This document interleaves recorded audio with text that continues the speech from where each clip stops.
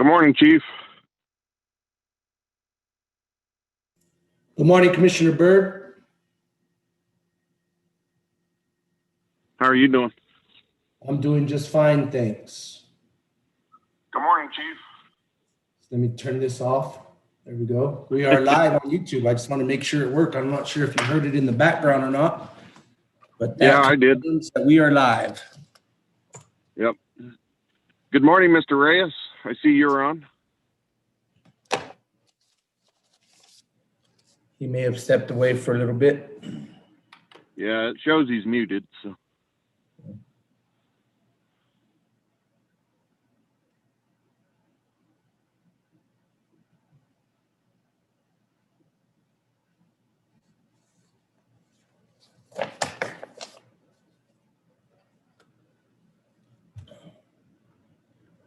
I see you're logged in twice. Is that right, Commissioner? You called in and then you have your computer on? Okay. Yeah, bandwidth. So I Yeah. use the video on my iPad and the audio through my phone. Yeah, okay. Good morning, Judy.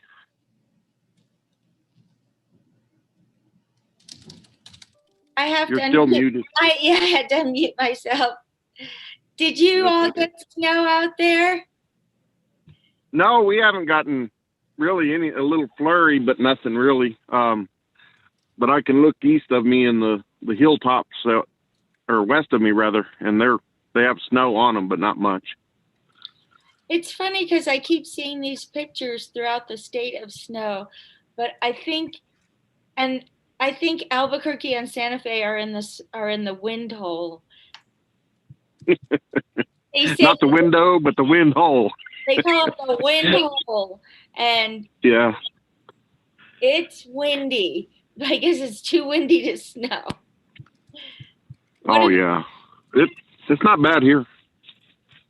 Not bad, not even windy. Whoa. Yeah, it's 32 degrees. There's a slight breeze, but it's not windy. Yeah. Well, we in New Mexico know the difference between breezy and windy, right? That's right. Breezy is every day, and windy is when you're getting sand in your eyes, right? Yes, that's right. Yeah, and if you can't work in the wind in New Mexico, it's like not being able to work in the rain in Seattle. It's true. It's so true. Well, I am going to read one more thing, so I'll see you at 9:30. Okay.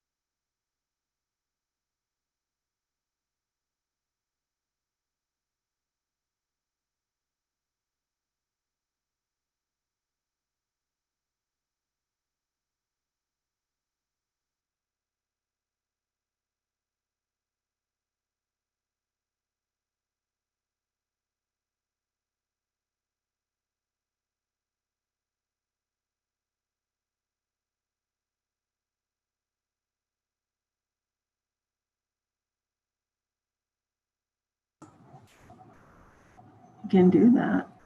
Or give him bacon and let him join with bacon. Where does it allow us? Is just in there. Mm-hmm. She's probably very miserable. Oh, it's been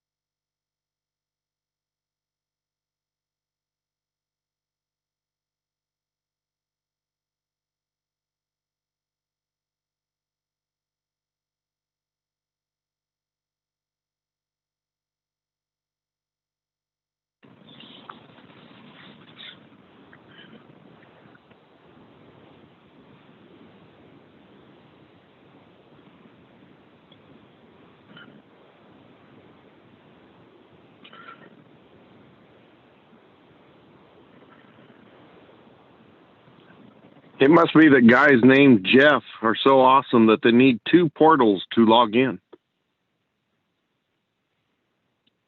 How are you, Mr. Albright? You're muted.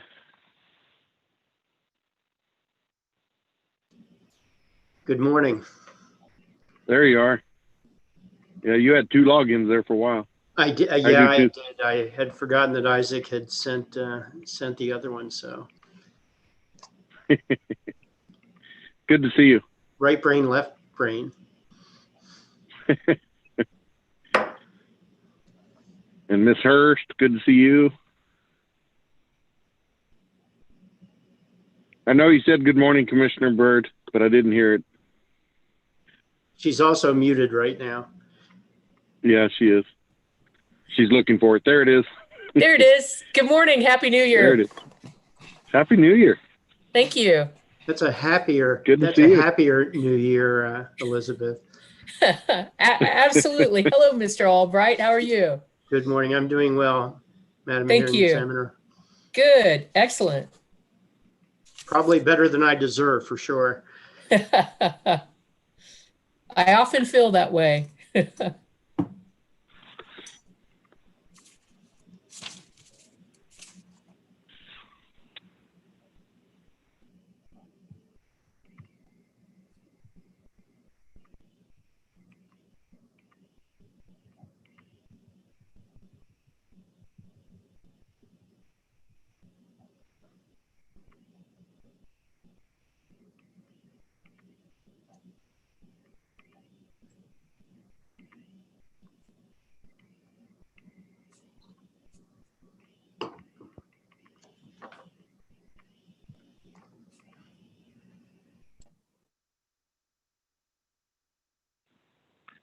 Quick shout out to Carl Boaz. We normally get to speak before the meetings, and of course haven't in almost a year. I hope you and your family are all doing well.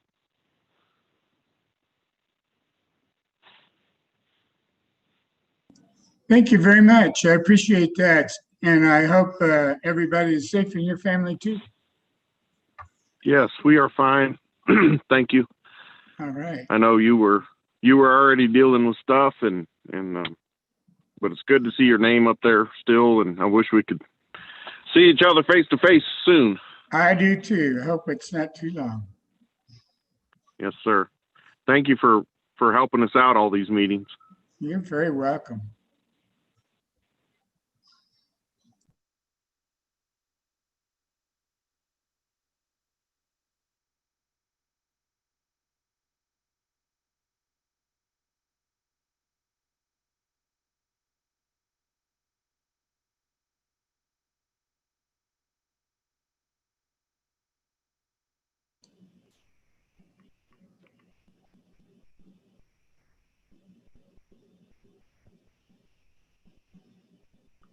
Commissioner Byrd, it looks like you may be in charge here.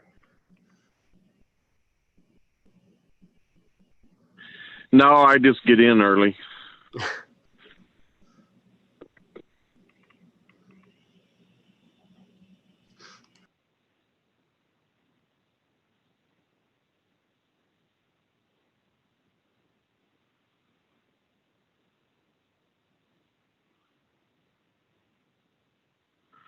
There's actually another hearing going on. I suspect they're still logged in listening to the El Paso Electric rate case.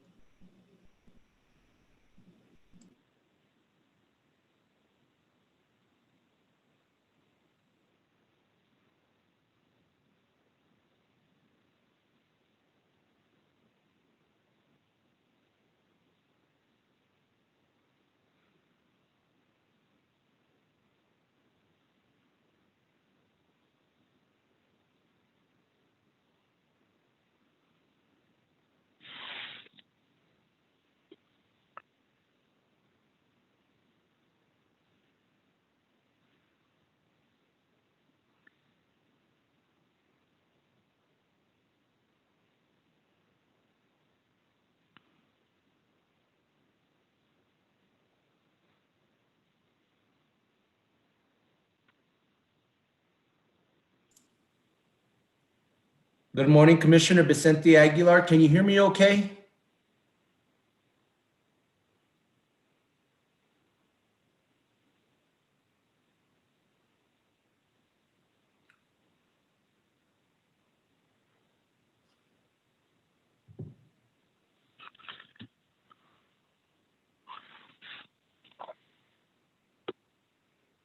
Good morning, Commissioner Hall.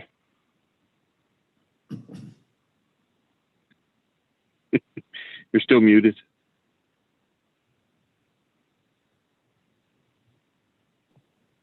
There you go. Good morning. That must have been Jeff, right? Of course. The nice guy on the commission. Right. You are. Very friendly. Good to see you. What? Good to see you. Did you bring enough for everybody? I see you're still munching on something. Sure. I'll share. I'm not sure how. Do you like biscotti? Having biscotti and tea right now. But Somebody could come up with smell-o-vision. it's a good idea.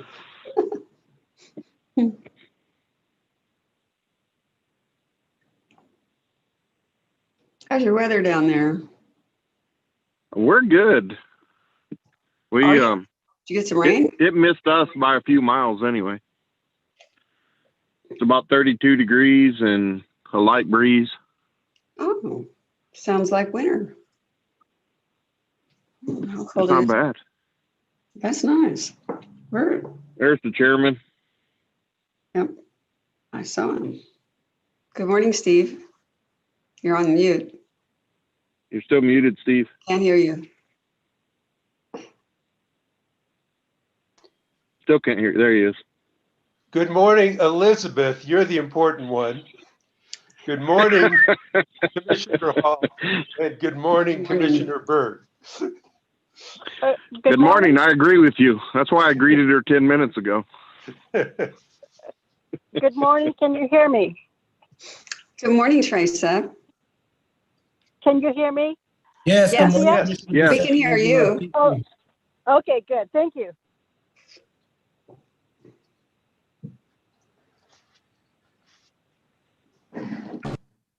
Mr. Chairman and Hi, Commissioners. Jason and Commissioners. This is Isaac. I just wanted to let you know that Mike and Judy are trying to connect. Apparently, they're having a bit of trouble with their internet, but they should be on shortly. Okay. Thank you, Isaac. Judy was on earlier. Yeah, apparently her internet dropped out, so she's trying to nice. get onto different internet to join. Yeah, the dog ate my homework too. It I appears. think with the extreme wind, there's been a lot of internet outages this morning. Yeah, not surprised. I know that we've lost haven't- Xfinity cable in Santa Fe area, so I know Miguel and Carolyn might have even lost or been impacted. So they may Oh, have wow. to resume the El Paso Electric hearing as soon as she reconnects. Russell, I'm wondering if we get started on a couple of things, if you can take the role and kind of fill in for Mike and Judy. Absolutely. Yes. Mr. Chair. Yes, Mr. Vice Chair. No, not Mr. me. This Former is- Vice Chair. But speaking of vice chair, I don't see his name on the list. I haven't heard his voice this morning. Yeah. That's I'll give him a unusual. call now. Now, what's wrong with Mike and Judy? They can't seem No to internet. connect. Why? It Did you guys sounds get like Judy at least has no internet at her house. Hopefully she's able to connect some other way. I'm trying to see if she can maybe get on through the hotspot in her phone. That's how I'm connected because my regular internet is down as well. Wow, that's unusual, isn't it? Yeah, I think that the wind has probably caused some trees to knock over phone lines and stuff. Yeah. Mr. Chairman, we should have Vice Chair Maestas joining us here shortly. He was also impacted by the internet outage this morning, and so he's just going to go ahead and call in now. Okay. Welcome, Tammy. I see you there. And Gabriel? Where's Gabriel? Good morning, Commissioner. Thanks for having us today. Okay, and there's Tammy. Thanks for taking the time Yes, to thank you. present. Very much appreciate the opportunity. And Mr. Chairman and Representative, I want to allow you to actually share your presentation. And so when the time's appropriate, I will actually make you co-host and you'll be able to share your screen. Or if it's Gabriel that needs to share his screen, just whichever one, just let me know. And you'll be able to go from slide to slide appropriately as needed. It will be me, thank you. Okay. Don't abuse the power. We're not friendly to legislative terrorism over here.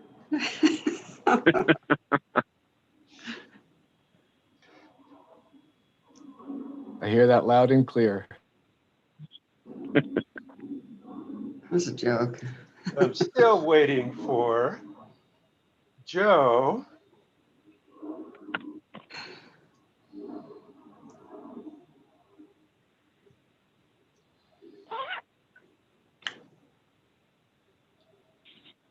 Have you guys had any snow yet? In Santa Fe, have you guys had any snow? Just flurries. Oh. Just, yeah, nothing sticking. Well, I see Luis Reyes from Kit Carson. Taos may have got something, but he's remained muted this morning. There he is. Good morning, Mr. Reyes. Good morning, Commissioner. How are you? I'm good, thank you. How's your snow situation? Yeah, we got snow all night. Very windy though. So in the mountains, quite a bit of snow. It's snowing now, and we expect snow. Glad to hear it. Yeah, it must be nice. Yeah, it is. It's cold. We though. need the snow. Yeah. I'm glad you're on. Good to hear your voice. I hope you had a good Christmas and New Year's and a wonderful 2021. Commissioner, happy to you and all the people on the Zoom today. Happy New Year. Hopefully it's a better 2021 than 2022 was. 2020 was. That's right.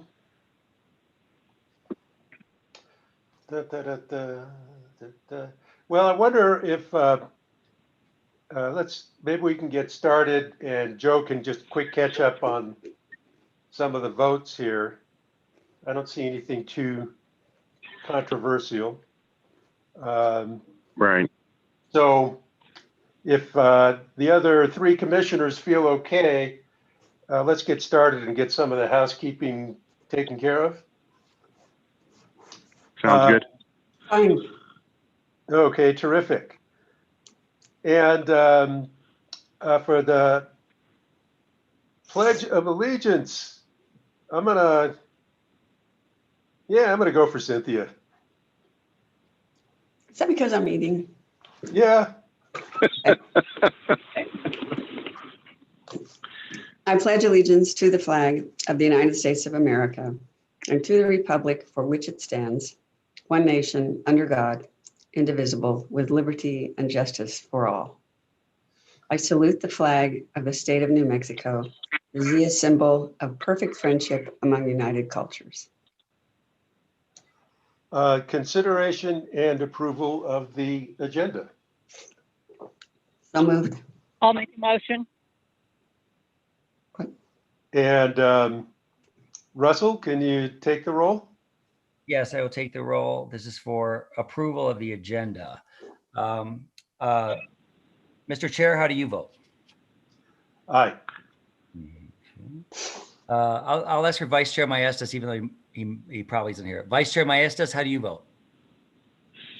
Okay, he's not here. Okay, Commissioner Hall, how do you vote? Aye. Commissioner Byrd, how do you vote? Aye. Commissioner Vicente Aguilar, how do you vote? Aye. Okay, the motion passes 4-0. Russell, I just want to let you know that this is Judy Amer and my internet is not working. And I'm calling in using my cell service. Terrific. So we've got Russell taking the role on the first item. Do you want to take that over, Judy, or go for it? Russell can keep going until we get to the workshop. How's that, Russell? That's how we're going to do it. Okay. Okay. Introduction of special guests. Mr. Chairman, this is Jason. Yes. We don't have anybody registered for introductions of special guests, but I did want to take a moment. I think it's important to recognize that there's 3 different meetings that could potentially people be logging in. So if you're here for the 20-00205-UT January 19th, 2021 workshop participants, that's why we have several that are with us normally. You're in the right place. If you're calling, if you need to get access to the El Paso Electric, that's a different link, different Zoom information. I just wanted to take a quick moment and make sure everybody is at the right place, because I know there's a lot going on at the PRC this week. So that's really what I wanted to make an announcement real quick. Joe Maestas here. Hey, Joe. We have approved the agenda, and would you like to get your vote in on that? Yes, I approve the agenda as presented. Okay, terrific. Russell, you got that? So the vote will be 5-0 for the motion approving the agenda. Public comments, item 4. Nobody has been registered. Mr. Chair? Yes, Commissioner Byrd. Sorry, Jason. Miss Amir had sent an email just before the meeting started. Would Judy mind clarifying what's going on with that? That was Commissioner Byrd, members of the commission. The email I sent was regarding the order of participants for the public workshop. And are we at, and it from Mr. Mark Fenton and from PNM, and he suggested that the commission consider hearing participants who did not submit written comments. Written comments were received from SPS, PNM, EPE, the New Mexico Rural Electric Cooperative Association, and EPCOR. So that would be something for the commission to decide when we got to the public workshop portion yet. Did we vote on the consent agenda yet? Not yet. Okay. But we're coming to that. On that, I like Mark's suggestion. Thank you, Mark. How do the other commissioners feel? I agree with Mark. I do too. Okay, here's I no agree. objection. That's how we'll Fine go with me. forward. Judy, in terms of running the meeting, I would actually prefer that either you or Russell do that rather than me. Why is that? Yes. I just feel more like one of the commissioners participating like everyone else. Okay. Cynthia says, don't give away the power. But Yes. are you okay with doing that, Judy? Yes, I can do that. And when we get to that portion, or we can discuss it now, I'd like to, the ground rules that were set, which is 3 minutes per entity. However, any commissioner can request more time. So if a commissioner has questions for a certain participant, that could take more than 3 minutes.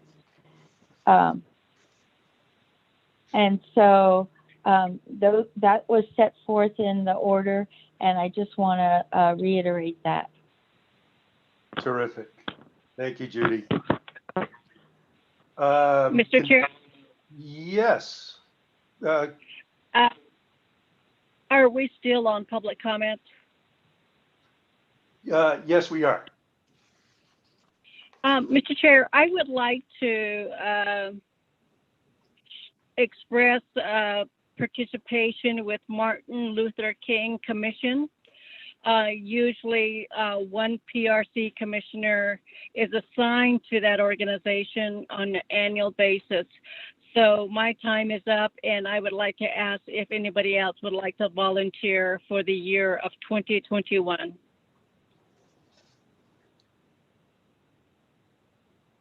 Any volunteers? I'm okay to volunteer with that. This is Commissioner Maestas. I'm sorry, I didn't hear you. Commissioner Maestas, were you volunteering to pick it up? Yes, I'll volunteer to take over. Terrific. Thank you. Thank you, Vice Chair Maestas. Judy, if you can please share the information with Michael Smith.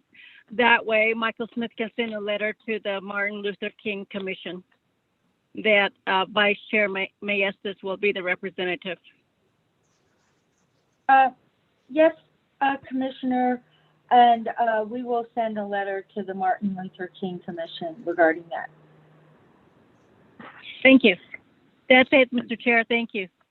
Okay, thank you, Commissioner Vicente Aguilar.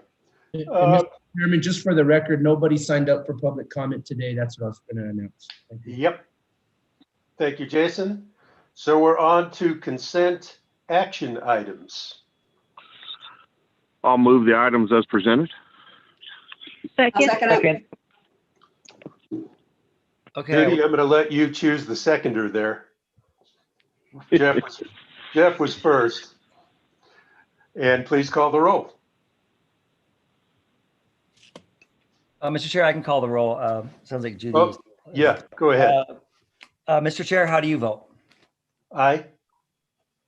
Vice Chair Maestas, how do you vote? Aye. Commissioner Hall, how do you vote? Aye. Commissioner Byrd, how do you vote? Aye. And Commissioner Vicente Aguilar, how do you vote? Aye. So the motion approving the consent agenda items passes 5-0. Oh, and I suppose I should read the, Mr. Chair, would you like me to read the titles of the consent? Yes, please items? do. Yes, I think I skipped that step. Okay, so the items that were approved on the consent agenda were 20-00236 UT in the matter of Southwestern Public Service Company's application for authority to issue up to $250 million of first mortgage bonds during 2021. 2, that was number 1. 2, recover certain refunding costs. And 3, enter into agreements in support of interest rate hedging, including interest rate locks and swaps. The second consent agenda item was 20-00175-UT in the matter of potential amendments to NMPRC Rule 17.9.570 NMAC entitled Governing Cogeneration and Small Power Production. The third and final consent agenda item was 21-00017-UT in the matter of the application of Public Service Company of New Mexico for approval of the abandonment of the Four Corners Power Plant and issuance of a securitized financing order. And that's all. Terrific. Thank you, Russell. We do not have any regular action items today, but we do have a presentation from Gabe. And Gabe, I'm not going to try and butcher your last name, but you can say it for us. Thank you. It's Gabe Pisciniak. Pisciniak. Thank you, Gabe. And Tammy Fibelcourt. Did I bastardize your name, Tammy? You got it right, Commissioner. Phew. And they have some legislation that touches precisely on our discussion and input that we're going to have at the next item on this meeting. And it's legislation to protect consumers from disconnects. But the legislation that they have also happens to cover low income rates. I want to focus on the disconnect part of it mostly, but there is some relation here to low income rates. So I do not mind if you guys take a little time to touch on what you're proposing there. And in fact, in one of our utility comments, they touched precisely on that relationship between disconnects and low income rates. So I think it's okay to touch on that some. So with that, I'm going to turn it over to Gabe and to Tammy. Good morning, Gabe. You should be able to share your screen. There you go. Thank you. And guys, just to be clear, this should be about no more than 10 to 15 minutes. We'll keep it at that. And, excuse me while I just share my slides here. So thank you, commissioners. We really appreciate this opportunity to present briefly on proposed legislation that would address the transition away from the PRC moratorium. I'm Gabe Pisciniak. As I mentioned, I'm an associate professor at the University of New Mexico School of Law, where I've been there for about 3.5 years. And prior to that, I worked on climate and energy policy at the Georgetown Climate Center at Georgetown Law for 7 years. And I've been working with Tammy Feeble-Klorn at the Southwest Energy Efficiency Project, as well as with the Speaker's Office and other stakeholders on legislative approaches that would help prevent a disconnection cliff once the acute public health emergency ends.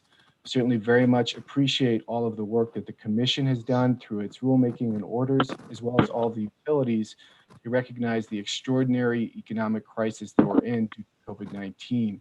And as you all know, based on your filings, this is based on November data, over 57,000 residential customers, electricity customers, and 27,000 gas customers would be eligible for disconnection today, if not for the PRC moratorium. The average electricity arrears, depending on utility, are between $244 and over $1,000 per customer, per household. And I think it's worth noting that in the past Great Recession, we know that New Mexico was slower to recover from the recession than other states.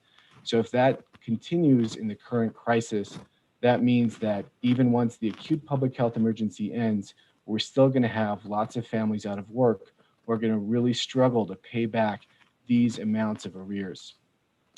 So that's why this legislation seeks to provide relief primarily through extended payment plans and a partial forgiveness mechanism to customers that are struggling.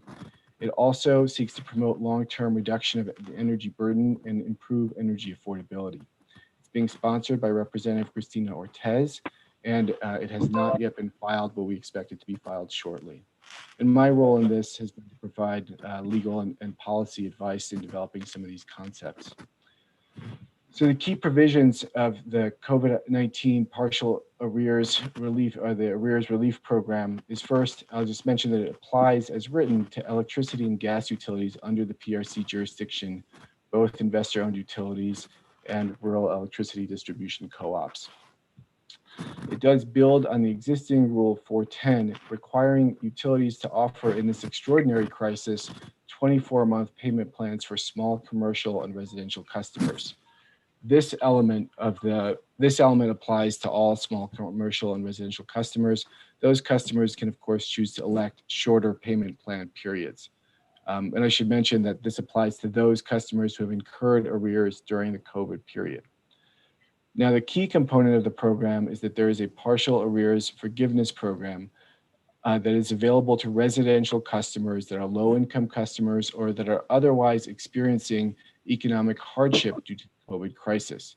It includes customers that qualify for LIHEAP, but also those that are under 200% of the federal poverty level, as well as those who have been unemployed in the past 6 months or a member of their household who has been, and others who demonstrate ongoing COVID-related hardship, such as underemployment, continuing illness, or care for a dependent due to COVID. This is a recognition that this extraordinary crisis is not just affecting the very low income customers like those for LIHEAP, but a broader range of New Mexicans who are struggling to pay their utility bills and meet other costs. Now, qualifying customers, in order to participate in the program, must enter into an installment plan, as we mentioned, of up to 24 months unless they choose a shorter period. Those customers are then temporarily credited 50% of the arrears that they owe. And this is based on a program that's been approved by the Minnesota Public Utility Commission, this kind of model. Customers who are in this program then receive a permanent matching credit for each payment that they make. So there's an incentive for customers to make payments. It's an earn as you go program. And customers, there's also a catch-all for customers with an ongoing hardship. So those customers who, for example, have continue to be ill, continue to be unemployed, on a case-by-case basis may apply for a hardship approval so that they can get a deferral of their payment plan, or at the discretion of the utility, forgiveness of their arrears. Now, the proposed legislation would also address funding for the program, or as a reminder, qualifying customers may only earn a maximum of 50% of forgiveness of their arrears unless they qualify as a hardship case. Moreover, utilities may not disconnect customers for their COVID-19 arrears if they are making payments on an arrears payment plan, or if the arrears have been deferred or forgiven due to hardship or their participation in the program. On top of that, utilities are required to reasonably apply for any federal or state aid, and they must apply any federal or state aid that they receive to the cost of the arrears forgiveness, as well as any philanthropic funds or any shareholder contributions unless prohibited by law or by the conditions of the funds. So the idea is to create a comprehensive program that gives everyone a fair shot who's struggling with COVID to have some relief from their arrears and to use all of the resources that are already being put to use. Utilities may then recover any remaining costs of the forgiveness program in the next rate case.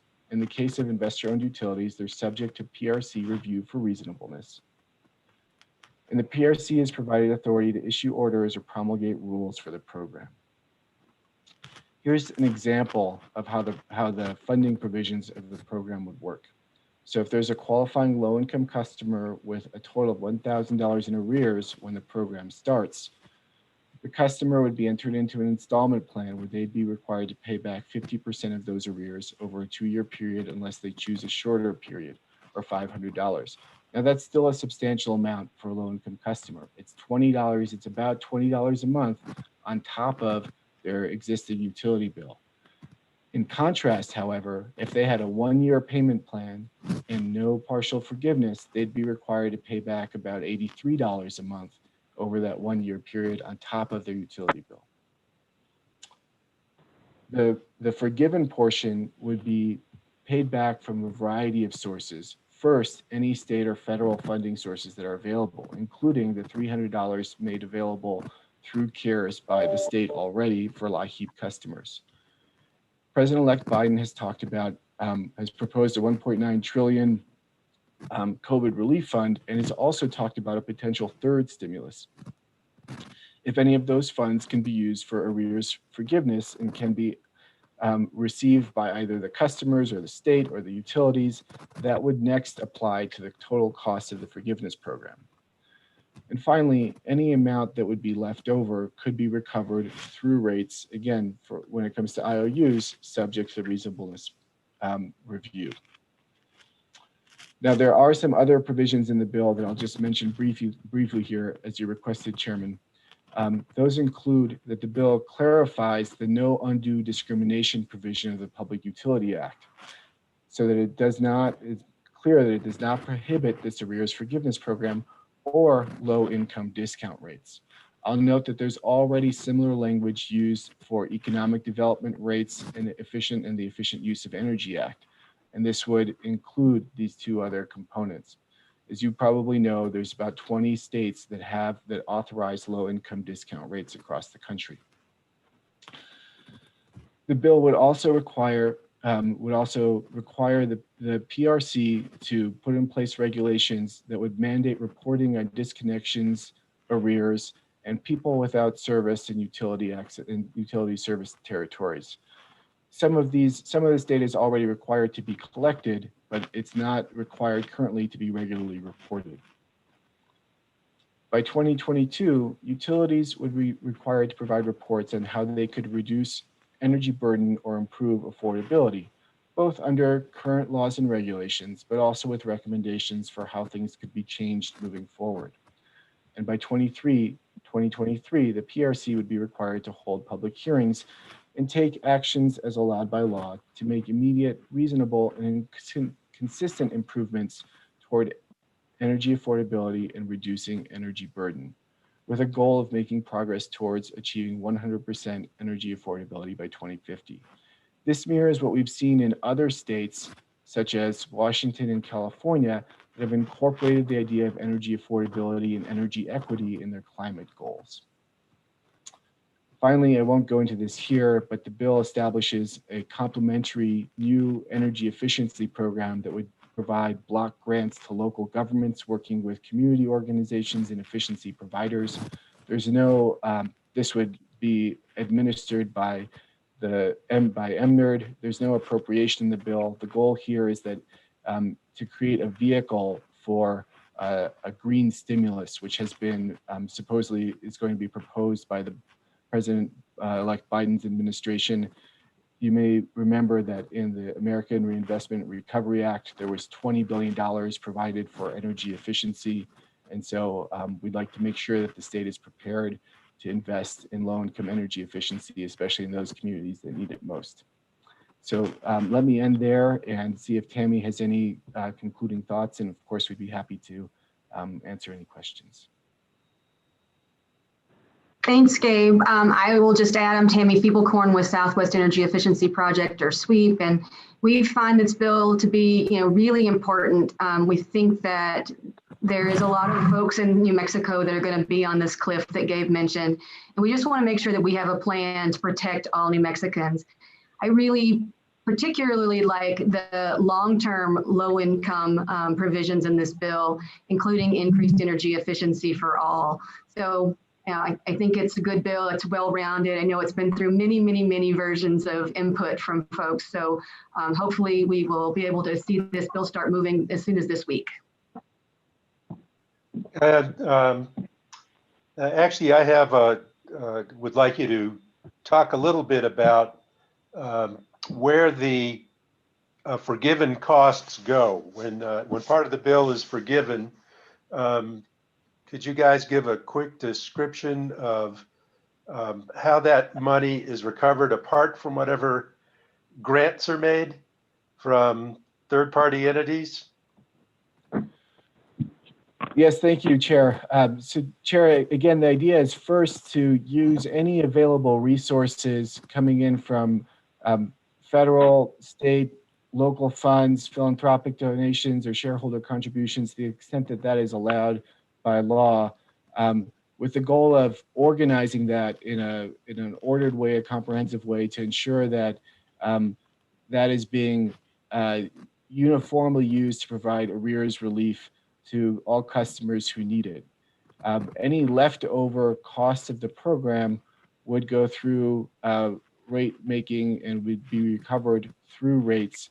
This is similar to the way in which other kinds of low-income discount rates work. And in some cases, like in Minnesota, there's been at least one program that uses a similar model for particularly COVID arrears relief. So we would set up a regulatory asset, and then at a subsequent rate case or proceeding, would decide how much of that regulatory asset to approve for compensation to the utilities through ratepayers? That's right, yes. And it would specifically authorize a regulatory asset. And again, for IOUs, it would specifically say that it would go to the next rate case. And allow reasonableness review by the PRC.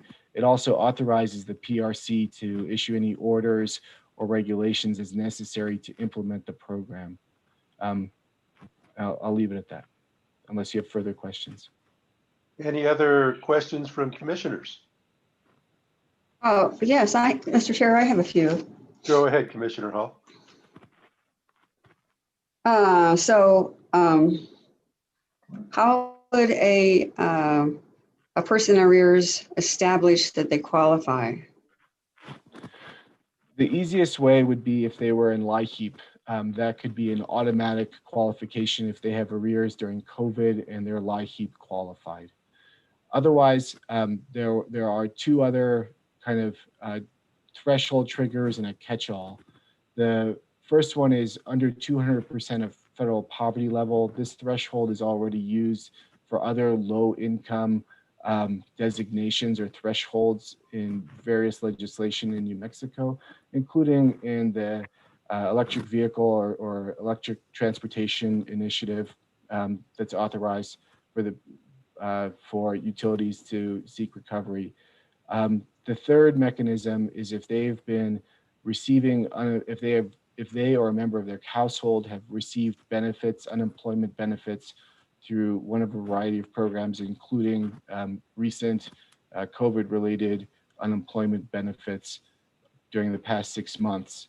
And again, the last one is a case-by-case hardship application where they would have to demonstrate to a utility that they have a hardship, specifically if there's ongoing illness, if there's underemployment, so working less than 40% of their hours. And the goal here is not to be, this is an extraordinary crisis. I think there needs to be a balance between having a lot of administrative burden and recognizing that people who might not otherwise qualify are going through hardship now. So the goal is to be inclusive. If people make the effort to demonstrate that they are in crisis, that they have a COVID-related hardship, the goal is to err on the side of inclusiveness. But it requires extra work on the part of those customers. They have to affirmatively go through additional steps to apply for a case-by-case hardship application to demonstrate that they would meet those additional hardship categories. I guess what I was getting at is, what sort of documentation they have to provide, but I suppose for certain things like poverty level, they have to show, I don't know what they show, tax records or something. I don't know if they, I don't know how that's done. I'm just thinking about the difficulty that people would have and, working through the process with the utilities. A related question is communication. And I saw in some of the comments we got in today or yesterday, I guess, or when I was looking at them, from utilities about their programs they've set up. A number of them have set up digital communication. The customer can either talk to them on the phone or use any kind of digital communication they choose. And that's great if you have a smartphone or computer. But I'm just wondering about, the people who really need help are often people who don't have access to digital communication, maybe not even a phone, and probably don't know where all their documents are. And so finding those people or helping those people understand that they have this opportunity, I think is a big hurdle. What do you say to that? Commissioner, I think that's a great point. And we've tried to recognize that this is legislation and should be at a kind of higher level. So we have the proposed legislation does include requirements that customers are notified. It does not go into detail into specifying how that notification should be provided. But your point that digital communication is probably not sufficient is really good feedback to hear.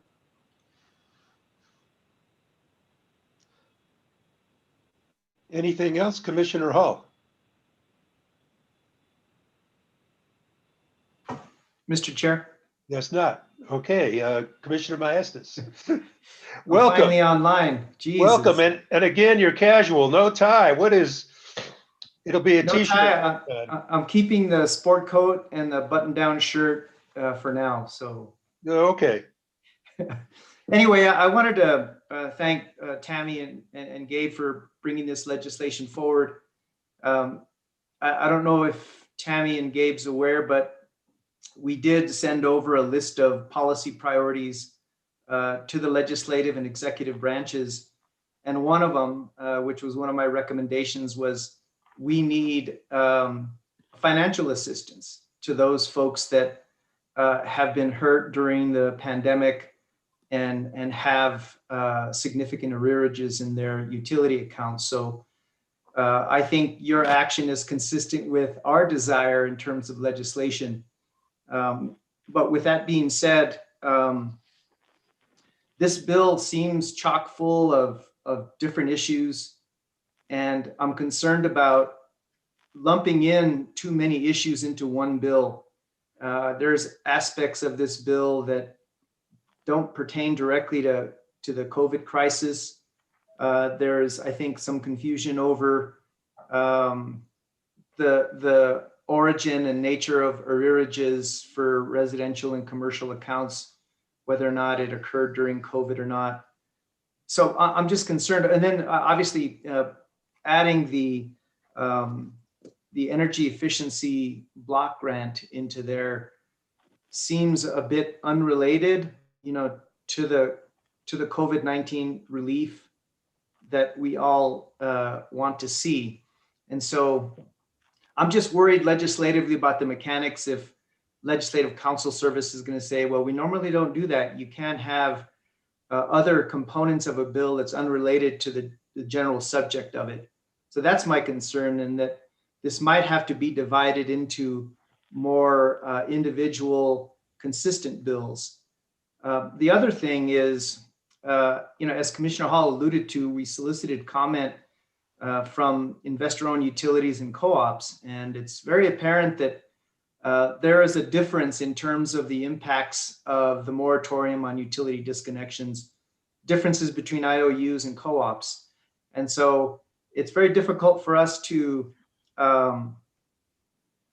say one size fits all, which I think is not the case here. I think we're going to find out during the course of this workshop that co-ops have experienced much more detrimental impacts to their operations during the moratorium than investor-owned utilities. And I think co-ops, the very nature of co-ops, their members are kind of the owners. They don't have stockholders or shareholders. And so we need to recognize that going forward, is make that differentiation, whatever comes out of this legislation. And the other issue is just timing. I think timing, we wish there had been more federal aid that maybe would spur state aid to leverage that federal aid. And so we're getting to the point where how much longer can utilities hang on and manage under this moratorium? And so this aid can't come soon enough. The last thing I'll say is I realize there's a lot of requirements in terms of reporting on the nature of disconnections. My only hope is that, we have a process. We're starting to get feedback from utilities in terms of the impacts of this moratorium on disconnections. And I would hate for there to be any kind of preemption or undermining of the process that we've initiated here at the PRC. And so those are kind of my comments in a nutshell. I have more specific comments, but I'm happy to send them directly to you. But I just want to thank SWEEP and other advocates for taking this on.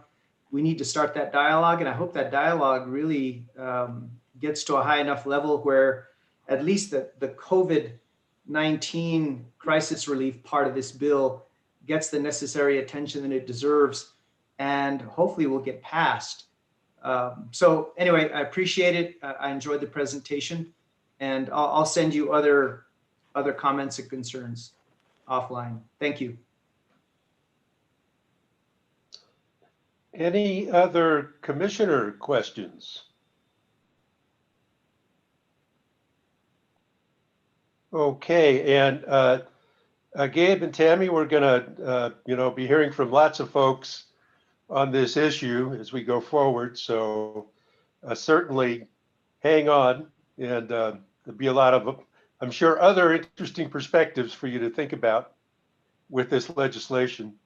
I will say that I'm happy the legislature is at least looking at it, and I'm happy that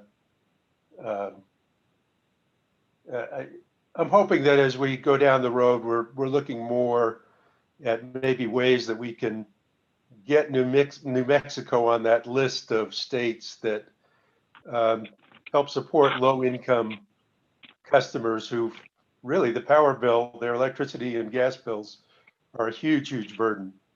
And right now, kind of our hands are tied by mountain states. But I think it also ties to this COVID. And the fact that we don't have those kinds of rates exacerbates our issues when we have an emergency like this.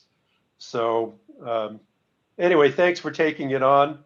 And I don't want to call it a thankless task, but it's a difficult one. So good luck. Mr. Chair? Yes. I just wanted to make one more remark that I forgot to make, in that I wanted to speak in a positive way on the need for energy efficiency assistance. But a lot of states have recognized that for their low-income populations, for their old housing stock, a lot of these homes have more fundamental health safety code issues that precludes them from receiving any energy efficiency assistance. And so some states have created funding just for that, a set aside to assist a lot of these residential customers that have these safety code issues, and to get them corrected to allow them to receive energy efficiency. And I would ask that that be a vital part of the energy efficiency legislation. And I didn't see it in here, but other states are much farther along than we are in addressing that issue. So I wanted to go on the record and mention that. Thank you, Mr. Chair. Thank you. And that's a great, great point. And thanks for raising it. Okay. So let me see, I guess next we're coming to the temporary moratorium. Did I get that? Yep. Item 4, in the matter of the temporary moratorium on residential utility disconnections during the time period COVID-19 pandemic emergency orders are in effect. And this is the public workshop portion. And Judy, great to see you now, along with Joe. You're on mute. You're still on mute, Judy. I finally got internet connection. I'm assuming it had something to do with the horrific wind and storm.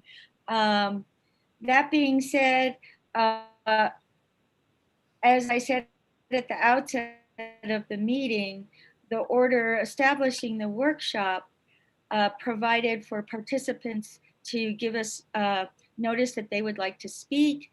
Isaac assembled a list, and as we discussed earlier, we will hear from entities that did not submit written comments first. And as I stated, the limit is 3 minutes, although a commissioner, any commissioner, can extend that and can ask to do questions and answers and have a dialogue. So with that, I would like to call on Mr. Jeff Albright, who represents, let's see, hold on, small water associations. Is Mr. Albright here? Yes. Good morning, Judith and commissioners. Just a few things I wanted to add on behalf of a number of small water customers, domestic user associations, water and sanitation districts, some of which are and are not regulated by the PRC.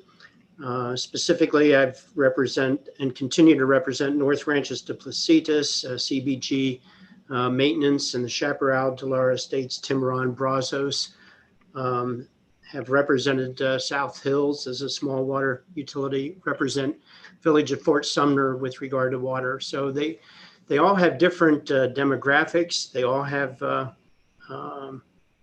different customers on their system. Some are year round, some are more seasonal in nature.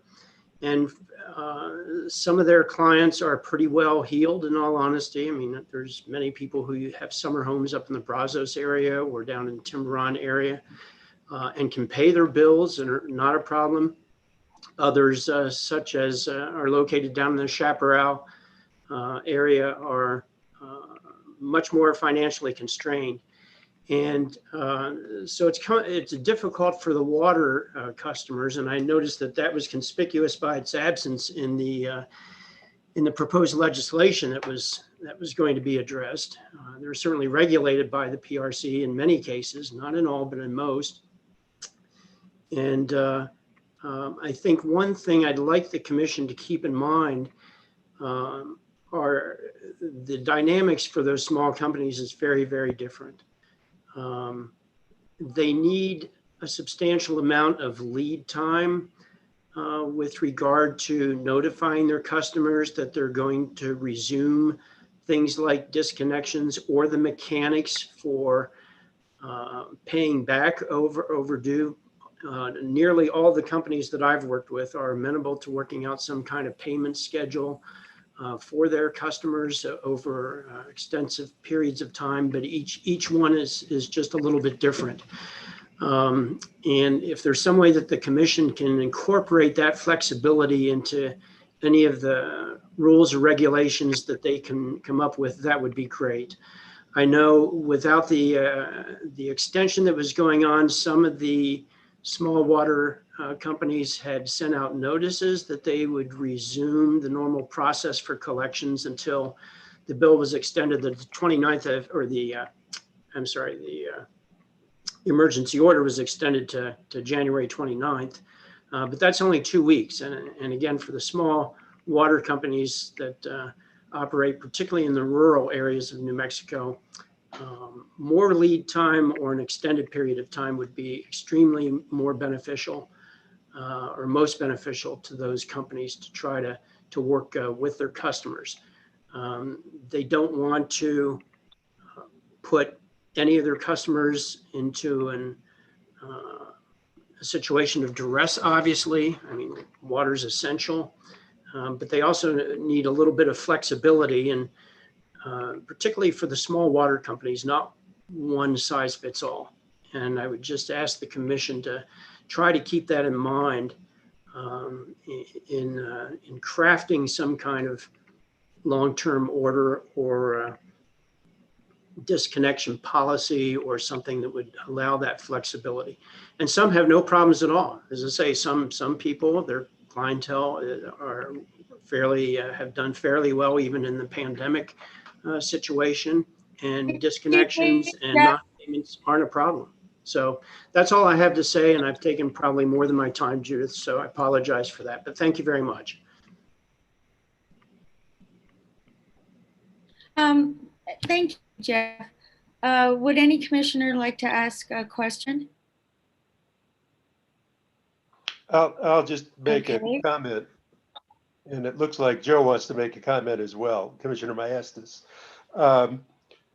I personally, I'm very aware of the issues that smaller utilities face versus the IOUs, and just want to acknowledge, as Joe mentioned, even in talking about the legislation, it's a different ownership structure.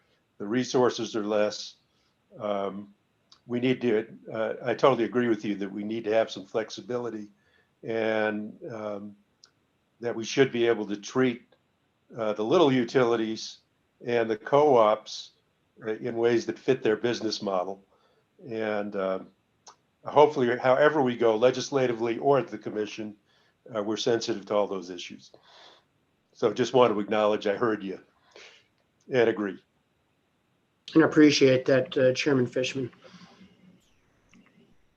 Mr. Chair. Mr. Maestas. Oh, sorry, Judy, it's yours to run. Commissioner Maestas, do you have a question or comment for Mr. Albright? Actually, I have a question, a comment, and an apology. Jeff, in my previous comments, I only mentioned investor-owned utilities and co-ops in this whole discussion over this moratorium and the impacts, right, from the public health order. So I apologize that also includes small, water companies. And so, yeah, chalk it up to, my brief tenure here on the PRC. But I do have a concern, and hindsight's always 2020. After I saw the questions that we asked in preparation for this workshop, specifically, what ideas do you have for a transition period? My ultimate concern for co-ops and small utilities and water companies is, what impact has it had on your operations? I hope that we could maybe come up with some metrics that apply across the board, at least to co-ops and small utilities, so we can get a sense for the financial impact to you. And so, can you briefly speak to some of the operational impacts and maybe the extreme nature of some of your members that they've experienced during this moratorium on disconnections? Commissioner Maestas and Chairman Fishman and others, as I say, it varies between company to company. Some of them have had everybody pay their regular fees on time, and there hasn't been any need for disconnections. I had one or two of these customers or one of these clients whom I represent say they really had nothing to say because it hasn't been a problem for them. Others who serve areas where the clientele is very different or customers are very different have had an increase in disconnections. I haven't gotten information on whether they've had access to capital to tide them over or whether they have needed that or had to dip into cash reserves. No one has talked about rate increases yet that might be required in the future to compensate for those shortfalls. That's information that I will certainly solicit and try to get for the commission, because I think that would obviously help you folks in your decision-making process and give you some finite, but it is certainly, I try to keep the comments general because it's different for each one of these small water utilities. Of course, I also represent Tri-State on some issues, and they monitor this on behalf of the electric co-ops as well, and have different things from an electrical point of view.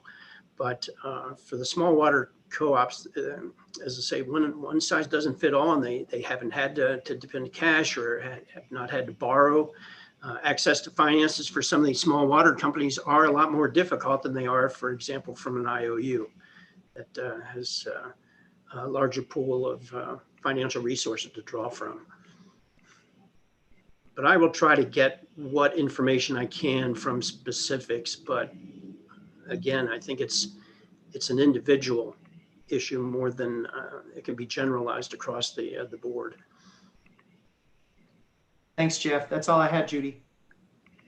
Okay, then with that, we will hear from Isaias J. Roybal, City of Albuquerque Legal Policy Division. Is the City of Albuquerque here? I'm having difficulty hearing them. Is everyone else? Cannot hear them. Okay. As a friendly reminder for those that have called in, you can simply press *6 to unmute yourself. I know several people were impacted by the internet outage, so if you did call in again, you could press *6 to unmute yourself. Well, we'll come back to the City of Albuquerque. Next, we will go to Tammy Five Corn from the Southwest Energy Efficiency Project. I did not have any additional comments from my presentation. Okay. All right. Next, Mr. Luis Reyes from Kit Carson Electric Cooperative. They did not file comments, and we would like to hear from you. Thank you, Judith. Thank you, members of the commission. My name is Luis Reyes, CEO of Kit Carson Electric. I just first want to reiterate what I've heard. The co-op structure is much different. Kit Carson operates on very lean revenues, lean margins.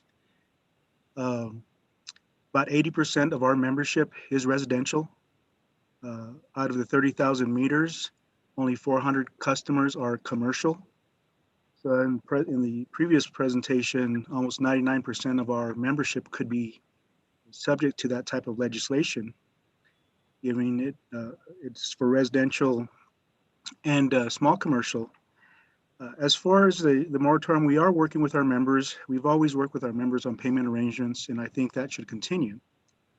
We do think the transition should start today, not wait till the very end, because no one really knows what the end, and get our members used to and getting written payment arrangements. Kit Carson does have budget billing that can be offered to members. I think what's important also to know about Kit Carson is it's just not the moratorium that's affecting us. Some of our biggest loads are school districts that haven't been opened. So we've been impacted financially by the lack of schools not opening. Gymnasiums are generally some biggest loads, and we serve 5 school districts. Additionally, being a tourist town, the health order has affected our tourist business, our restaurants. Our ski areas opened about a month late. So all those ancillary services that support tourism, hotels, restaurants, all those revenues continue to decrease. And actually, we're not seeing folks that come to ski staying because of some of the rules in the health order. So financially, it has caused Kit Carson to struggle. I think it's also important to know that rates are our only revenue source. We do borrow money from the federal government and from other banks, but we can only use that money basically for infrastructure to build new line.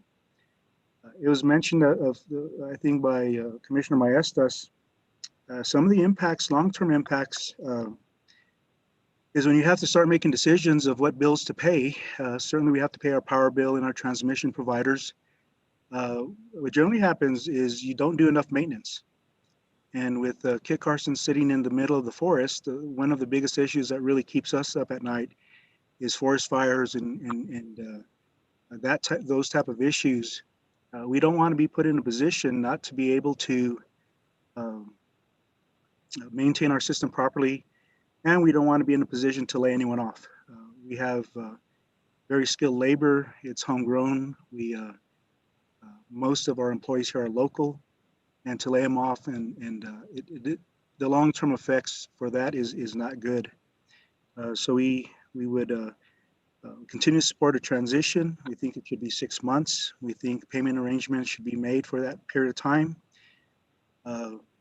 We know our membership. We know those people who can pay and those people that may need longer than 6 months, and you can continue a 6-month period.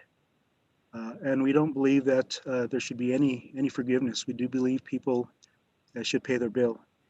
And in closing, I remember when our last rate case, and co-ops are partially regulated. We've been in front of the commission in past rate cases. So, I'm tying back to some of this legislation. We would have to go back in front of the PRC to try to recover these monies. And in our last rate case, we did try to get a low income rate. So we are very sensitive to how we help our low income population. We work with LIHEAP customers, but we also work with school districts, churches, other organizations to identify a low income. Judith, those are comments I'd like to make on behalf of Kit Carson Electric. and would stand for any questions or comments. Well, thank you, Mr. Reyes. And do any commissioners have any questions or comments? Judy, this is Jeff. Yes, Commissioner Byrd.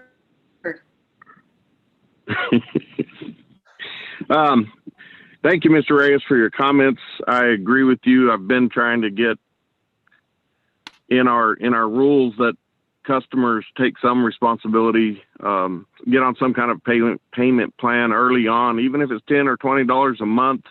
At the end of all of this, that helps reduce the total bill amount that they would have earned or owed, rather not earned. They're not earning anything, owed. And so I like what you're thinking. Let's get this started sooner than later and start working with these customers so that they're aware of where their bill is, because that can help when you see your bill growing every month and you know you're going to pay it at some point, to turn that extra light off, turn the thermostat down a degree or two, make changes like that to ensure that you're going to be able to pay your bill when you have to. You know, we know that people are struggling because, like you said, restaurants are closed. That means the wait staff sitting at home not earning money. They can't make payments. But when you can take responsibility and maybe pay a few bucks, be in contact with your utility and say, hey, I just can't do it this month, but I got a job coming up next month. Maybe I can pay a little bit next month. You're in contact. You're taking responsibility. I like what you're thinking, and I hope that we're able to work with each of the different utilities, because like Mr. Albright said, each one's unique, and we can't just do a blanket clause and everybody expect to work it out. Anyway, that's my comment. Thank you. Thank you, Judy. Thank you, Commissioner Byrd. Other commissioner? Judy, Yes. this is Commissioner Maestas. Mr. Reyes, thank you for giving us your feedback on this. You alluded to perhaps you having to reduce your operational budget by deferring maintenance, but you also alluded to the possibility that maybe you haven't laid any staff off just yet. So can you just in general terms describe the impacts on your operational budget and how that has perhaps caused higher risk maintenance to be deferred, like forest clearing around your lines and things of that sort? Commissioner Maestas, I guess that goes to when you train linemen and they have to be skilled labor to work around energized lines, you know, out of the approximately 3,000 miles of line we have, about half of it goes to the Forest Service, BLM, or Native American properties. And as we've seen in California, when you stop doing maintenance, you just get a rash of fires. We are, even though it's snowing today, we're still in the drought. So all that happens is when you have to make some decisions and be accountable to RUS, who is our bank, meeting our requirements. Do we do less maintenance? And when you do less maintenance, where do you focus on? That really isn't an option for us, because a fire in northern New Mexico would be catastrophic. At the beginning of COVID, we had an all-employee meeting, and we made a commitment not to lay anyone off, that we would do everything we could to keep people employed, especially in the utility arena where it takes years to train linemen, and you want to keep them. And so it's really hard to tell what the impact, other than there will be an impact if we continue not to collect the revenues that are owed. I think the other thing is, you know, our upstream providers, our power supplier, as I mentioned, our transmission supplier, the federal government, they have not so far given any kind of concessions. I still have to pay my power bill on time. I still have to make my mortgage payments on time. But I have this lag from our residential and small commercial, and even some of the large commercials are struggling, of them paying bills on time. Kit Carson has lines of credit, but they're not very large and you don't always want to draw on them. So it does, as we plan our budget, we're looking at what areas to reduce when it comes to maintenance, because that's generally the easiest thing to look at, hoping you can catch up the next year. But it does put us at risk. If it's not fires and you have extended outages and those type of issues that aren't what the members of Kit Carson want. Thank you, Mr. Reyes. That's all I had, Judy. Yes. Any other commissioner? Judy, this is Commissioner Hall. Judy? Oh, yes. Would you like to make a comment or question, Commissioner Hall? Well, it's a question to Mr. Reyes and whoever else might have an answer. I was just wondering if you've heard of any efforts at the federal level to introduce legislation to help rural electric co-ops or, maybe even small water companies, but, with respect to our conversation, rural electric co-ops in situations like yours. I mean, there are a lot of them across the country. Are you aware of any legislation that anybody's thinking about initiating, Mr. Reyes? Commissioner Hall, we have a national group, a national co-op association that has been working on some type of bill relief, maybe increased working with RUS about repricing some of our loans so that that debt service could be lower. There are some programs, but they haven't come to fruition. And I think we're kind of in this middle where we're being asked to not disconnect and not collect. Well, the process in Washington is very slow. And I do believe in following it, Commissioner Hall, that utilities in general have basically been left out of any type of relief outside of probably PPP loans.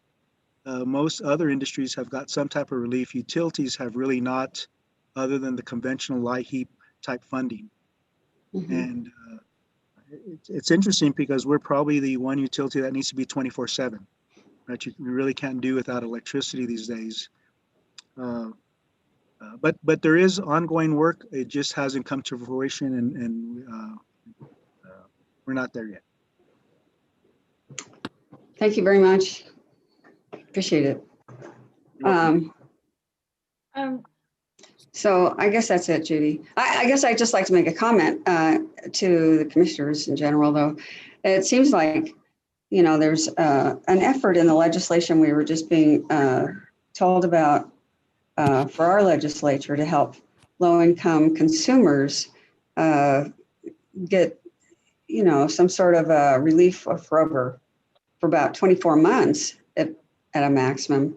And that would certainly help with revenues to co-ops. But I think hearing Mr. Reyes talk about how, you have to start deferring maintenance, and when you're operating in a forest, we know what kind of problems that can give rise to. And it just doesn't seem like a tenable situation. And I think it would be good if there was some federal legislation focused on co-ops that could somehow design some relief for them, like what Mr. Reyes suggested, debt relief or something, so that they can get, faster help so that their service isn't compromised. I mean, I see that as kind of the focus of our responsibility to at least do what we can to help keep the lights on in rural areas. So, and keep the maintenance going on the lines in rural areas. So that's all I have to say. Okay. Thank Judith, you, Commissioner. Yes. This is Commissioner Fishman. I had one other question for Mr. Reyes. You talked about efforts being underway, and I just wanted to get a little more sense of what kinds of things were being considered in those federal efforts. Was it no interest or low interest loans to utilities? What shape were these things, are these discussions taking? Mr. Chairman, of what I know is really repricing some of our higher federal loans with lower interest loans. maybe finding some more relief in LIHEAP type funding. I do see that Mr. Grunwald is on the call, and he's probably closer to what's going on at the state, national level, and probably could weigh in with more detail. But I know those two programs we've been following. You know, we've talked to our US quite a bit of what do we do if there is a request of forgiveness, given we have an obligation to pay our loans back. And so it has further repercussions upstream. I think at least Kit Carson and the co-ops I know are doing a good job in trying to work with its members to get them on payment plans and not disconnect them. That's not our mission. But if we don't kind of get a handle, what you will see is a road in service and reliability. Thank you. Thank you, Ms. and Commissioner Fishman. If there's no other questions, the next entity that did not submit written comments but would like to speak is Jemez Mountain Electric Cooperative, Mr. Ernesto Gonzalez. Mr. Gonzalez? Was there? You would need to unmute yourself.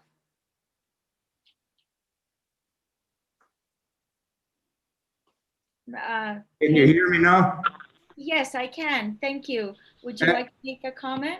Yes, thank you, and giving us this opportunity and to present what we're going through here at Jemez.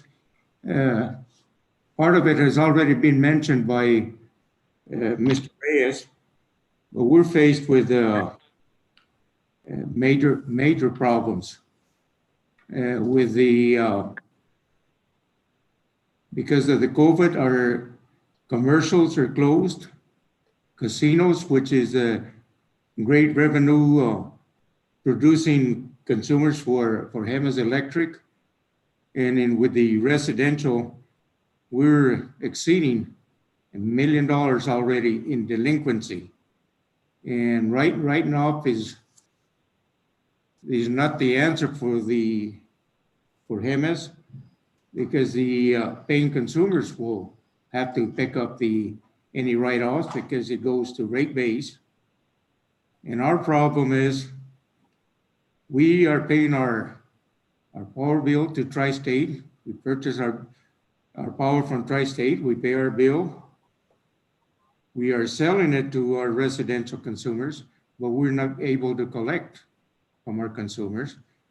And it has created a very severe cash flow problem here for the co-op, to the extent that we have considered and had serious discussions on laying off some of our workforce, which is the last thing we want to do, because we are already operating with a small crew.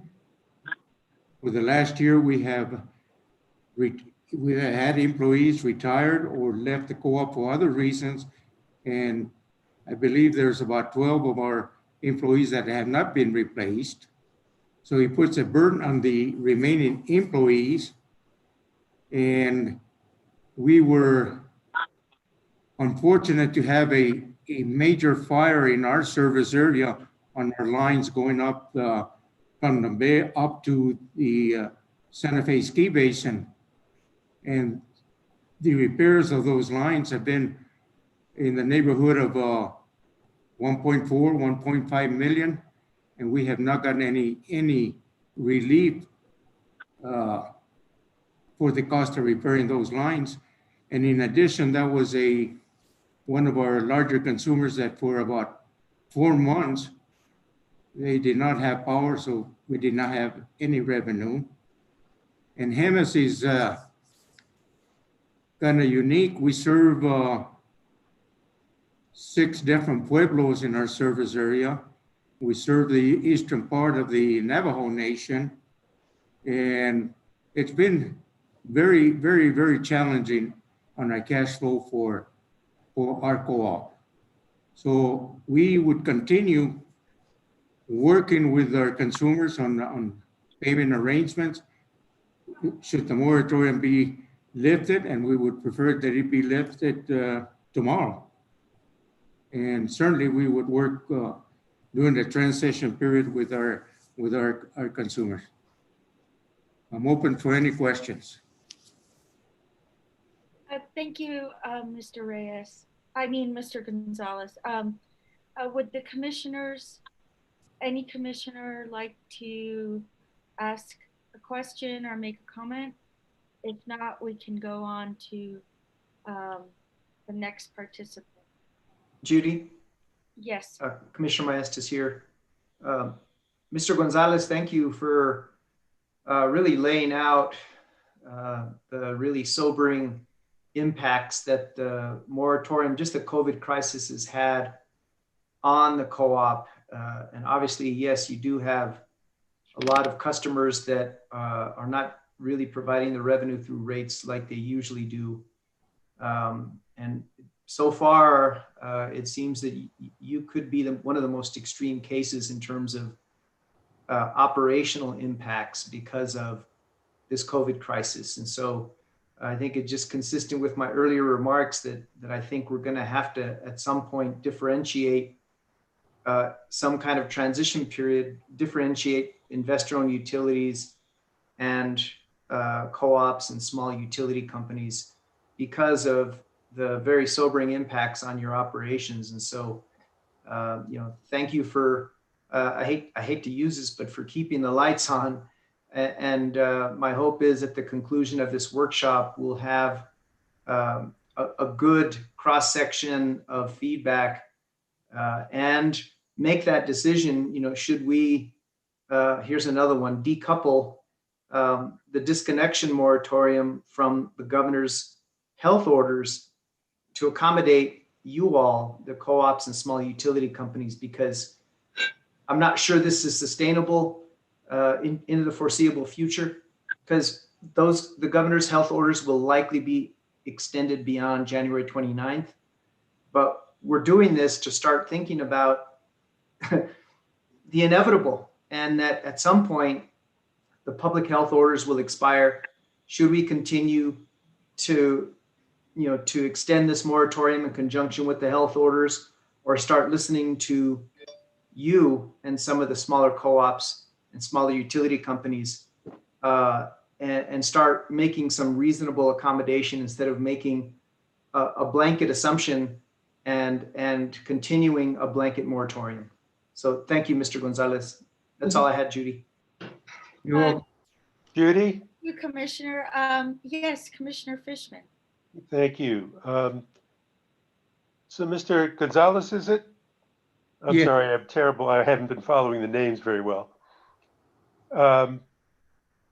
Were the co-ops eligible under the initial federal package where there were payments to small businesses so that they could keep people on the payroll?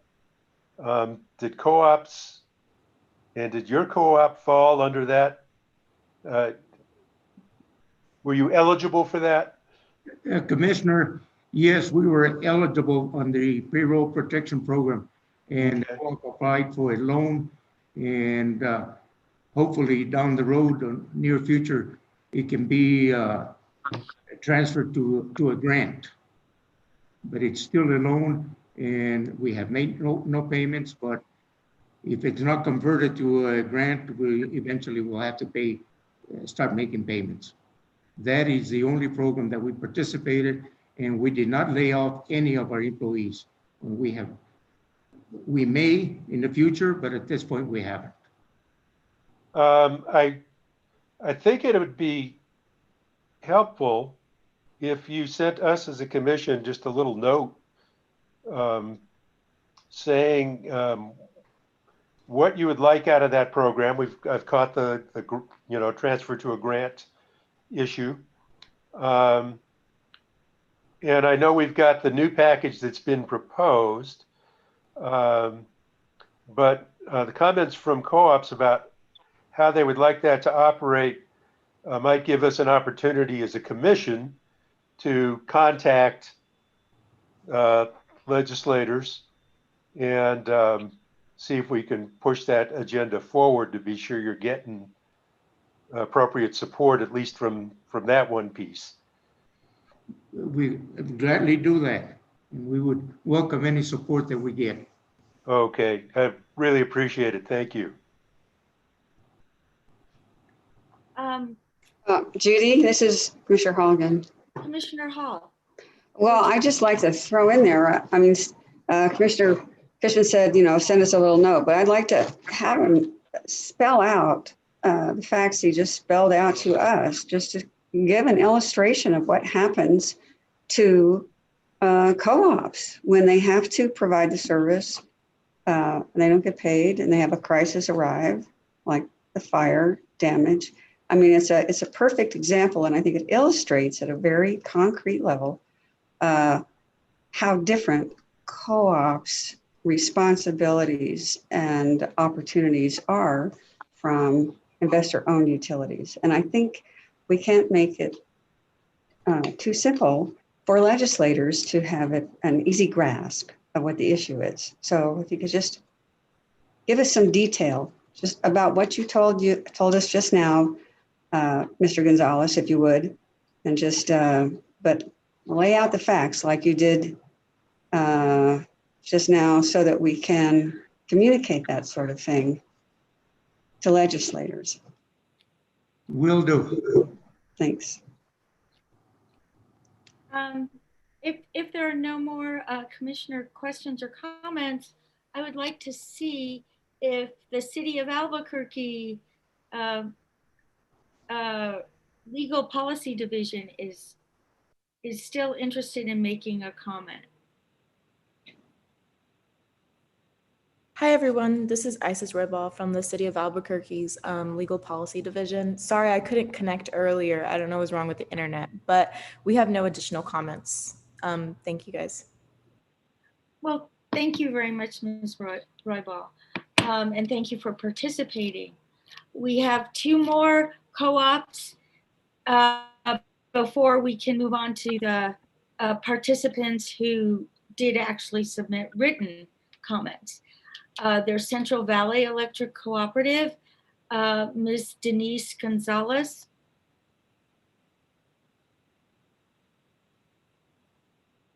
Not sure if she's present. Ms. Gonzalez? If not, we can move to Mr. Joseph Herrera from Socorro Electric Cooperative. Mr. Herrera?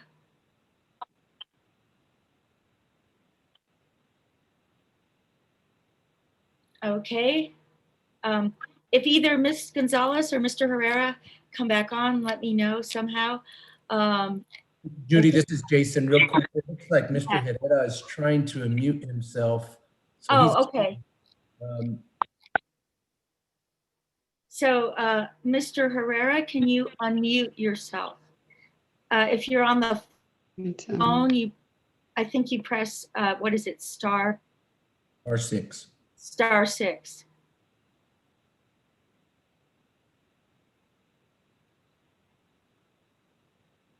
Mr. Herrera, you might be muted on your computer as well. It looks like you are unmuted on the Zoom platform.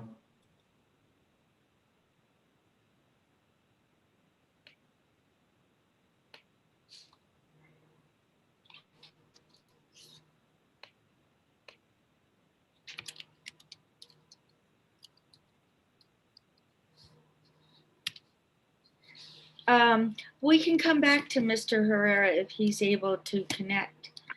I would say at this point, we should go to Mr. Jason Gelman from EPCOR USA Inc., who did submit a written comment. Thank you, Mr. Chairman, Commissioners. Jason Gelman on behalf of EPCOR Water, New Mexico. By way of background, we serve 19,000 plus customers in New Mexico, over 90% of which are residential, over 75% of which are located in Clovis. And we provide wastewater services in New Mexico. Also, by way of background, We provide water and wastewater services in the state of Arizona and are obviously regulated by the Arizona Commission there. So I do have some background, at least on what the Arizona Commission has been doing on this topic. I've read some of the comments that have been provided in this docket. We generally support a transition plan. We just haven't finalized our own, but we do agree that 90 to 120 days seems reasonable transition plan to keep the moratorium in place, at least for us. Obviously, we're a little bit different. Even though we're a water company, we have footprints in Arizona and New Mexico. So we're obviously a larger provider from that perspective. But I think one of the key points for us to communicate to this commission is even without a moratorium, we try to work with our customers so that disconnections are a last resort. We're not in the business of being a disconnection company. We're obviously in the business of being a water and wastewater provider. So we typically offer payment plans if customers reach out to us. In New Mexico, my understanding is those are typically 3 months. But if a customer needs a longer payment plan to pay off arrearages, we will work with that customer as long as that customer works in good faith with the company. But we do at some point, I think, have to have the ability to disconnect if a customer is showing bad faith, for example, or if there's stacking of delinquencies on top of delinquencies. I want to say that those customers are rare.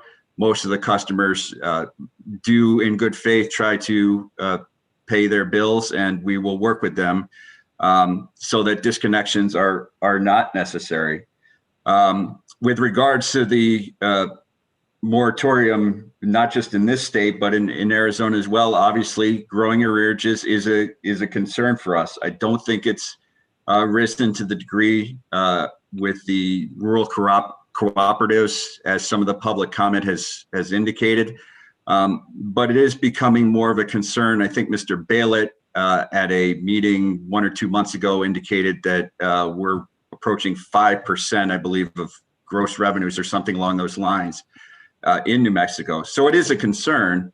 But again, we would support a transition plan of 90 to 120 days, and we think that's a reasonable approach. I think the other thing that we'd like to emphasize real quick is that we understand the legal hurdles in New Mexico in terms of putting into place customer assistance programs. But I can tell this commission that we have 3 customer assistance programs that are in effect in Arizona.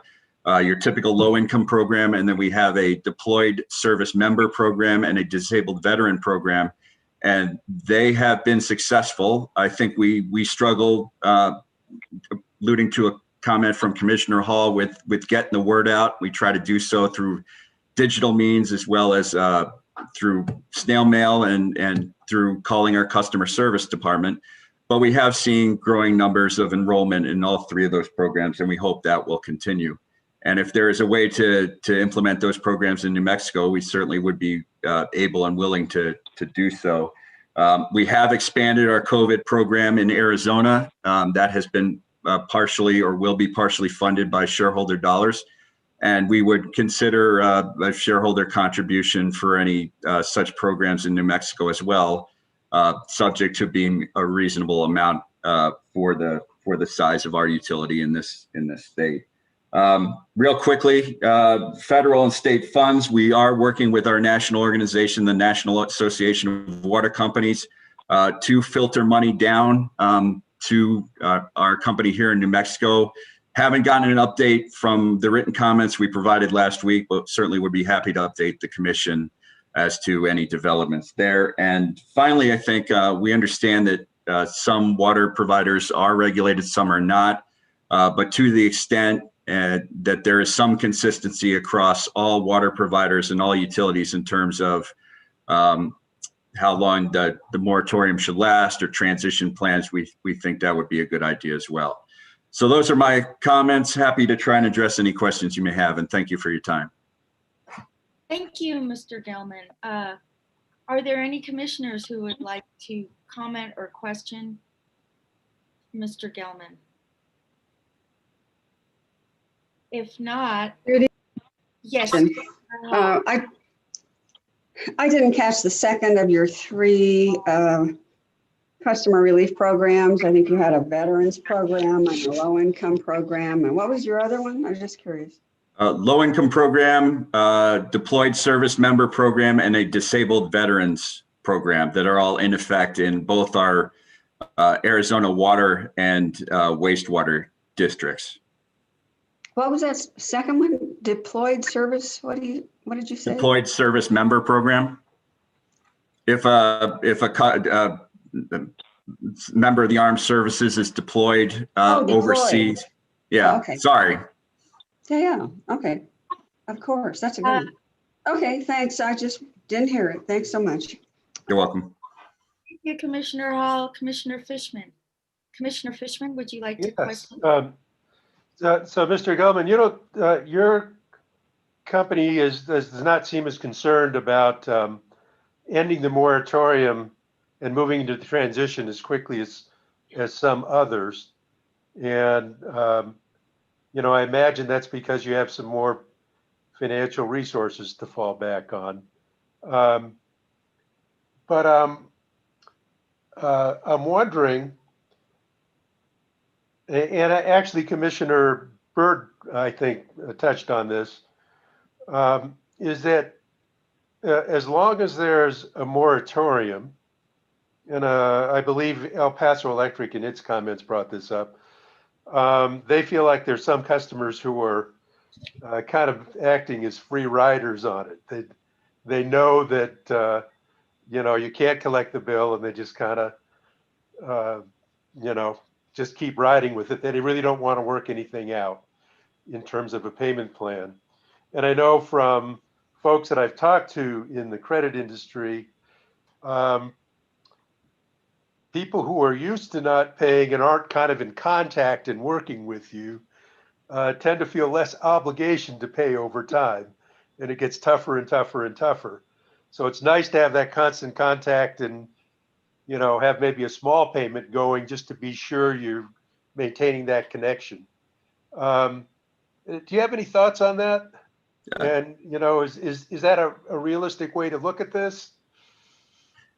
Mr. Chairman, Commissioners, I agree, and it is. I think one of the issues that we're facing here is that I think under normal circumstances where you may have a customer to reach out, try to work out some sort of payment plan more affirmatively. There's a sense here, and given the growing amount of arrearages that we're experiencing, is it's sort of been out of sight, out of mind, for lack of a better term. And I don't want to paint all customers with a broad brush. Certainly some of them have other more pressing needs on their minds. But there are some customers that do act in bad faith. And I've had personal experience with some of those situations. I don't think it's the majority, but it is perhaps a significant minority. And I think our customer service department does try to, even during the moratorium, try to get customers to start enrolling in a payment plan, whether it's $10 a month, $20 a month. The presentation by the gentleman, I won't try to pronounce his last name either, but I noticed that he was talking about $1,000 in arrearages, and we really don't want to see customers getting to that level of arrearages, and we'll try to work with them well before that, because I think it's a lot more difficult to come up with a rational payment plan if we're talking about that amount of money. Okay. So, what I'm kind of coming away with here, and again, tell me if this makes sense to you, is kind of our challenge is to strike a balance on the relief, but not let things get so out of hand that it's impossible to ever recover. There already may be some of that's happened, but and this is in terms of the customer catching up. Is that make sense to you? Mr. Chairman, in my 19 plus years of practicing this in this area, it often comes down to striking that balance. So I would agree with your comments. Okay, and this is back to the legislation. that was presented that offered the relief. I just can't help but ask you what your thoughts are on that idea of providing that relief that was mentioned, the 50% relief, but it only happened in concert with keeping up with your payments. Do you have any thoughts on that and on pros and cons? I haven't specifically looked at the legislation per se. We have looked at, based on again what Arizona has done, which is again typically where my experience has lied in terms of a one-time credit to low-income customers. We've talked about shareholder dollars to try and alleviate the burden, and of course the length of payment plan. So I don't know if 50% is the right bogey per se, but certainly some relief to especially low-income customers, whether that's 150% or 200% of the federal poverty level, does seem like a rational way to strike a balance. Okay, thank you very much. You're welcome. If there are no other questions for Mr. Gelman, Mr. Herrera from Socorro Electric is able to speak now. Mr. Herrera? Yes, good morning, Mr. Chair and Commissioners. I'm Joe Sodeto, the CEO of Socorro Electric. About 85% of our meters are residential meters. And we've seen, just like our cooperative brethren, we're experiencing the same issues, so I'll not repeat a lot of those same things we're seeing. What we are seeing, though, is when the cumulative bills are getting to a certain amount, and we have reached those $1,000 amounts, we're seeing them that they're going inactive. They're basically walking away from that bill, and just not any usage there, and they just walked away from that rental or that piece of property.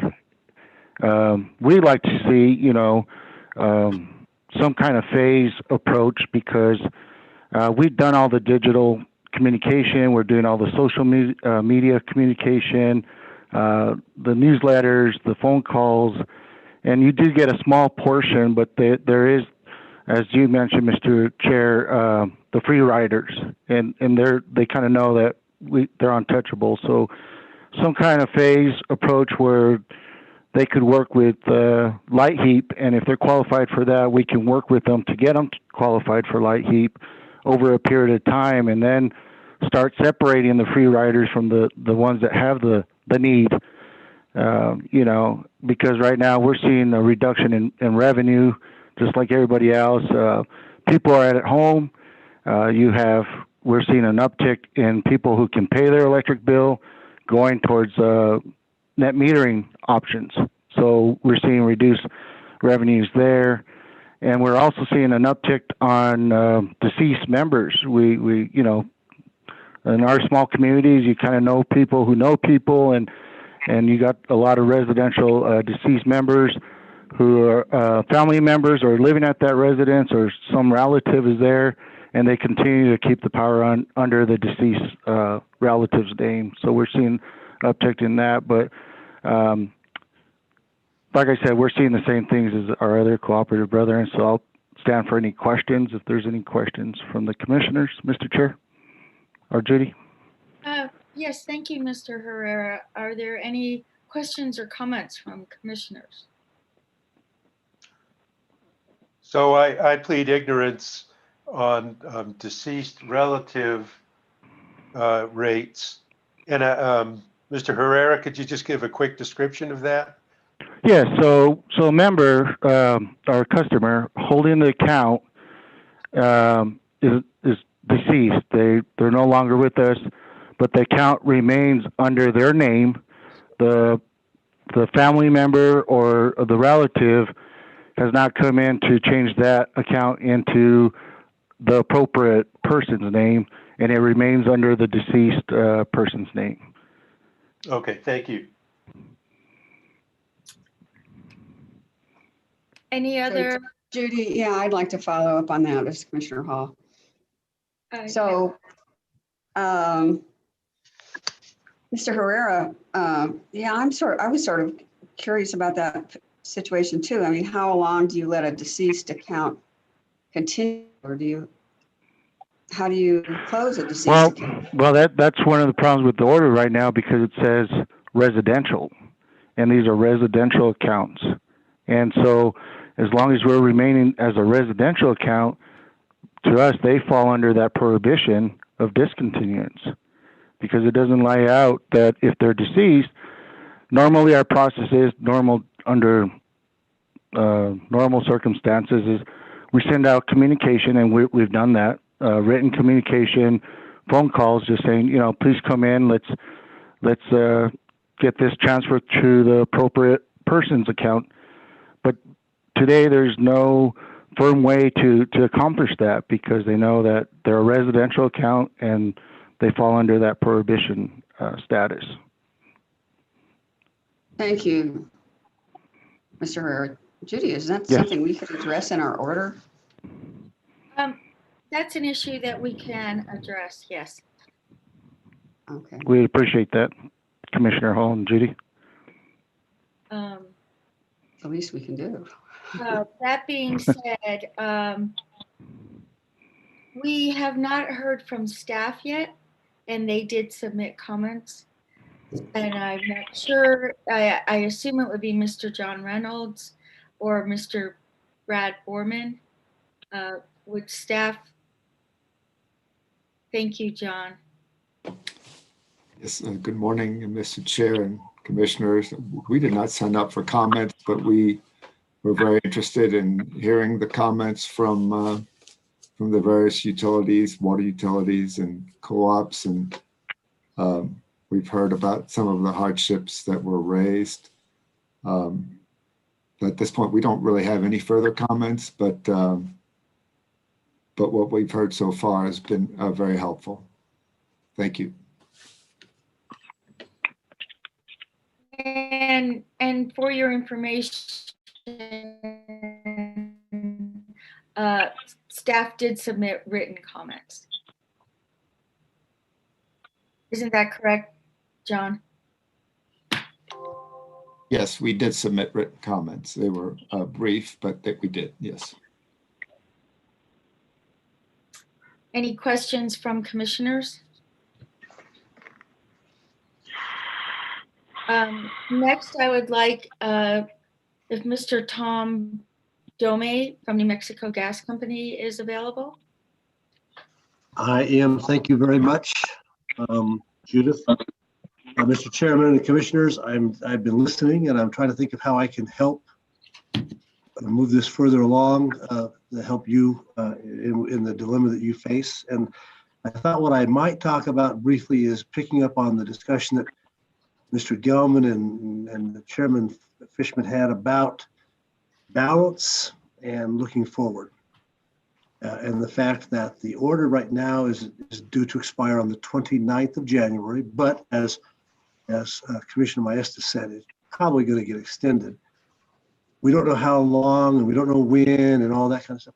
And so I'm trying to think that one of the things that was put forth was the idea that we come up with we disconnect the PRC's order from the governor's orders. And I've been thinking about that since Chairman Fishman raised that. I think that's an interesting and good idea. That was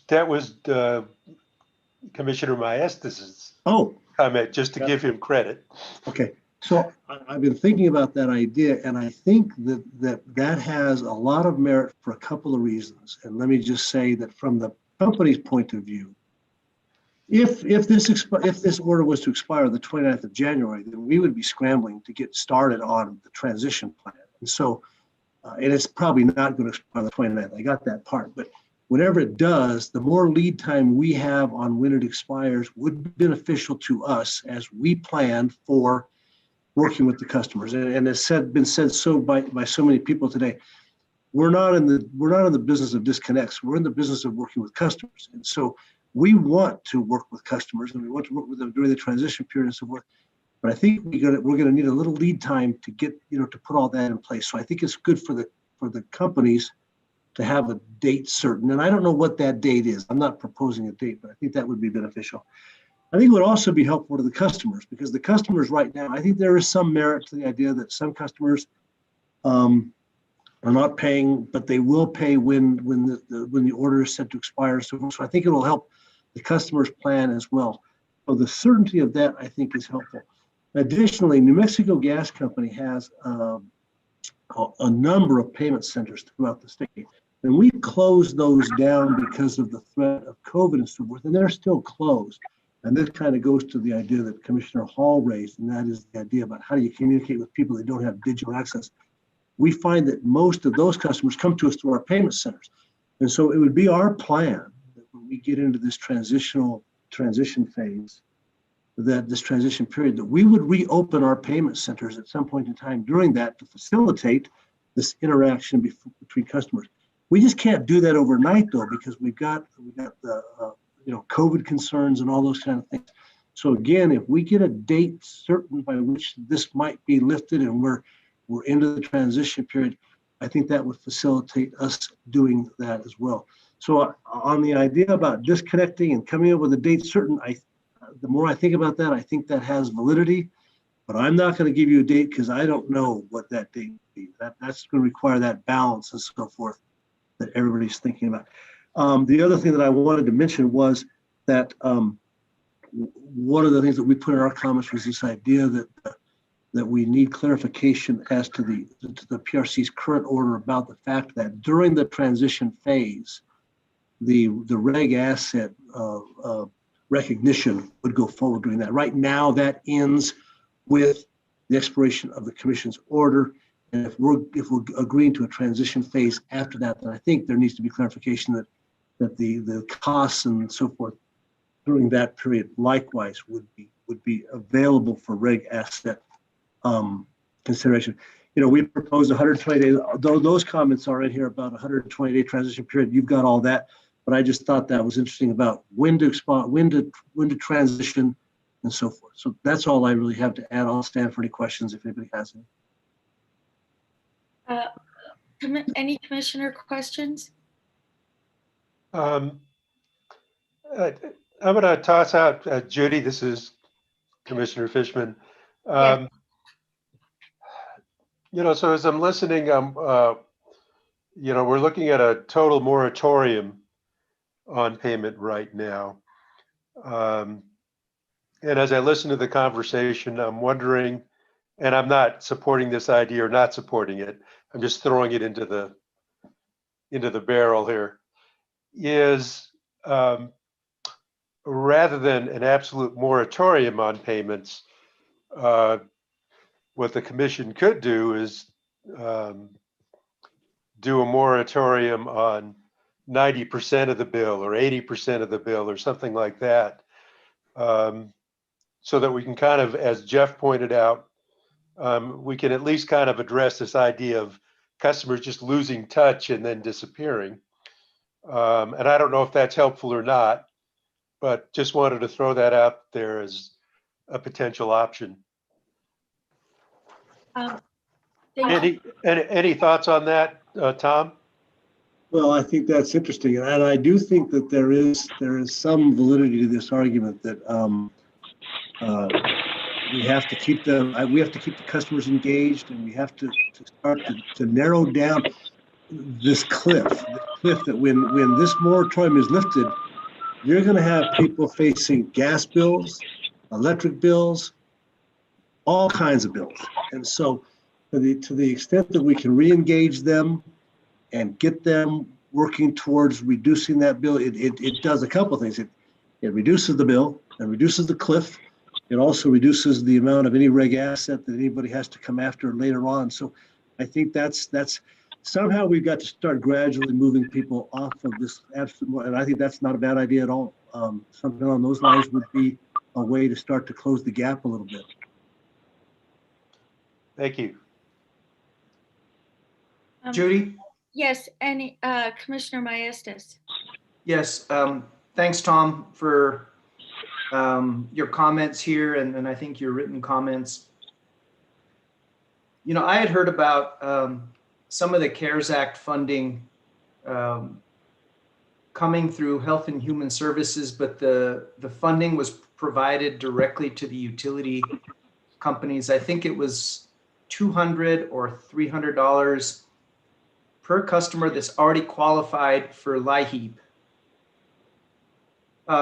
Did that help your customers? Are you familiar with that? Has the money already flowed? Commissioner Maestas, Mr. Chairman, Commissioner Maestas, I'm not that familiar with that, and I would have to look into that a little bit. I'm not aware of that and the benefits that's had for us or our customers. So I'd have to look into that a little bit. I can do that and get back to you. But I guess I'm teeing up my point in that it's easy for us to default into an existing methodology of a qualification for assistance through the LIHEAP program. And I think some of you said, let's not reinvent the wheel. But I think a lot of the investor-owned utilities particularly said, we're not going to make a differentiation. The non-LIHEAP and the LIHEAP customers, you know, they experience this through no fault of their own.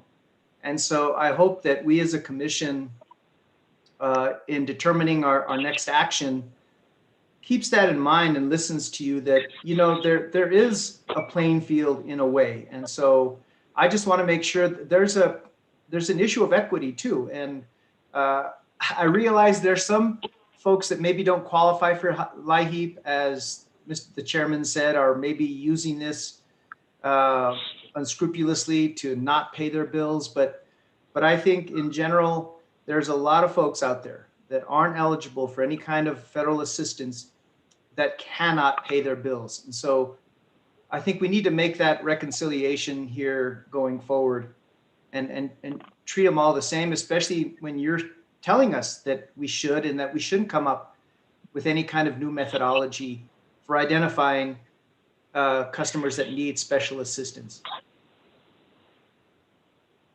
That's all I had. Thank you, Commissioner Maestas. Any other commissioners? Commissioner Hall?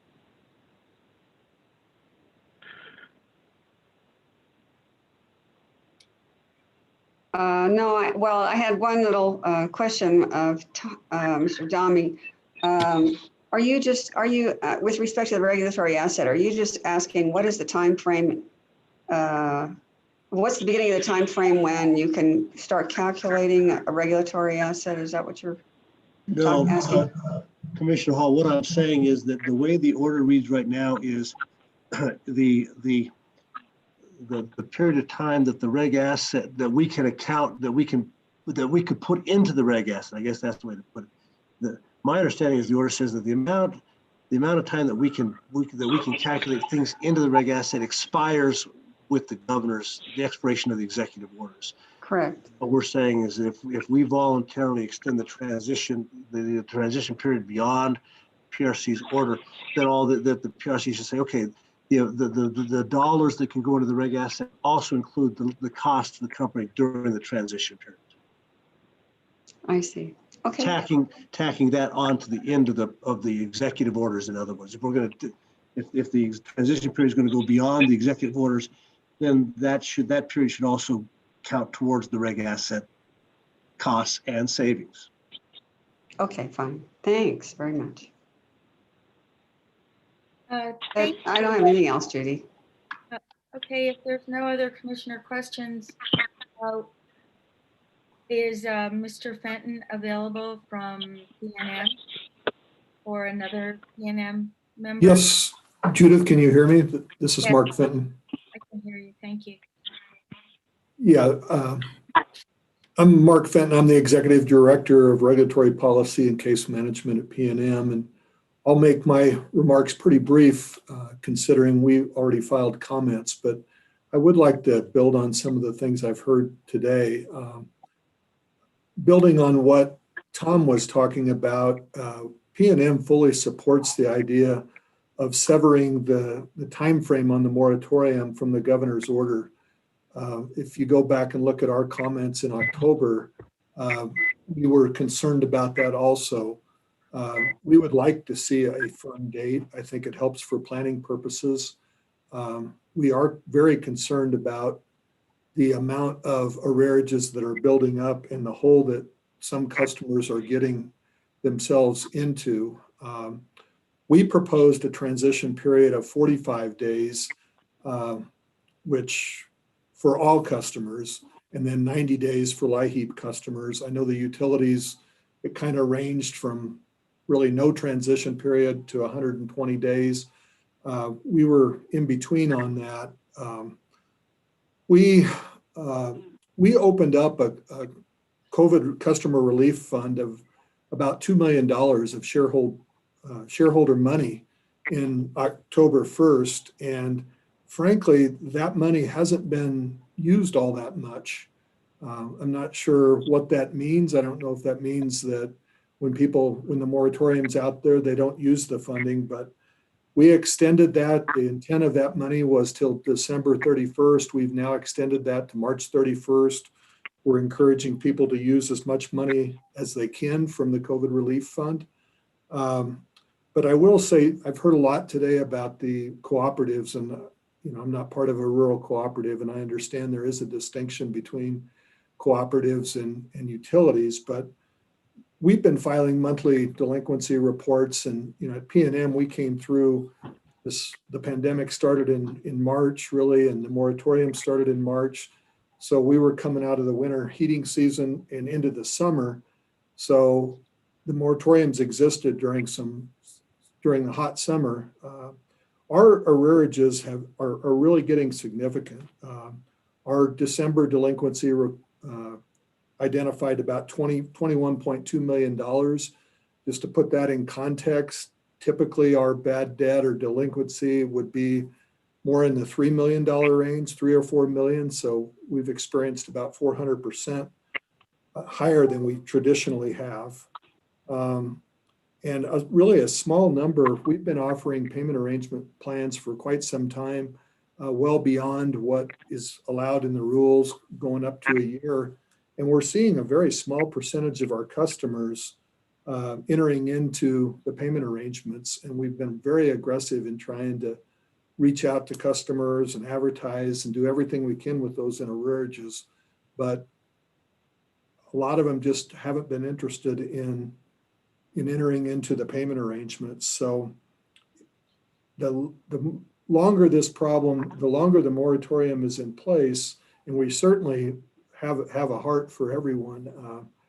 I mean, we know this is a terrible time, and that's why we put up $2 million of shareholder money and worked with Help New Mexico for another $2 million to go up to $4 million. But the longer the moratorium is in place, the bigger the hole is going to be for some people. And we're finding not just so much in 2020. We haven't looked at the 2020 data as much as 2019, but we've studied this.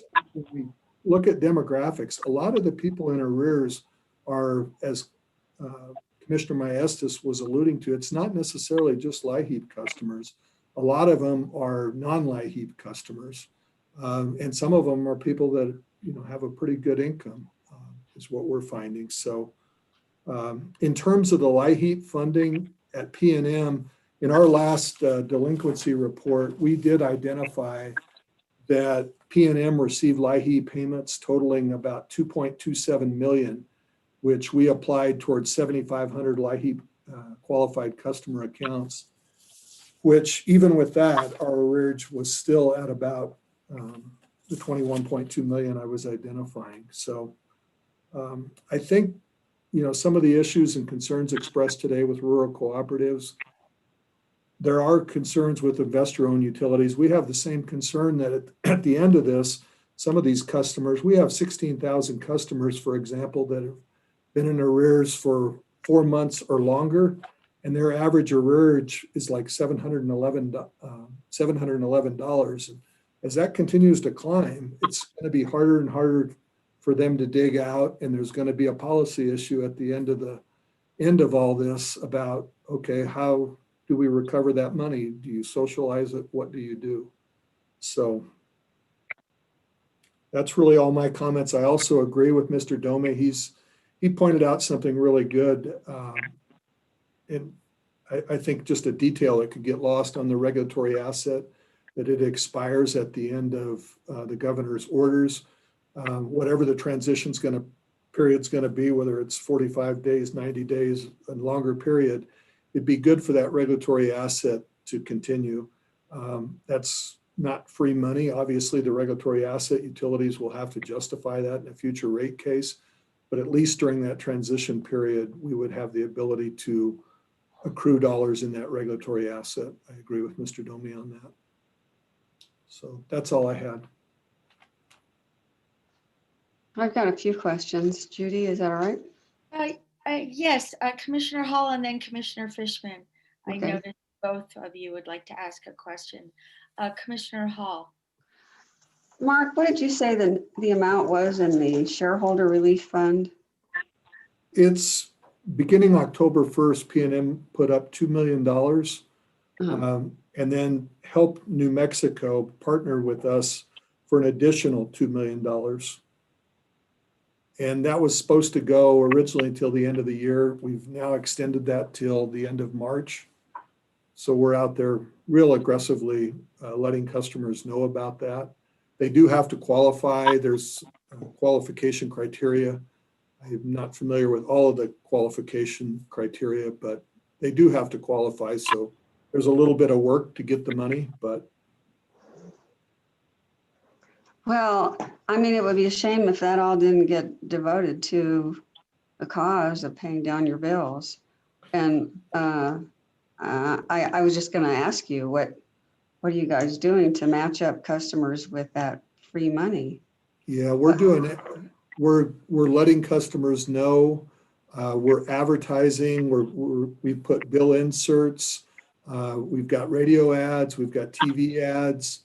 We've been very aggressive, and I think part of the reason, I mean, I'm just being perfectly honest, I think part of the reason that customers aren't using that money is because there's a moratorium out there, and they're hopeful. Some customers, not all, believe me, there's a lot of customers hurting, I know, but some of them just with the moratorium, they don't have any fear of being disconnected.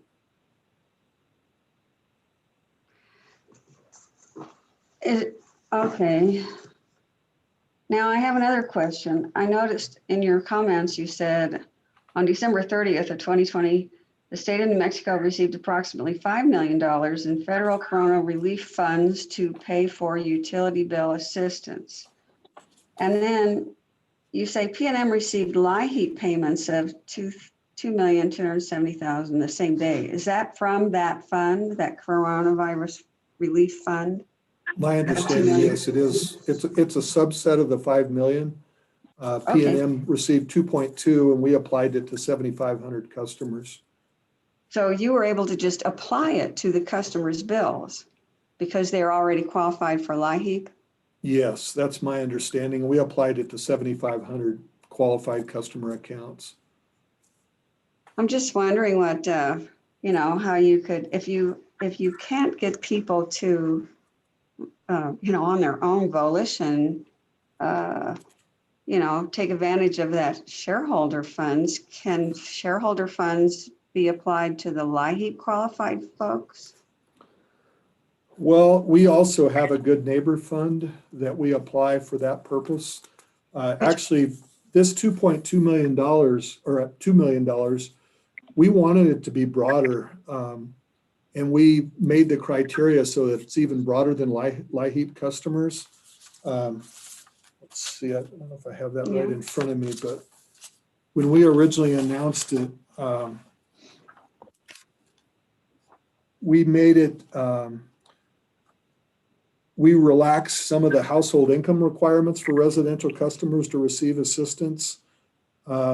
Previously, it was like a household of 4 making $32.75 a month could receive financial assistance. For this $2 million of shareholder funds, we increased it to $54.59 a month. And part of the problem is of just starting to put money and say, oh, I'll apply it to this account or that account. We have to know, we need some evidence that they meet the eligibility criteria.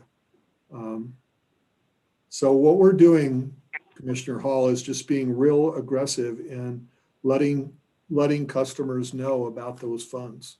And I What can sort tell of you, response have you got? And you say it's been low, but like 5% of the customers or 2% or?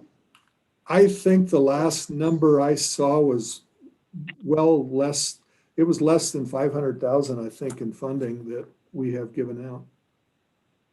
And Help New Mexico was also fairly low. I'm sorry, I didn't understand what you just said. It's less than 500,000. What are you saying?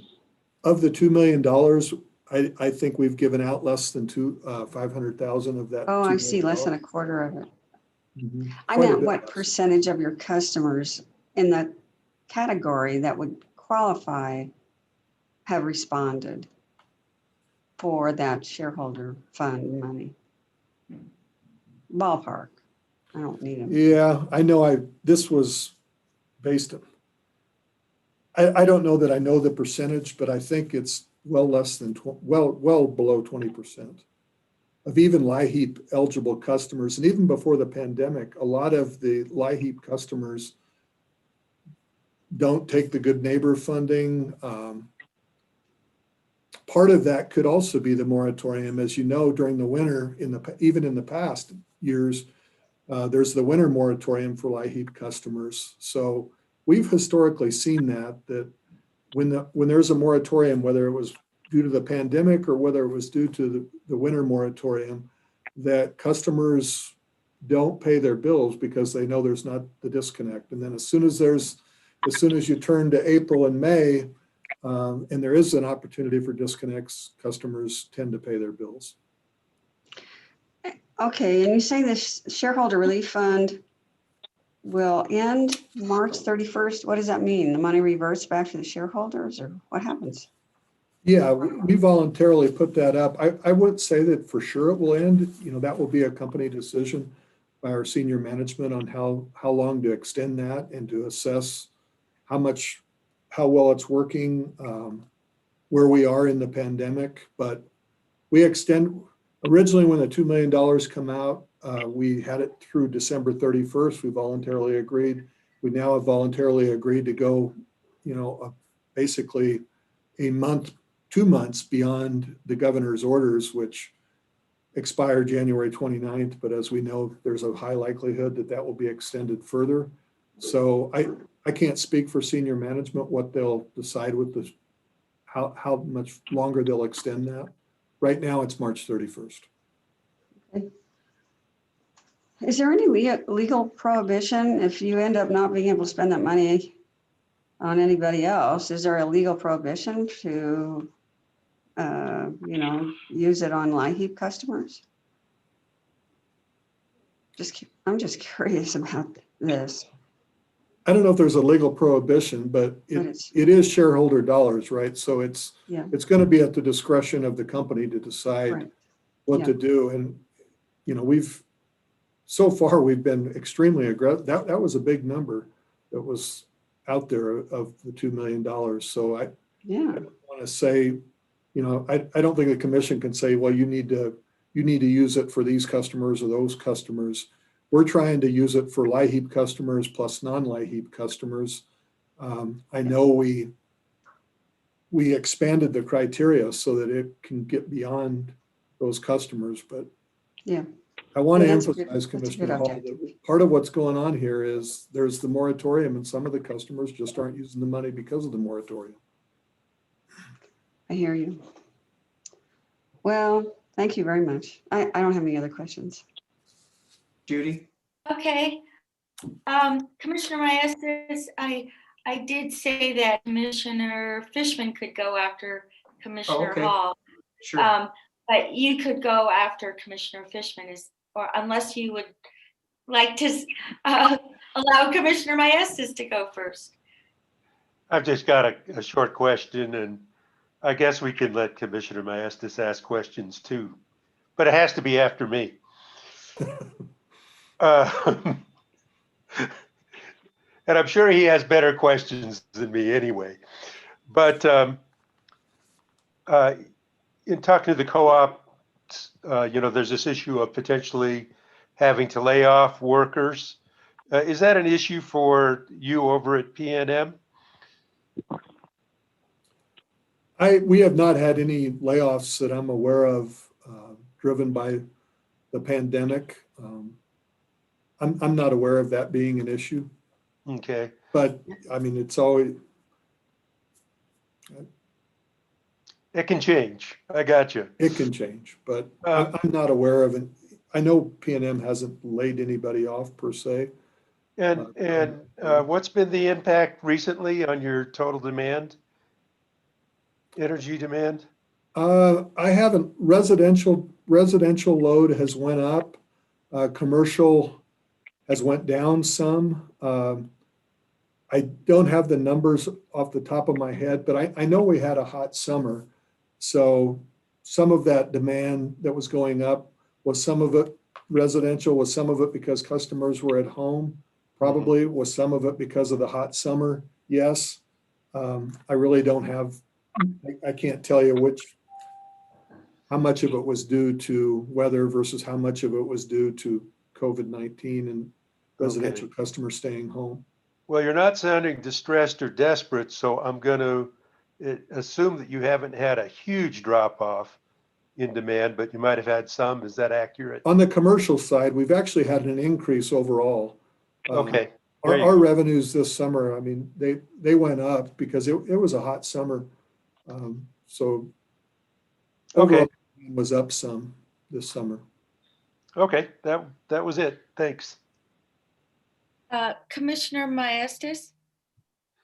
Thanks, Judy. Thank you, Mark, for your comments. Good to see you. I'm just going to really kind of follow up on Commissioner Hall's kind of line of questioning or comments.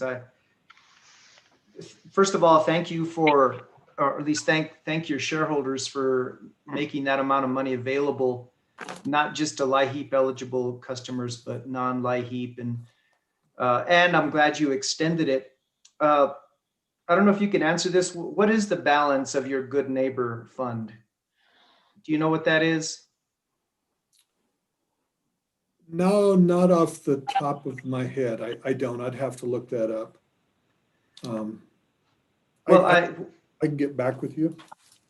Yeah, I'd be just curious to know what that is. And obviously, you've made extraordinary efforts to notify your customers about the shareholder funds, and you've extended the time.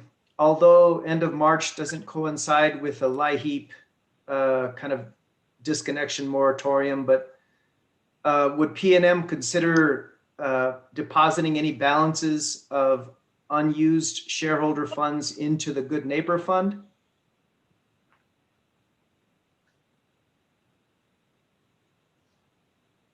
I can't speak for senior management, but I do know that not all of the Good Neighbor Fund has been used. There is a balance. I don't know what it is. I know when we originally considered the $2 million, there was some debate whether that should just go to the Good Neighbor Fund and add to the Good Neighbor Fund, or whether it should be a separate customer COVID relief fund. And the thought was that the best use of it would be for the COVID relief fund. So my suspicion is the company would probably be more likely to just extend the COVID relief fund and put more in the Good Neighbor Fund. Even though not all of the COVID relief fund is being used, some of it is, and I think we're getting better use of it. But I really can't speak for the company to say we will extend it past March 31st, but I think it will be something under strong consideration depending on what is going on at that time with the pandemic and our arrearages. Thanks, Mark. And I guess what I'm saying personally as a commissioner is my hope is that all of those shareholder funds are used by your customers that are suffering during this COVID crisis. And I am confident that there'll be additional federal monies that come forward, and 7.27 million it's a good chunk of change, but I expect more will flow.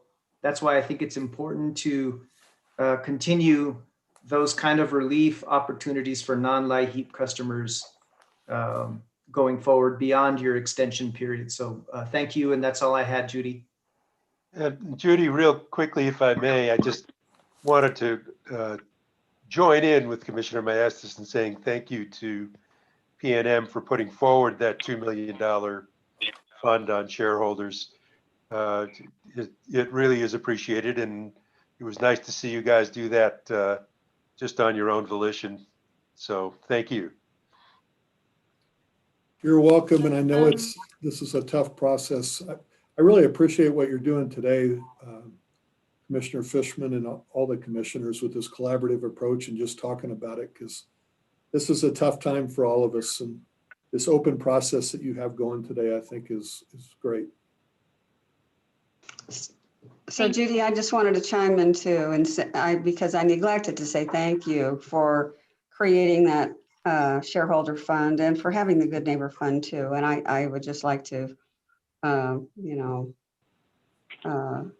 echo the comments of Commissioner Maestas and Commissioner Fishman that, I'm hopeful that there's a way to, expend all the funds that you have available to be helping people who are also not in LIHEAP. So. Thank you. Thank you, Mr. Judith? Yes, Commissioner Vicente Aguilar, would you like to make a question or comment? Yes, this is just my comment is in reference to the commissioners.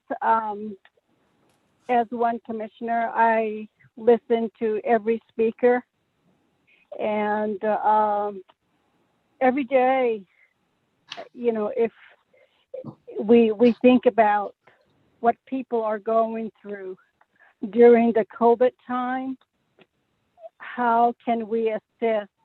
How can we regulate? How can we set the framework? That goes through my mind. And the other part is that I also recognize the complexity and figuring out solutions. And it was good to hear from different companies what they're facing. And some are asking for the transition in phases. And it's good information for our office and our staff members. As we go forward, we need to think very carefully about how we're going to adopt forward-looking policy. And I want to stress that the policy should be equitable, sustainable. Electricity should be reliable and affordable for all consumers.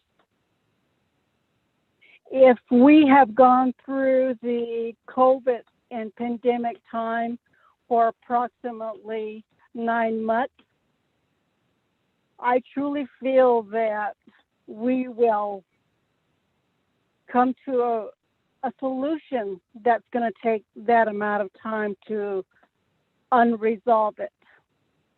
As I'm talking about how we're going to work with our customers to work out payment arrangements. It's going to take a long time. And I know that the companies brought up $700, $1,000 for residential customers. We just need to work it through so that it can be a balanced approach. And I'm coming from a leadership standpoint where I'm passionate about embracing diverse perspectives. There's a clear line where there's a higher numbers of population in bigger cities, but we should also think about how we're going to diverse the long-lasting and truly inclusive representation from the rural communities. And I'm just talking to all the companies, I'm talking to my colleagues to encourage very perspectives that drive innovation, effectiveness, and sustainable solutions. And my passion to make decisions are along those lines. And those are just my comments, listening from everyone today. Thank you very much. Thank you, Commissioner Vicente Aguilar. Are there any other questions for PNM? If not, I would ask if Mike D'Antonio from Xcel Energy SPS is available for comment. Thank you, Judy. Can you hear me okay? Yes. Thank you. Commissioners, Judy, thank you so much for the opportunity. I guess, first of all, really would like to state that we are happy that the commission is running this proceeding. SPS serves the eastern part of the state, as you know. We have a very small communities that we serve. They're friends, our family. They're going through difficult times. This effort here just shows the leadership of the PRC and their willingness to look at an existing rule and make some changes to it and really look out for our customers and also balance somewhat the utility needs, but it's really about our customers. And so we commend you for doing that. You've got our filed plan. I didn't want to go into too much detail, but I will say that I just want to make a comment about the legislative solution that we heard about this morning. We want to thank SWEEP for including us in some preliminary discussions. But from a logistical standpoint, it seems that if we could modify Rule 410 and the commission being an entity and body that meets on a weekly basis, there seems to be more flexibility to change things if something doesn't work. COVID is a situation where we don't really know where the end will be or what some changes may be with this new strain of virus that's coming out. So I think keeping this 410 that the utilities are familiar with and the ability to keep this as a regulatory solution, I think is preferred from our perspective. You have our comments. We proposed, and I guess we are working. I wanted to state that SPS voluntarily halted disconnections even before the governor's executive order came out. We're very concerned. We're used to working with our customers. Our approach is to work collaboratively with them and use accommodative payment plans and also help them with other energy assistance opportunities. We did propose a 120-day transition period. We feel like that is somewhat fair and gives our customers a chance to do some catching up. Again, we'll leave that to the discretion of the commission, whether or not they agree with that. I guess one of the details was how do you reach a lot of these customers? We have a phase one of this 120-day transition plan where we're specifically tailored telephone and email campaigns. We know that some of the population, especially in our area, is a little bit older in some cases, and they're not always up with the latest social media kinds of contacts. So we're going to focus on the more traditional types of contacts with them. And we're going to try to work out flexible payment plans with them. I won't go into a lot of those details, but we will suspend the moratorium during that 120-day period. We're proposing that. You had questions about what class. We're considering all residential customers, whether they're low income or not, to be eligible for the temporary disconnect moratorium during the transition period as filed. We did initiate and facilitate about $1.9 million of federal funds going to our customers for assistance. 99% of that was from federal sources. And don't really have any other recommendations or benchmarks, as you can see from our filing for determining low-income customer eligibility and so on. We don't track that type of financial information from our customers. So we're proposing to treat all our customers equally, those residential with a 120-day moratorium or transition period. We also believe it's unnecessary to amend the Rule 410. We think this proceeding is a great example of the flexibility that the commission has in looking at some of its rulemaking, and we look forward to working with you and others on this proceeding. And I'll end my comments there. Thank you.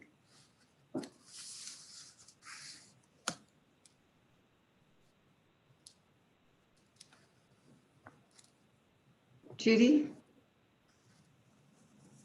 Judy? Is Commissioner Hall? Did we lose Judy? I was muted. Yes, Commissioner Hall. So I just had a few questions. Mr. D'Antonio, I read these comments, and I see what SPS is proposing as a 120-day period and then a 15-day period in their phase 2.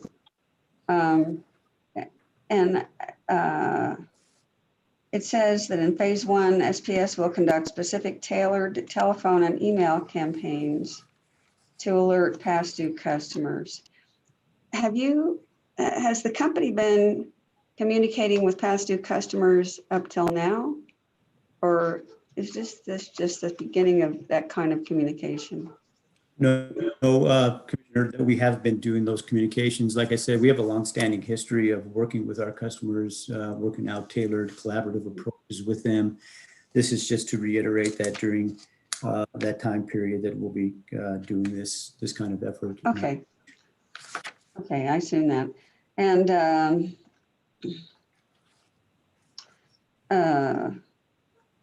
I noticed that you said in phase 2, the 15-day period, when you would send out credit and disconnect notices, and then start disconnecting customers with outstanding balance who are not on a payment plan. And you'll offer all available assistance options. Have you been able to identify, I assume you have your own LIHEAP program going, right? I mean, I take it, your company knows who the low income, consistently low income need people are as opposed to the ones who are not. Do you have a feel for what percentage of people are just affected by the moratorium and might be paying? I mean, as similar to what P&M was saying. I mean, I guess they have kind of an insight into that because they have some additional funds that are free. I don't know if SPS has that, but do you have a? We don't currently have that kind of situation in Mexico. Yeah. So I take it it's not you.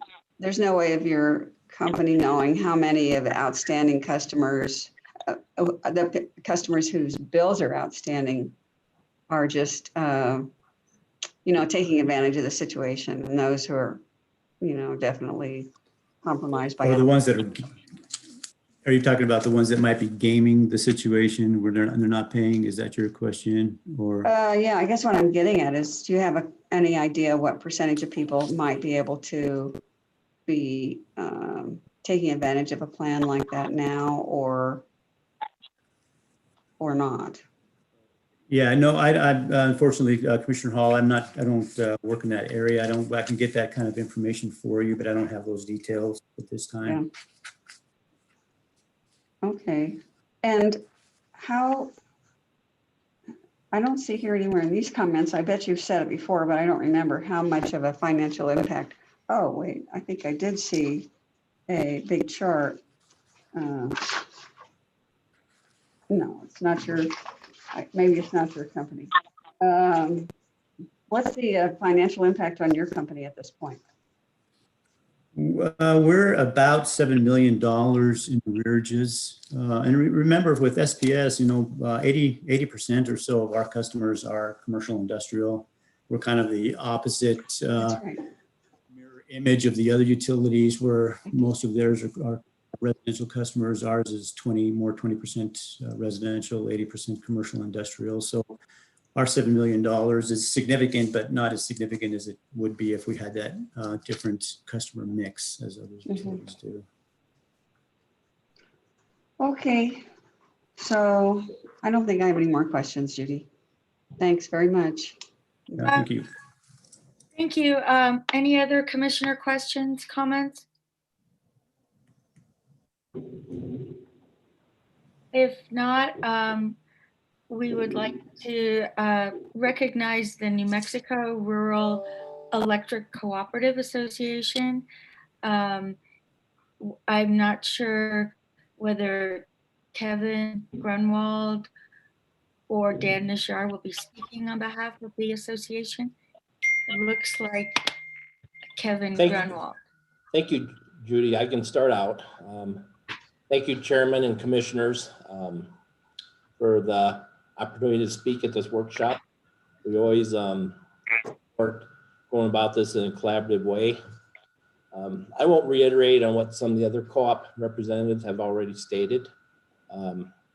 You have our comments, and I'll just kind of hit the highlights. And then if Dan needs to chime in, he can chime in later. Yeah, so we think this transition period should probably be shorter rather than longer, because we think we can get our members on payment plans. We have kept them notified that this is not forgiveness. This is just deferred through this pandemic when people are struggling to make ends meet. So, you're gonna have situations where, we got customers out there that are on a moratorium for 13 months. Simply because they started the winter moratorium by being LIHEAP eligible on November 15th of 2019. And through December 30th or 31st of 2020, they're still in a moratorium, whether it was through the winter moratorium or whether it was through the pandemic moratorium. We think that it should be considered about modifying your moratorium, maybe to other parameters rather than the existence of the public health order, because there may be lingering effects on the public health order that go far and beyond people getting back to work. Because the public health order covers, there's been 40 or 50 different versions of it since last March, covering different aspects that certainly are not all related to getting your utility bills paid.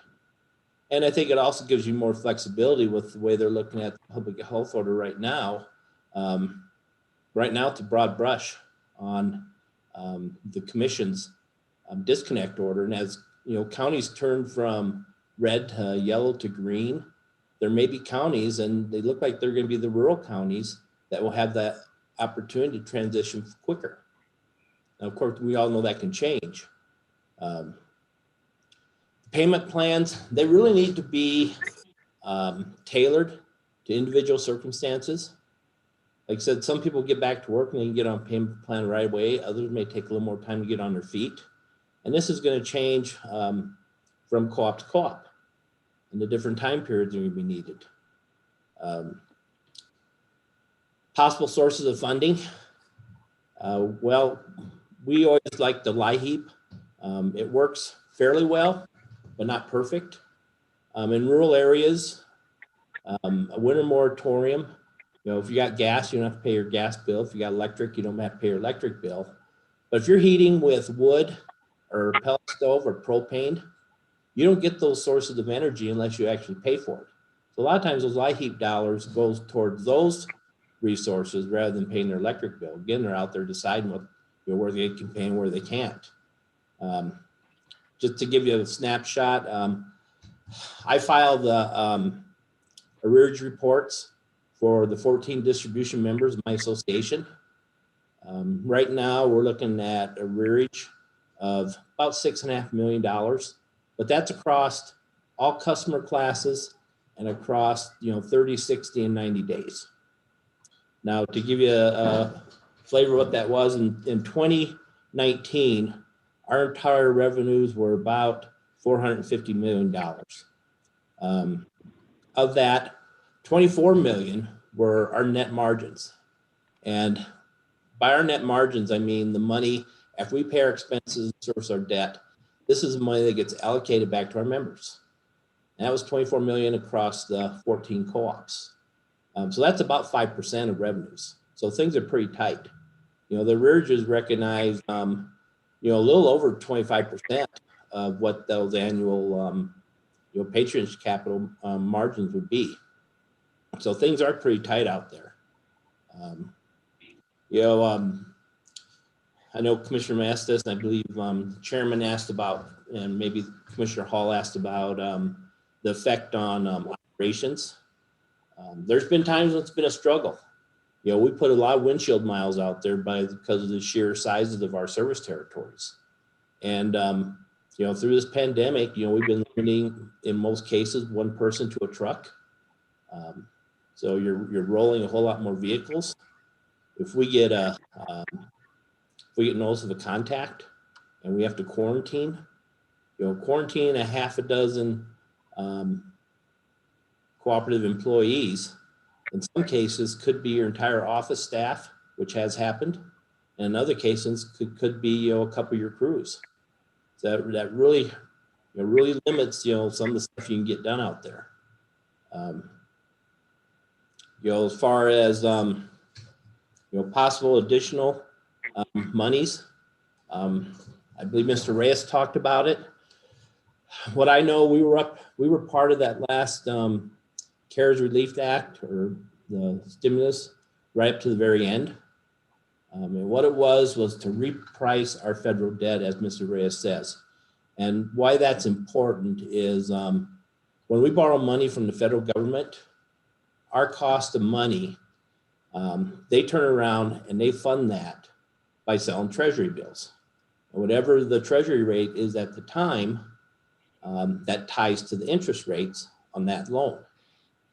Well, now money is so cheap, but to reprice those loans, we would have to retire the existing loans.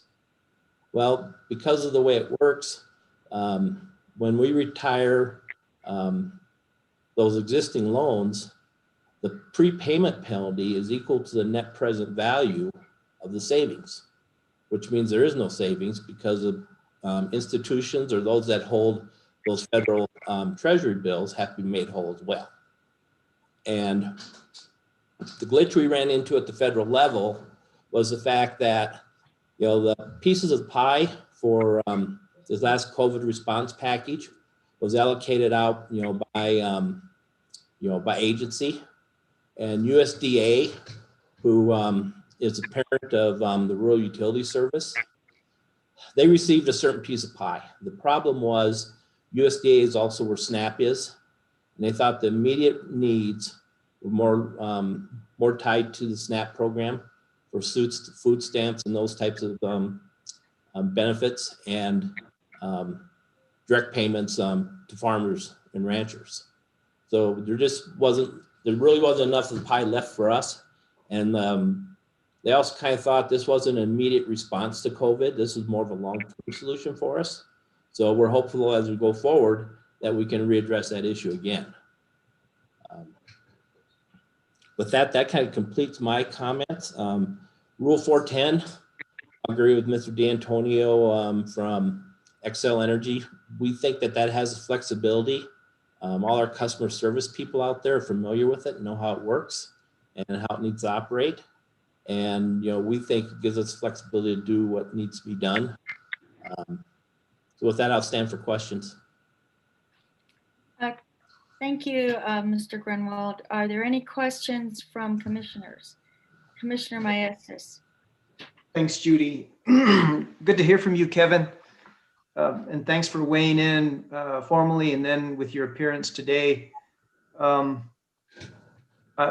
heard you agree that you think we should, kind of disconnect the governor's orders with our moratorium. I know I've heard some comments about kind of the duplication of the moratorium with a winter moratorium. What do you think of extending the moratorium until March 15th, which coincides with the end of the LIHEAP winter moratorium, and initiating the transition plan at that point? And again, we'll have more discussion later about different transition plans, maybe for investor-owned utilities and all other smaller utilities. But what do you think of maybe that proposition? Well, that time will be here quicker than we think, and my crystal ball is no better than yours. And I think we'll still be under some type of governor's moratorium by that time. And I think that's where a lot of the real need is going to be those LIHEAP eligible customers. So they're going to be there anyway. As I said, the quicker we can get into a transition, most of my members, they do their billing through one of two national data co-ops that send out the billing on a routine basis every month. And we still remind customers that this is not forgiveness. Our members are going to be responsible for this, and if you don't pay it, your neighbors are going to have to pay it. Now we know there's members out there that are going to not be able to pay for it. I'll give you an example.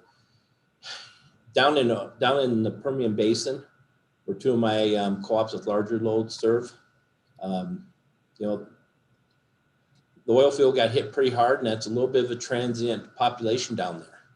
And things fall off, and they go someplace where the work is. And at that point, it's pretty hard to find those folks again. Go up to the Northwest, where one of our members serves a large population of the Navajo Nation and other pueblos and tribes up there.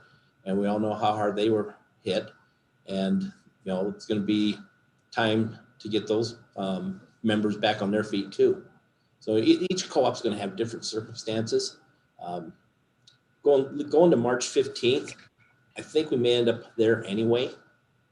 I don't believe that this administration's public health order will expire on January 29th. I think it'll be extended. It'll probably extend several more times, just in a different manner.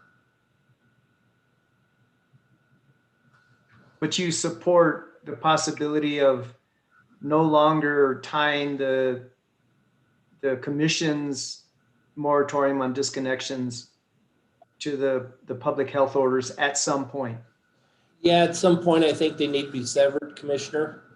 Simply because, like I said earlier, I think we're going to see our rural counties having the ability to open up quicker, just as some of their numbers built had a lot more lag in it.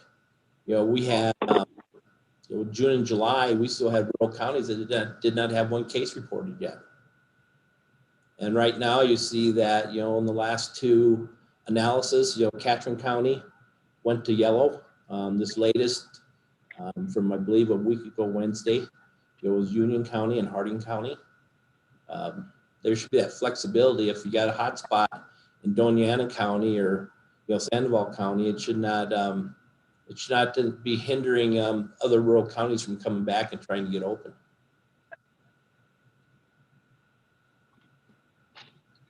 Thank you, Kevin. That's all I had, Judy.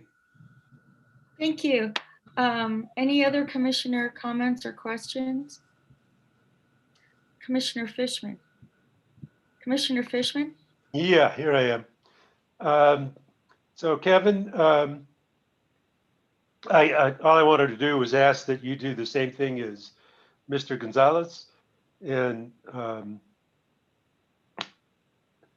send us a list of policy ideas that might happen, even at the federal level, state, so that we as a commission can consider them and make our recommendations as a commission to the various agencies that might be able to provide some relief or support.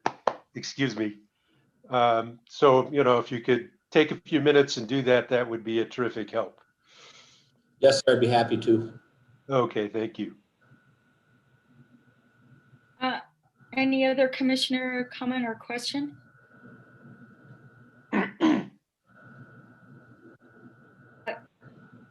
Seeing none, I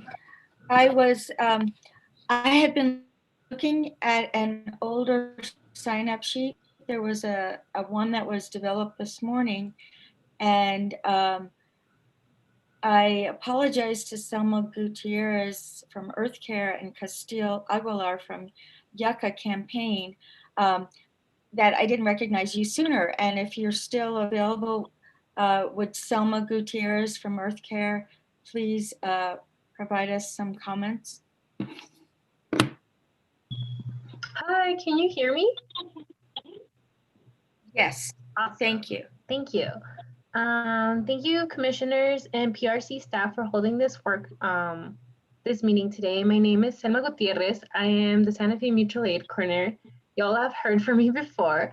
I am sent here to represent our members, nearly 1,000 low-income community members in Santa Fe who are struggling because of the pandemic and who, in response, have organized a mutual aid network where neighbors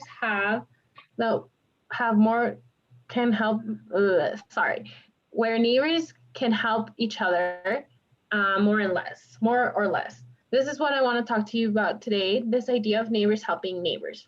As you know, our communities were struggling before the pandemic hit. New Mexico ranks 49th in the nation of poverty, and 19.7% of New Mexicans were already living below poverty line. It should be our top priority to protect our community that are more at risk here in New Mexico. And oftentimes, that is our everyday working people. Our members are PNM and New Mexico Gas Company customers for the most part. We want to acknowledge that different utilities have different ownership structures and different size corporations. We think we should be considered as to figure out a response to the pandemic and long term. PNM customers in our network have already experienced disconnect notices and disconnections. Meanwhile, PNM has experienced steadily profit and executive pay increase for the last 10 years. Now we literally have hundreds of members who have hundreds, not if thousands of dollars of utility debt. There are some things that we know we need. One, the moratorium on utility shutoffs during the pandemic that you all have courageously passed. We need this in place during the pandemic, but we also need a moratorium even when the pandemic is contained and the economy can open back up. Our communities have suffered economic hits that will take years to recover. Two, there should be a moratorium on shutoffs until there is evidence of overall economic recovery in New Mexico. As the presenter said earlier, recovery in New Mexico in previous recessions took longer than other places. For example, for the record, we do not support the idea of shutoffs ever. We believe access to energy is a basic human right in this day and age. But regardless of our views, we hope you and the utilities can see that it's totally unreasonable to think that just because the pandemic is contained and the state of emergency is revoked does not mean people will all of a sudden have money in their pockets. Three, the removal of barriers language. There's a lot of problems with people trying to apply for programs like LIHEAP. There's all these applications are always in English. A lot of our customers or our members speak Spanish, and we always have to be translating all their applications, which is very frustrating. Number four, the removal of barriers of utility bill assistance program. We believe that any funds, the IOUs that have to assist the utility debt should be automatically applied to accounts in arrear.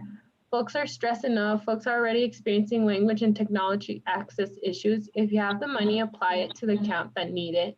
We believe that the requirements for applications should be removed and assistance should be applied in the back end and those with the resources to administer the relief. PNM talked about their $2 million from shareholders. That's awesome.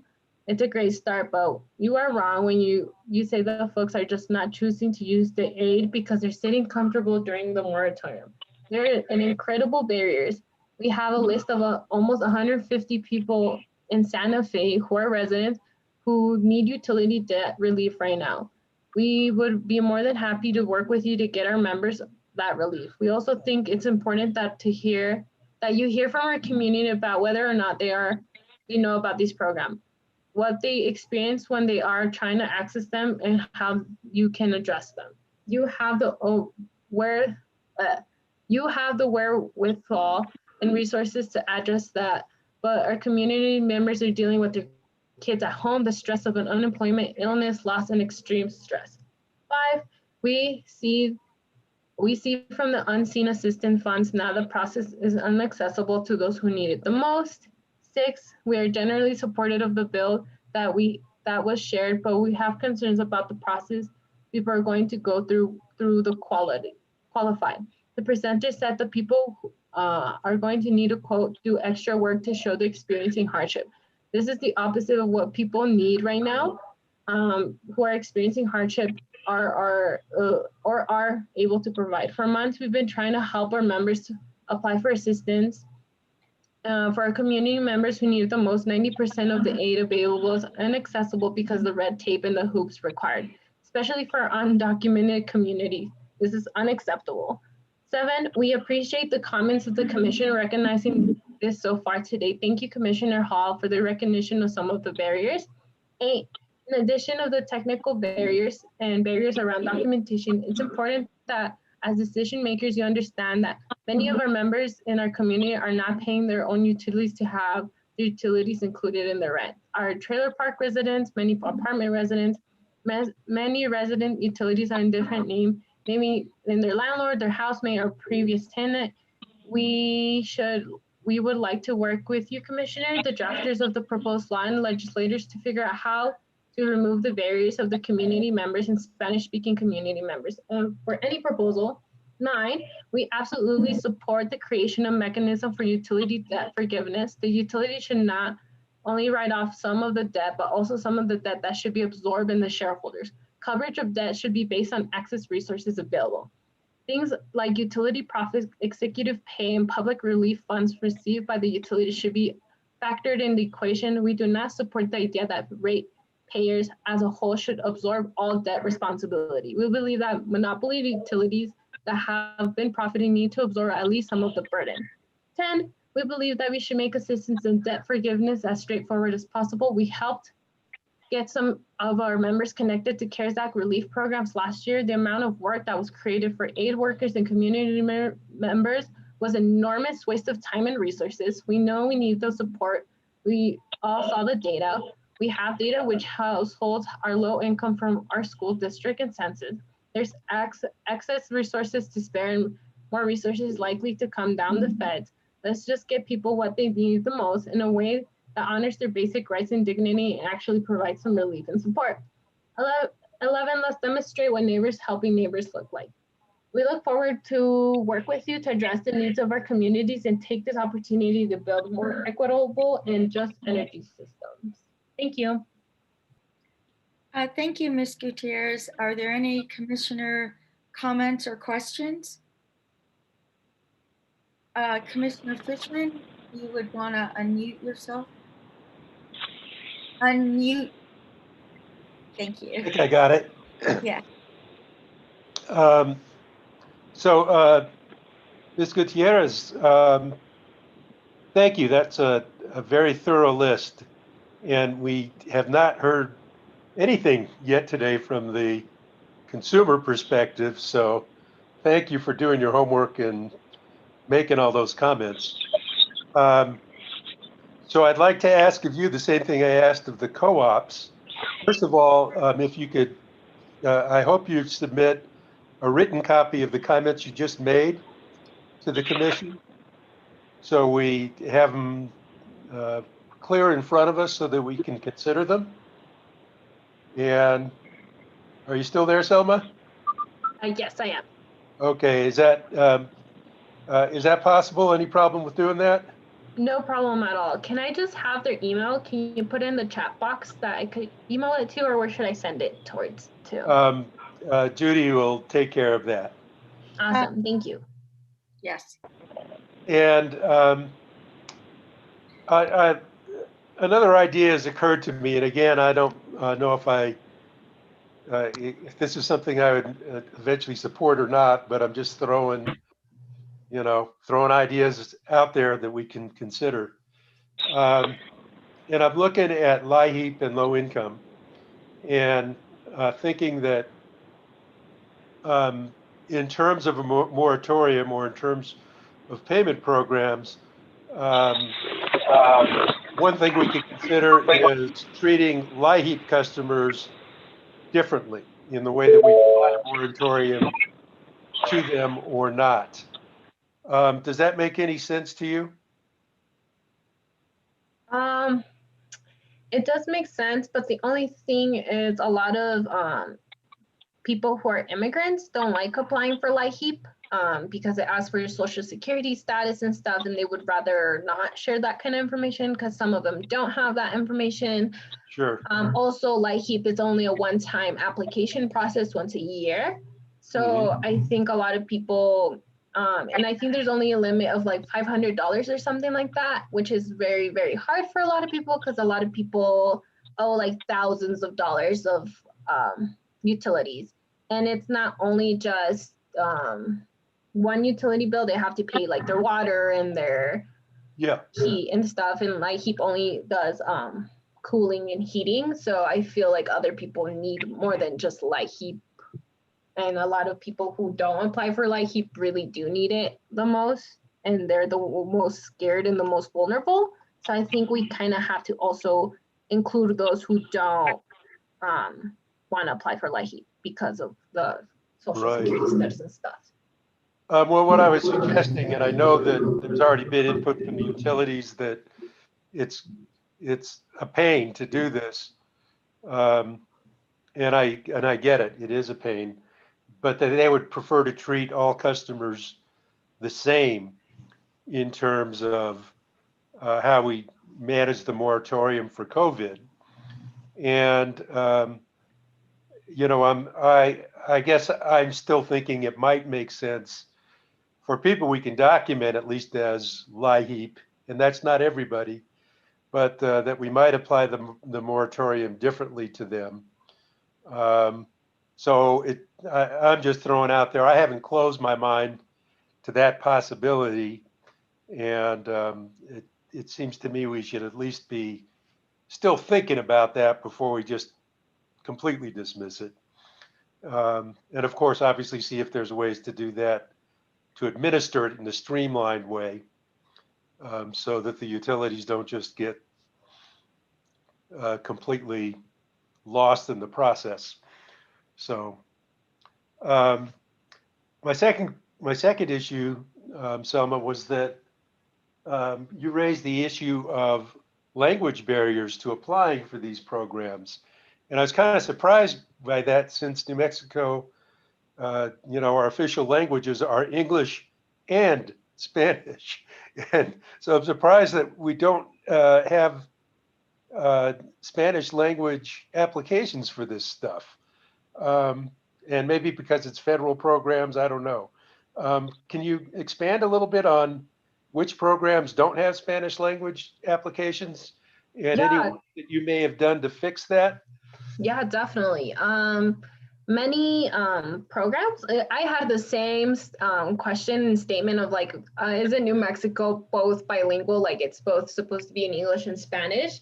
I know a lot of like ERMAP, the Housing Authority program, was not in Spanish. We had to request them to make the website both in English and Spanish and the application in Spanish. We also helped create documentation for them in Spanish so people can apply. We also had problems with the state program. It was by the MFFA or something like that, which is the same thing that ERMAP was doing, but the state level. I'm trying to think of other applications. But LIHEAP is not in Spanish? LIHEAP is in Spanish, but it's really hard to navigate through the website. Okay. Yeah, I definitely found it, like I was trying to find it and I found it really hard to find the application, and I'm really good. I'm 23. I know how to navigate through most websites and stuff, and I was really struggling to find this application. So I think it's really hard to navigate or find it in Spanish. So yeah. Okay.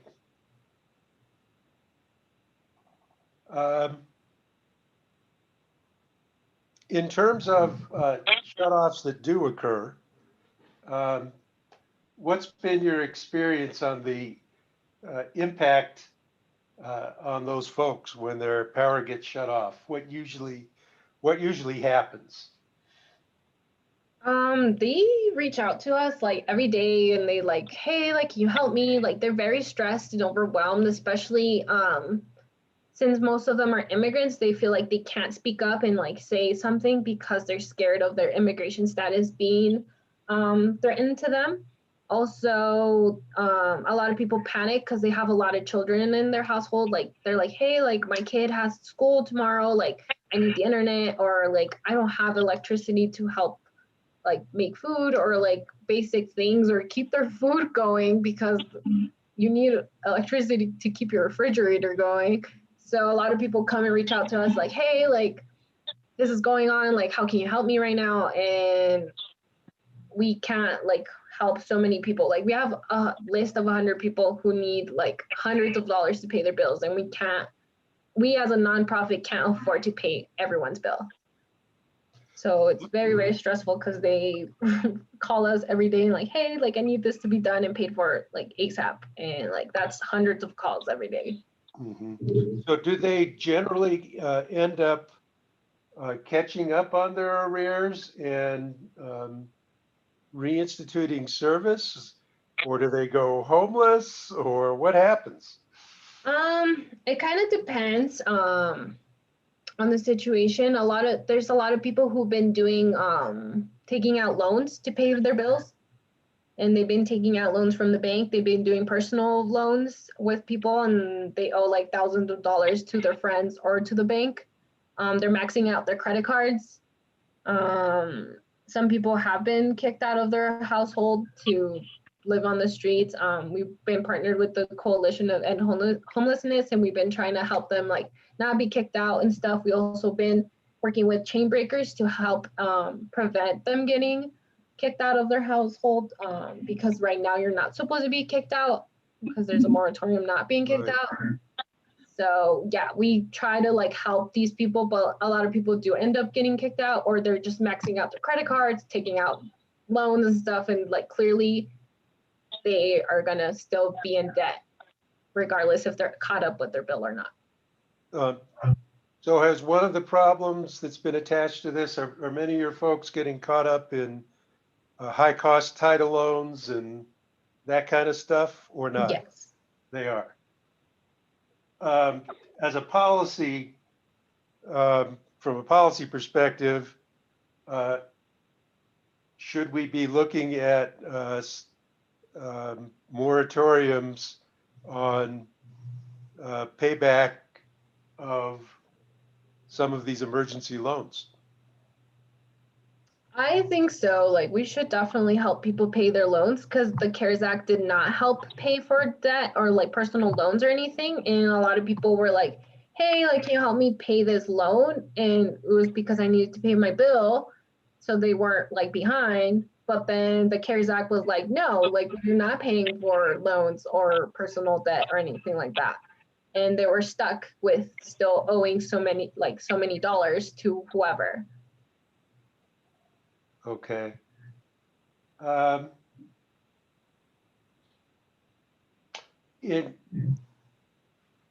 I'm going to just throw this out again, is that for people that end up getting cut off in this emergency, I know at times I've heard complaints about the very high cost of getting reconnected. And just throwing out here again for us all to think about is whether folks who have been disconnected due to COVID financial stress, at the point they get reconnected, might get some grace, if you will, on their reconnect fees. So just another piece that we might all think about.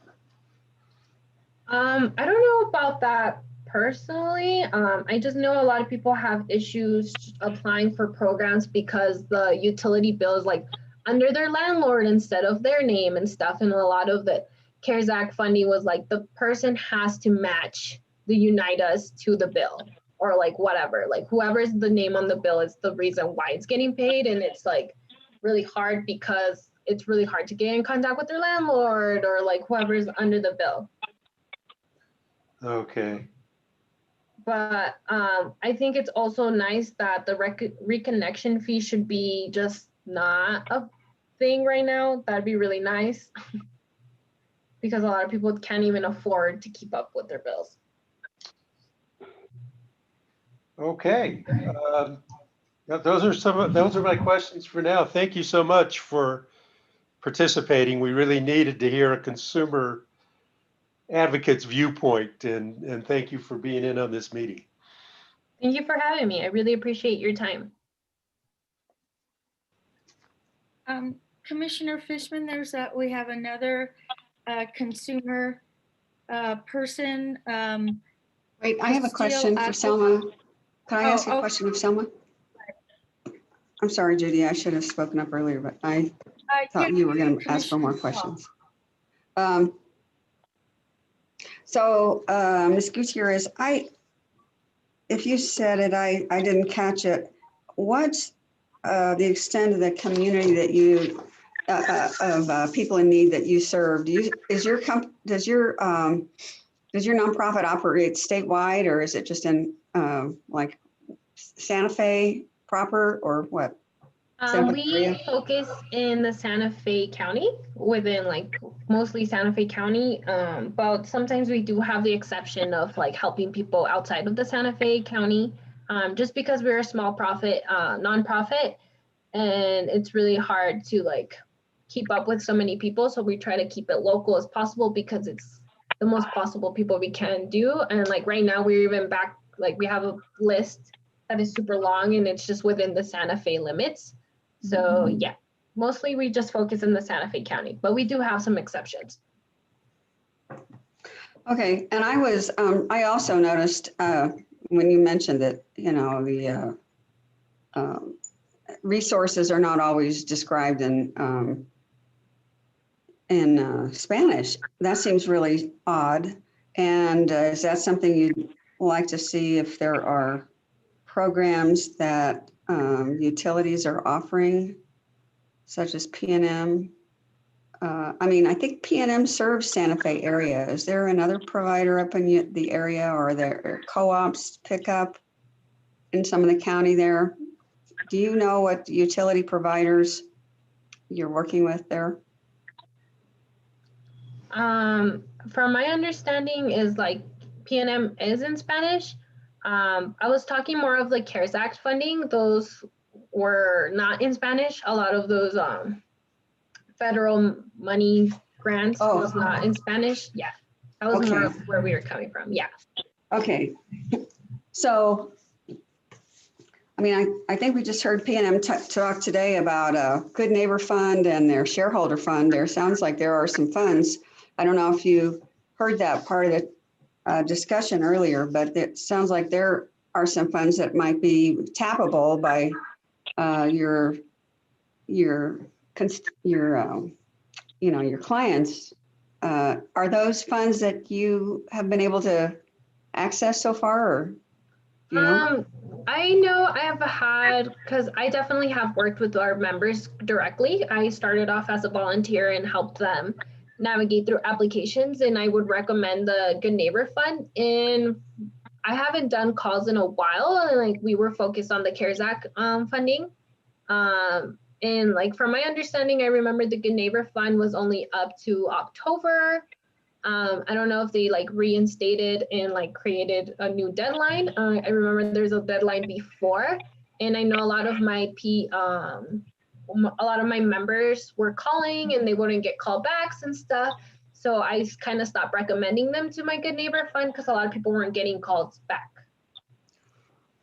I think we heard today that the shareholder fund, which is $4 million, is extended to the end of March. So that's a source you might be able to tap. You should contact PNM, I guess, or somebody, whoever's the appropriate person in your nonprofit ought to at least look into that.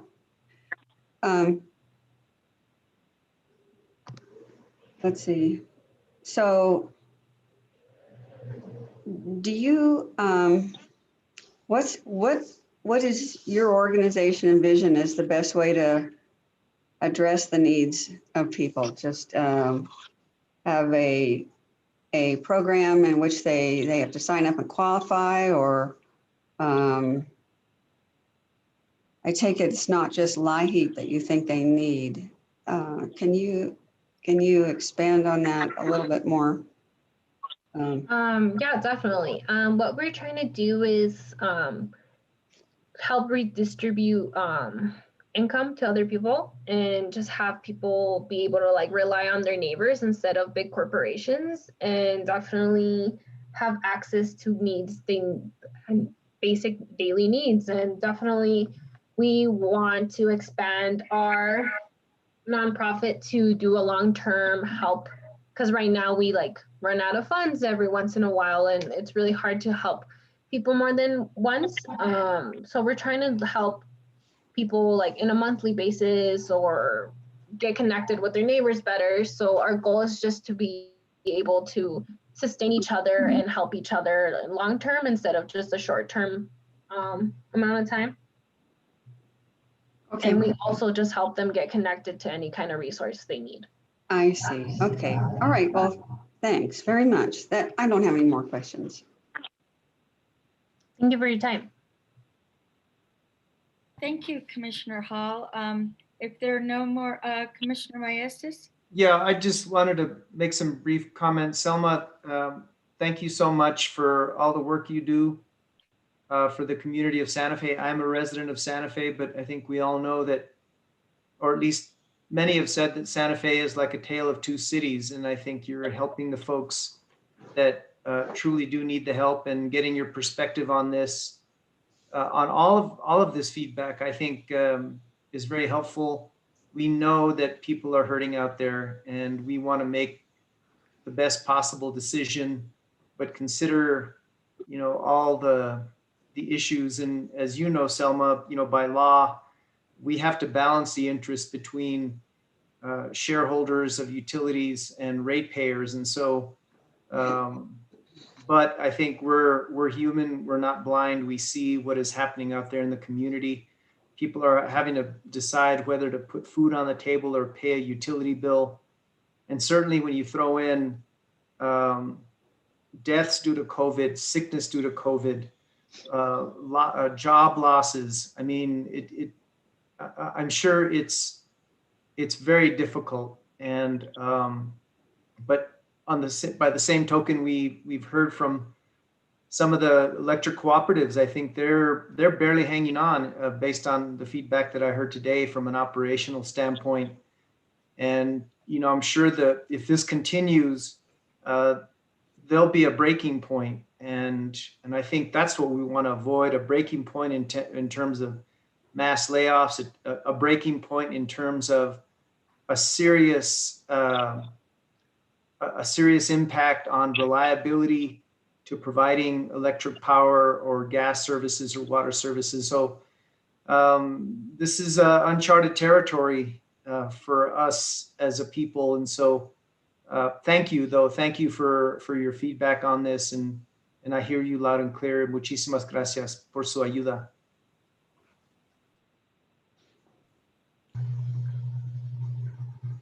Thank you for your comment, Commissioner. I really appreciate it. If there are no more questions, I would like to go to, I think is it Camille from Yucca? Or is there someone else from Yucca? It's me. Good afternoon. My name is Castile Aguilar. I'm sorry. No worries. I'm here as a representative of Yucca, as you've heard. In case you don't know, Yucca is a youth-led organization working for climate justice with youth members from Indigenous, Latinx, local Norteño, and low-income communities in northern New Mexico. For us, climate justice means both environmental protection, sustainability, and economic and racial justice. Therefore, the cost of energy and the burden that so many of our community members experience to pay their bills matters to us a great deal. As Selma had put it so greatly, what our communities are really facing here. The vast majority of our members come from working class households. Many of our members experience what's called energy poverty, where a significant percentage of monthly household income, up to 30% for some households in New Mexico, goes to pay energy costs. That means our families have to choose sometimes between energy and other essential goods and services. We believe access to sustainable energy is a basic right. We appreciate that so far that right has been honored here in New Mexico, thanks to your work as commissioners to protect our communities. We provided public comment in support of the moratorium extension last year, and we appreciate the order passed earlier this month to officially put the moratorium extension in place. Our concern that we want to raise today is how utility debt from the pandemic ultimately is addressed. It is our belief that now is the time to seriously reconsider the way resources and wealth are distributed in our communities. The pandemic has exacerbated income inequality and issues of inequity in extreme measures.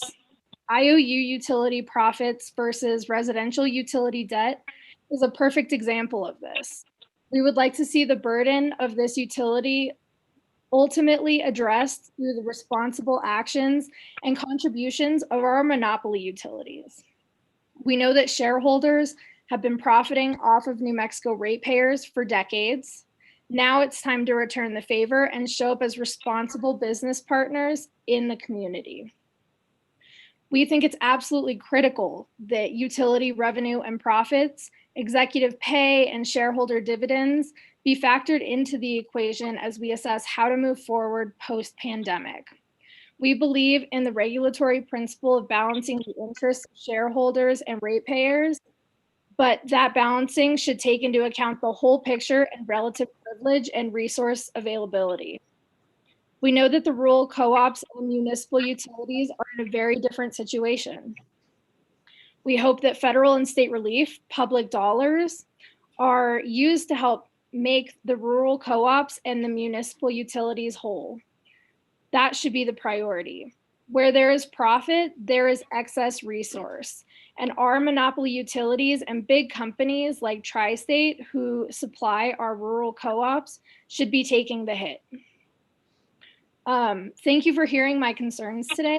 And I know that sometimes our ideas might seem very progressive, but from our perspective, our laws, our institutions, and our actions should reflect our values.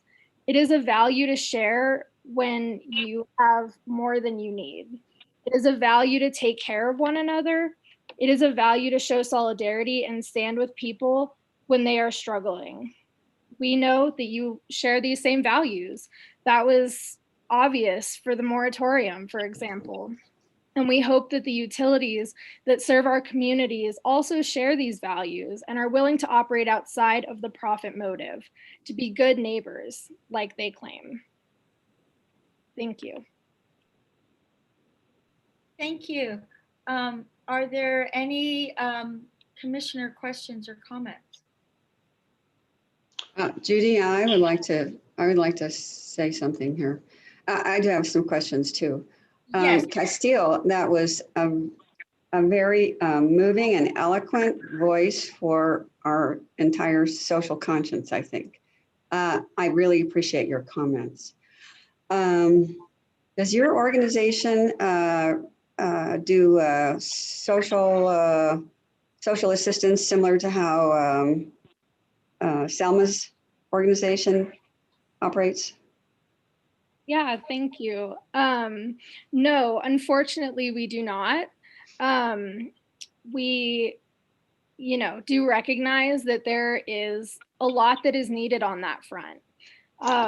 But really what we're looking at, especially right now, as the legislative session starts, is really what all of this stuff kind of looks like from a more political and more policy point of view. As opposed to helping people on the front end. That being said, we do work closely with the organization that Selma works for to make sure that, we're guiding folks in that direction for volunteers and helping any way that we can in those kinds of causes. But unfortunately, we're not directly doing all of that kind of stuff at the moment. Okay. Well, I encourage your organization to continue in your objectives, because certainly at times like this where we have a pandemic and we really do have to take care of each other, it's important to reflect on what our values are. And I like the notion that where there's profit, there's a resource.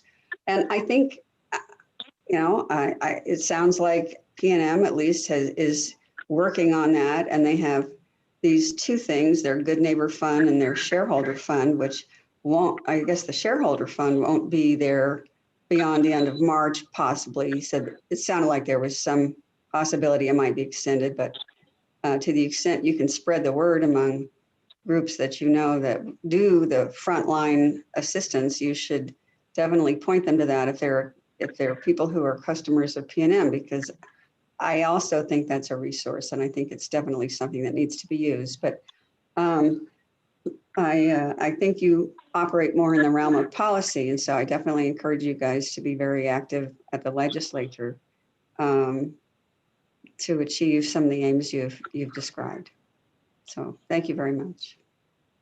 Good work. Thank you, Commissioner. Thank you. Are there any other commissioner comments or questions? Judy? Yes, Commissioner Meyer. Just a quick comment, Castillo. Thank you so much for your great words. You know, you're a youth-driven organization, and you are the future of our state. And to see this collection of young people really taking on climate change, not just from a global warming perspective, but from a holistic perspective, whether it's, you know, economic inequality or social justice or environmental justice. And so I hear you. I thank you for all your work. As Commissioner Hall said, we need to continue hearing from you. And I know that your organization has established quite a following, and I think you know how important it is to know what elected leaders know about your goals, and I think you're accomplishing that just by virtue of you appearing here in this workshop. And so keep the pressure on. I hear you. I appreciate you and the entire organization. So we need to roll up our sleeves. I think, you know, we're all in this together. I know that's been used, but it definitely applies. And so, and thank you for helping the less fortunate folks. Thank you. Thank you, Commissioner. And thank you, all of you, for being here and listening to our concerns and really being our representatives in our communities in this way, and make sure that our communities are being served in the ways that are best for them. Thank you. If there are no more commissioner questions, Mr. Scheito from EPE signed up this morning, and we would like to hear from them as well. I don't believe there's anyone else. That being said, I would like to hear from EPE. Thank you, Judy, and commissioners and Mr. Chairman. There's been a lot said. As you know, I'd echo the comments of SPS and PNM. We filed comments and a transition plan and recommended that the transition plan start at least for non-LIHEAP customers on January 29th.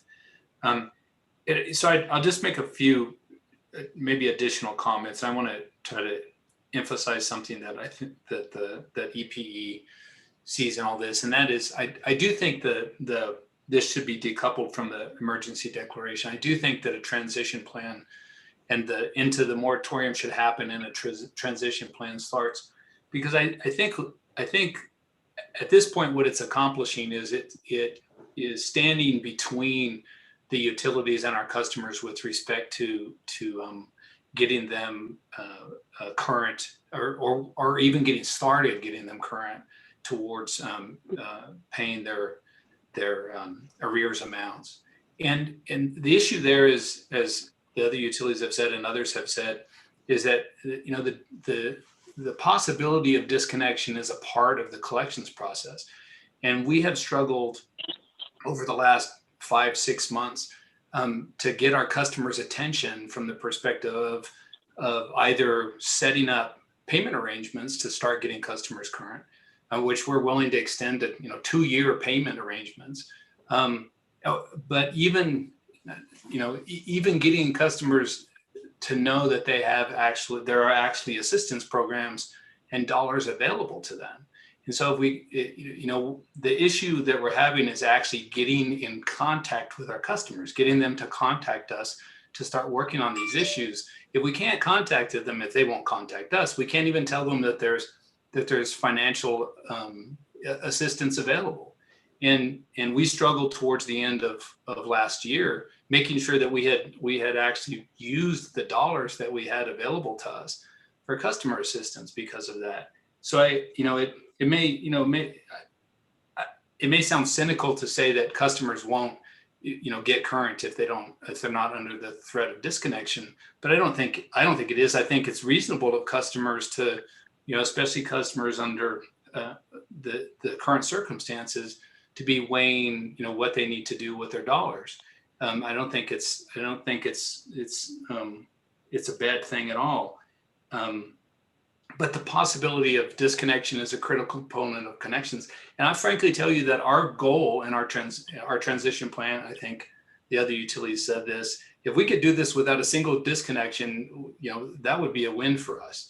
And that's really what our focus is. We've been focusing on our customer communications group and collections group to make sure that we have the ability to make this a customer by customer effort. And I think what we could accomplish if you end the moratorium and you allow the utilities to move forward with a collections process is that you allow the utilities to really focus on ultimately the customers who are having the most difficulty, and start moving ahead aggressively with the folks who can enter into payment arrangements, have an extension of that period of time over which they need to pay their arrears amount. And then really identify and isolate the people who really have a critical need. And when dollars become available, whether it's federal contributions from the utilities or from programs like the Good Neighbor type programs, which we also have, then those dollars can be focused on the most critical need customers, and not spread, say, evenly across customers so much as identify customers who can start making payments, enter into payment arrangements, get current over a reasonable period of time, and really focus on the critical customers. But none of that can happen as long as there is a disconnect moratorium in place. It really can't, at least not in any great degree. So thank you. I think that's the only thing, the only additional thing I'll add to our filed comments, and I'll be happy to answer any questions. Thank you. Are there any commissioner questions or comments? Yes, Judy, I have a couple questions. Commissioner Hall. Yeah. So, Mr. Schichtel, it sounds like you're saying something similar to what the other utilities are saying, which is people are acting differently about their bills during the pendency of the moratorium because it's there. So they don't have a sufficient motivation to come in and pay their bills, I guess, or to, not when I say come in, I mean just to pay their bills. Right? essentially, or even sufficient motivation to contact the utilities and start working on payment arrangements. Yeah, I noticed that Mark Fenton was saying that too. It sounded kind of dire, although I can imagine that people's lives are dire too, but it would vary by the household. I mean, you know, some people are employed and they wear masks and they don't get COVID and they, you know, they buy groceries and stuff like that, but other people don't, I guess. I guess I'm just, it almost seems like, and I don't mean this in a bad way, it seems like the concept of ending the disconnection moratorium so that you can send out bills would at least be some sort of a winnowing process, so you could find people who would respond to their bills, and then there would be a group that don't. And in that group, then I guess you could start identifying who are the ones who are really unable to pay and others who, you know, need like a 24-month plan. Is that it? That's the idea. And this is less about, for us, ending the moratorium and being able to get in contact with customers, because there's some resistance to you know, having any contact with the utilities with respect to this if there's the option of just delaying it and not addressing it right now because of the moratoriums in place. So it's not so much about getting customers to pay their bills as it is to get them to work with us and seek assistance. And that's going to be on a customer by customer basis. It isn't a blanket, you know, effort so much as going first, identifying, you know, the section of customers, usually on the basis of the amount that's in arrears, contacting them, you know, and making that contact and getting them to contact us and talk about payment arrangements, and from entirely reasonable reasons. Customers are hesitant to do that if they don't have to, and I think that's what ending at least the disconnect moratorium is. Ending the disconnect moratorium is not now suddenly allows utilities to do what we wanted to do, which was disconnect customers. We don't want to disconnect customers. None of us do. But if it's preventing us from entering into those arrangements, getting customers to seek assistance, not only from us, but from the funds available, it's just all we're doing at this point is allowing customers to build up an amount that becomes more and more difficult to address at some point. As I think Kevin said, it's going to happen eventually, and allowing those balances to just increase for some of our LIHEAP customers, you know, it's been 14 months because of the moratorium and then the disconnect moratorium. That is just building up amounts that are going to be insurmountable for some customers when we get to that point. So a couple of things pop into my head. One is, what have your outreach efforts consisted of? I noticed you said you made calls and email, or did you say emails or mail? Snail mail. Mails, notices. Is that it? Calls and notices in the mail? Yes, and calls. Yeah. Calls, notices. Obviously, customers continue to get their bills monthly, but in terms of their you know, payment or notifying them of their past due amounts, where normally that might be a notice, which would include disconnection. Now it is a notice. It is less of a notice. We send email and mail. Email where we have the addresses, but it's primarily mail and calls. I see. And bill messages. Okay. And then from your comments, let's see, it says that starting, you first start sending your disconnect notice, 15-day disconnect notices February 1, then by February 18th, you're gonna, let's see, that would be the first set of non-LIHEAP customers who've not paid or contacted EPE would be subject to disconnection. And March 16th would be notice to LIHEAP customers of the 15-day disconnection, and they'd be subject to it, I guess, in April 1. So February, March, April, that's the time, or maybe March, April, let's see. February or April, depending on whether you're LIHEAP or not, you'd be subject to disconnection. Correct. Again, at least that's the term of the notice and for the collections period. But the whole motivation in there is to have that period of time over which we work with customers. We move customers into a 24-month, say, collections process at some point. Now that the threat of disconnection is gone, and as long as those customers stay current with us or continue to work with us, if the problem persists, I could see customers moving into payment arrangements who then continue to have problems staying current on their bills. But at least then we're in communications with our customers, and we can work to resolve those problems. And even in the worst case scenario where we move to disconnection, we are planning to limit the cost of reconnection, which normally there's a charge for reconnection, spread that cost over payment arrangements. This is all about getting customers into arrangements to pay their bills. Well, I didn't quite catch what you said about reconnection charge. We have a normal and I think the utilities do have a reconnection charge, even same day or next day reconnection charges. That's the cost of having to send personnel out to disconnect and then reconnect customers. We want to limit that as much as possible by spreading it over payment arrangements as well.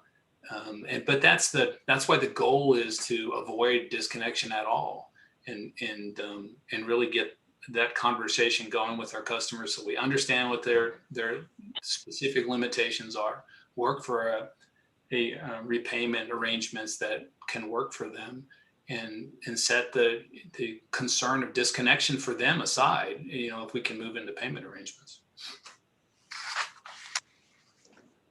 Okay. So, I'm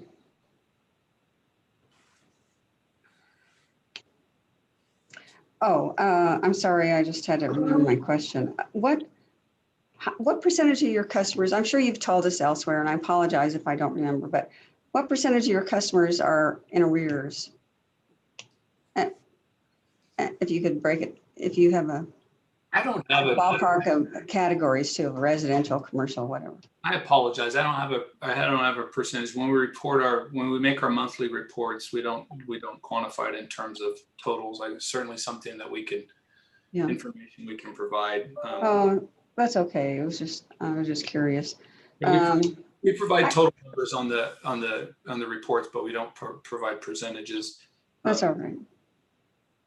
That's okay. It's not a big deal. I don't think I have any more questions, Judy. I appreciate your information, Mr. Schickel. Thanks a lot. Thank you. Judy. Yes, Commissioner Fishman. Thank you. So Jim Schichtel, right? Is that the right way to pronounce your last name? Yes, you're obviously very practiced at that. I live with it too. I've got a CH in my name and nobody ever gets it right. So I empathize. At any rate, I thought I heard you, the way you answered the question, it sounded like you were open to the idea that maybe the moratorium could be applied a little bit differently to LIHEAP customers than to other customers. Did I hear that right?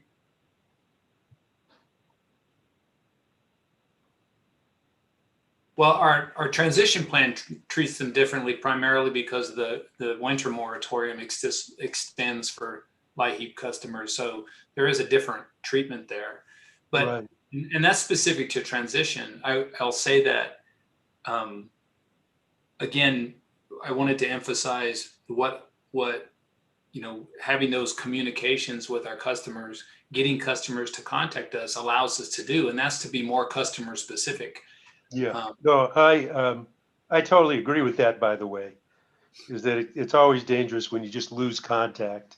And it's human nature. I mean, it's, that's not just low income people. That's a lot of high income people don't pay their bills if there's no contact.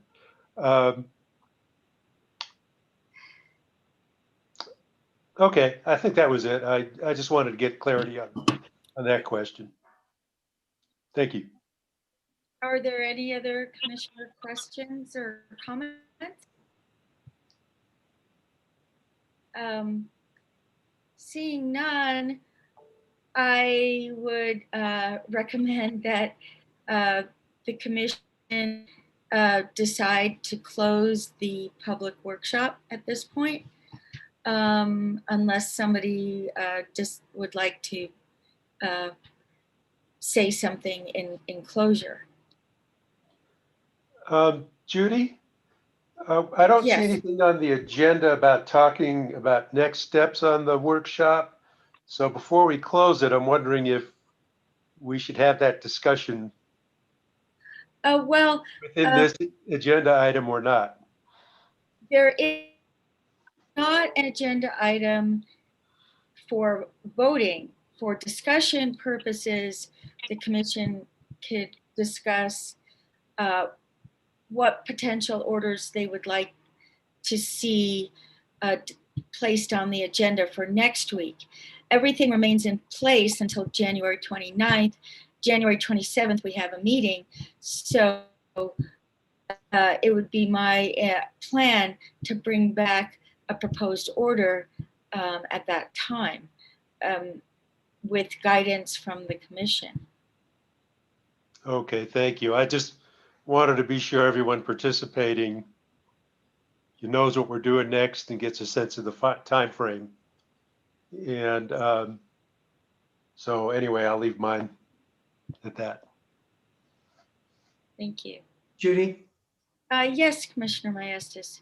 Yeah, it'd be great if we could maybe tabulate a lot of the feedback that we got. That way we can just see what the general sentiments are relative to the questions that we asked everyone. I think that would be helpful.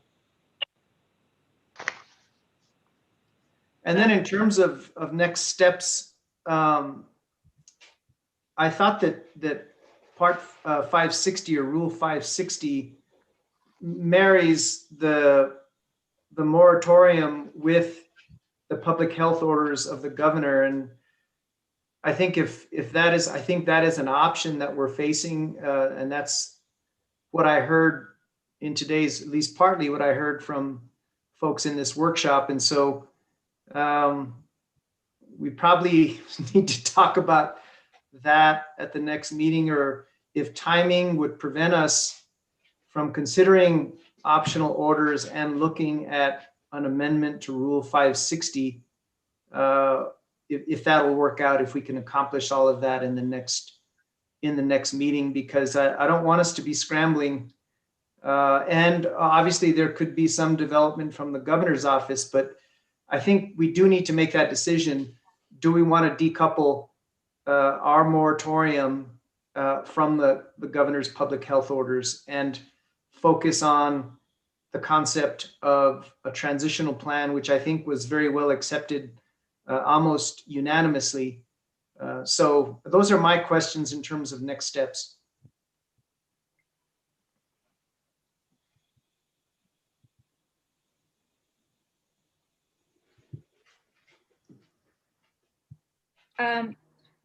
As I said, it isn't, there isn't an item on the agenda for action, and perhaps I could speak with individual commissioners subsequent to this meeting, and we can develop either several different ideas, or I would recommend that I set up individual meetings with each commissioner. Okay, and great job, Judy. Thank you. If that concludes the workshop, there is one more item on the agenda, Judy, we need a motion to close the workshop. That would be good. Yes, let's do that. I'll move to close the workshop and proceed with the rest of the agenda. I'll second that. And I also wanted, I was on mute accidentally, and I wanted to also agree with the objectives articulated by Commissioner Maestas. So motion seconded. Judy, go ahead, take the roll. Yes, Commissioner Fishman, Aye. Commissioner Byrd, Aye. Commissioner Hall, Aye. Commissioner Vicente Aguilar, Aye. Commissioner Maestas. Aye. The motion passed 5-0 to close the public workshop and continue with the last discussion item, which was Commissioner Maestas had a discussion item. Let me look at my agenda. So I've got it from here, Judy. Okay, thank you. And so this is discussion regarding executive and legislative finance committee fiscal year 22 budget recommendations. And this was Commissioner Maestas's item. And how long do you think this one will take? I'm trying to figure out if we need to take a 5 or 10 minute break before we jump into it. I suggest we have a break. I don't think it's going to last more than 20 to 30 minutes. We need a break then. Okay. So let's take 15 minutes because I'm going to scarf down a little food, and that way you won't have to watch me do that. And we'll get back at, I've got 1:20 on my computer here. Okay, so we'll get back at 1:35. Okay.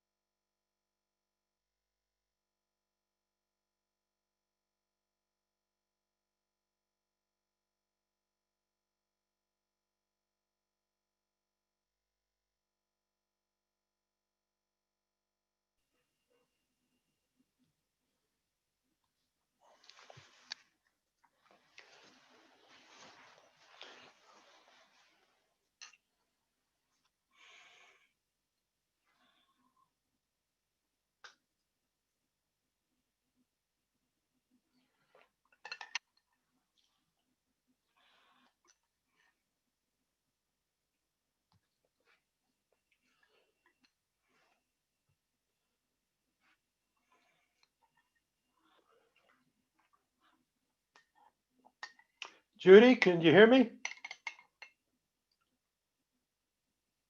Whoop, there's Joe.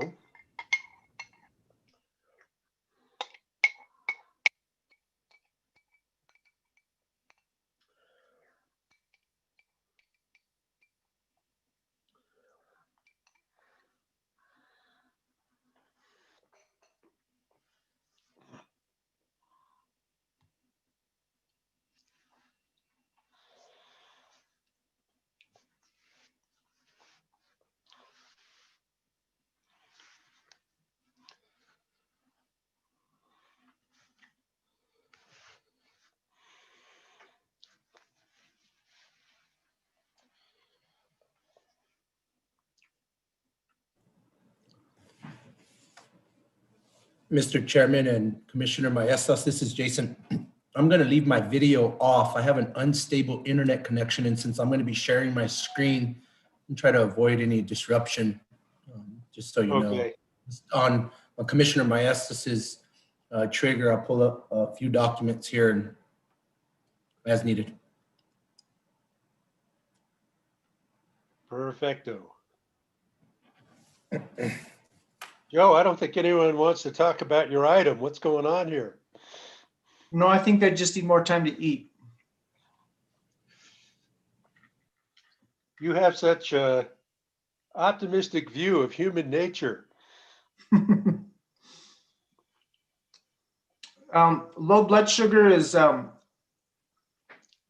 something mighty powerful.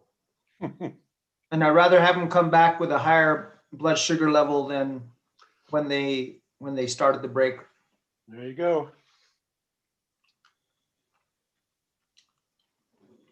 Jason?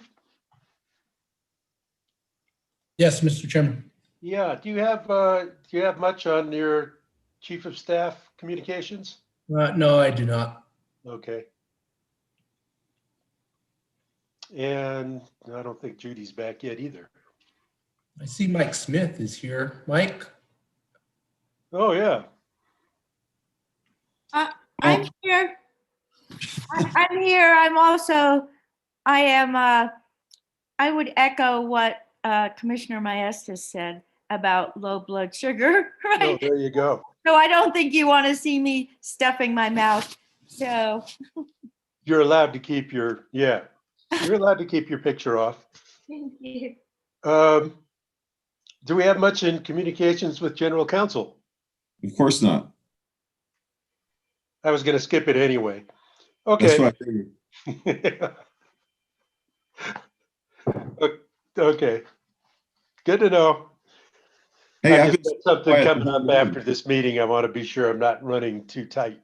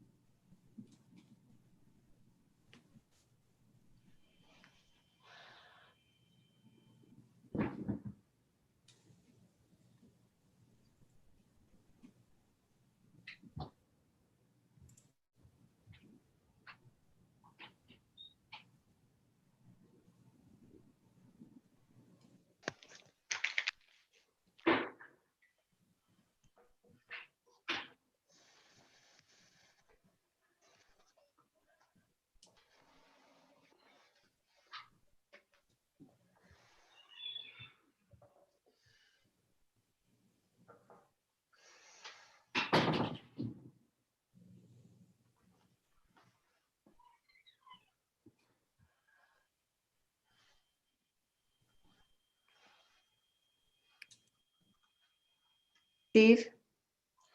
Did Yes, we decide to wait longer?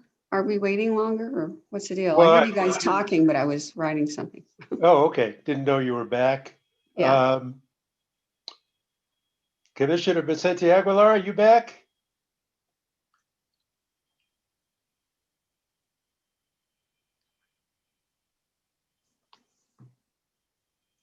Jeff? Sounds like you've got time for dessert.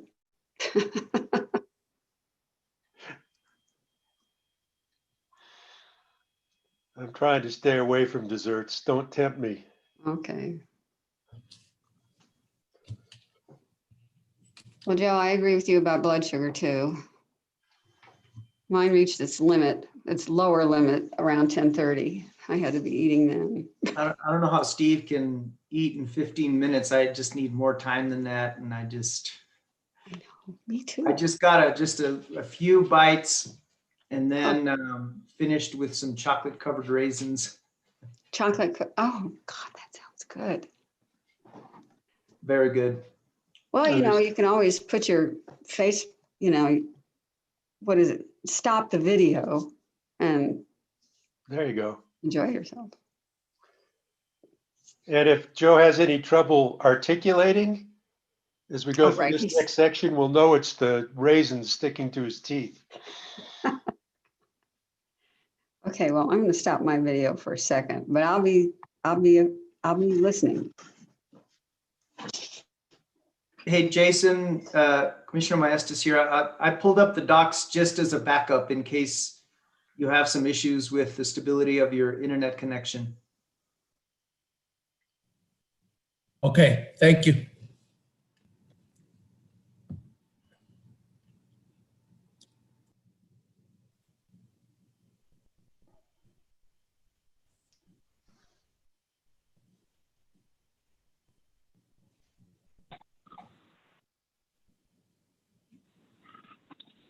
Is Judy online?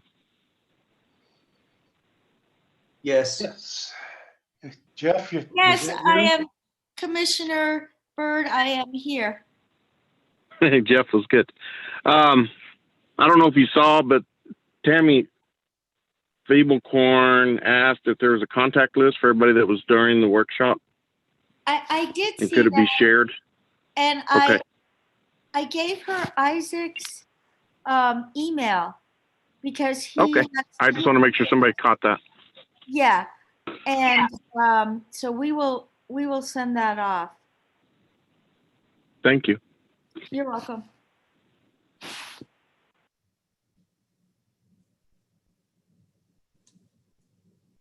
Okay, Commissioner Vicente Aguilar, are you here?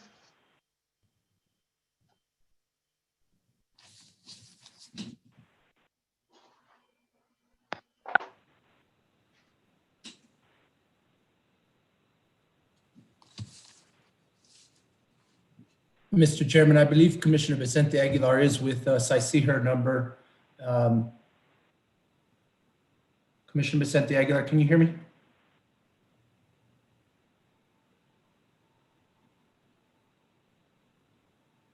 Jason? Yes, there you are, Commissioner Vicente Can you- Aguilar. Okay, thank you. Okay, terrific. We're back in session here, and we've got the discussion regarding Executive and Legislative Finance Committee fiscal year 22 budget recommendations. And Commissioner Maestas, take it away. Thank you, Mr. Chair. Jason is going to assist me just through this brief discussion, but the reason I asked this be on the agenda, I know many of you may be thinking, hey, we've already addressed this, our request has been sent. But my contention is that we need to be, I think, very compelling in communicating the true base budget of the Public Regulation Commission, not just to the executive, but to the legislative branch as well. It may be too late, but it may not be. And so what I'm going to be kind of alluding to is kind of the executive and legislative recommendations on our budget request. Not in much great detail, but I'm also going to make references to the 2017 evaluation of the PRC staffing that was under the auspices of the Legislative Council Services.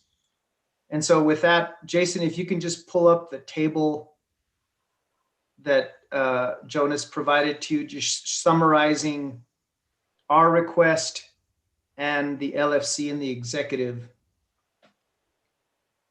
Here you can see that we got almost everything that we requested. The executive docked us more to the tune of 361,000 than the LFC. And near the end, I hope that, maybe Jason can articulate what impacts these are going to have on the PRC, especially at this delicate stage that we're in terms of signing a long-term lease for a new office, hiring positions. So, first of all, any comments on the recommendations by the LFC and the executive on our request? So I heard you to say that the executive gave us more than the LFC, but it's actually the other way around. No. The LFC recommended 11.8 million, and the executive a little under 11.7 million. Okay. And commissioners, if I may, the reductions are all general fund reductions. It's not any other state funds or federal funds that have been requested. This is all in the general fund appropriation, and the LFC delta of 200,000, 100,000 is from, as you can see in the table, is from the P611 policy and regulation. 100,000 is in the program support. And that is all tied to general fund spending, which, as you can imagine, is in the 200 category, personnel benefits. So Jason, can you just briefly talk about maybe some of the impacts we may experience as a result of these recommendations? I assume it'll be a combination of the two, or a compromise between the two. Yeah, I mean, historically, in my experience, the House Appropriations and Finance Committee, who we will be presenting before on January 29th, by the way, that has been moved from the 27th, and I sent out that update. Just that's kind of something I was going to talk about later. But nonetheless, they'll make a motion, and in my experience, they've always made the motion to approve the lesser of the two. On behalf of the PRC, not the same for all other agencies. I'm just speaking on behalf of the PRC. And so if you look at what we submitted in our request, let me just give a real quick recap of how the request even came to the $12,000 amount. Through a memorandum that was published by the executive, we started with the FY22 actual operating budget as our baseline. We then added a little over 1.151 to be exact, general fund appropriations to supplement the lack of the fire protection fund since it's being transferred over to Homeland Security. We also added $300,000, a $300,000 request that would allow the agency to negotiate a long-term lease agreement. And so if you look at what is being recommended by the both LFC and executive, we're back in the situation that I've discussed with the previous commission when we initially were asked to vacate the PERA building is, do we sacrifice vacancies for property? Our position at the time, and I think our position moving forward, would be no. It'd be extremely difficult for us, especially knowing the caseload, and this is a recommendation, right? So knowing the caseload that's forthcoming, in my discussions with staff, it would be extremely difficult to allow the commission to negotiate a long-term lease if we weren't to get the additional monies as requested. Keep in mind that we also reduced the general fund appropriation request by 5% after we added those two appropriations as was instructed by the executive through that memorandum that I referenced. So just a little bit of background and recap. Commissioner Miami asked us, I may have shared that with you already, but just to remind the rest of the commission about how we got to where we are now and what it's recommending. Now, overall, If you did the comparison, I think it would be an increase from FY21 to FY22, but a decrease in our request, right? So there is still a step in the right direction. We're not, it doesn't appear that they're recommending the full 1.151 million plus 300,000. It's the less of the deltas shown here on the screen now. So it's still an increase, that from FY21 to FY22 recommendations, but it puts us in a situation where we have to decide what we would do. And knowing how important people are at the agency, the fact that we started with 300,000 minus 5% is 285,000, and less 200,000, that gives me 85,000 on the LFC side and 0 on the executive side to even, I guess, dedicate towards a building lease, right? Because that's where the general fund appropriation would come from.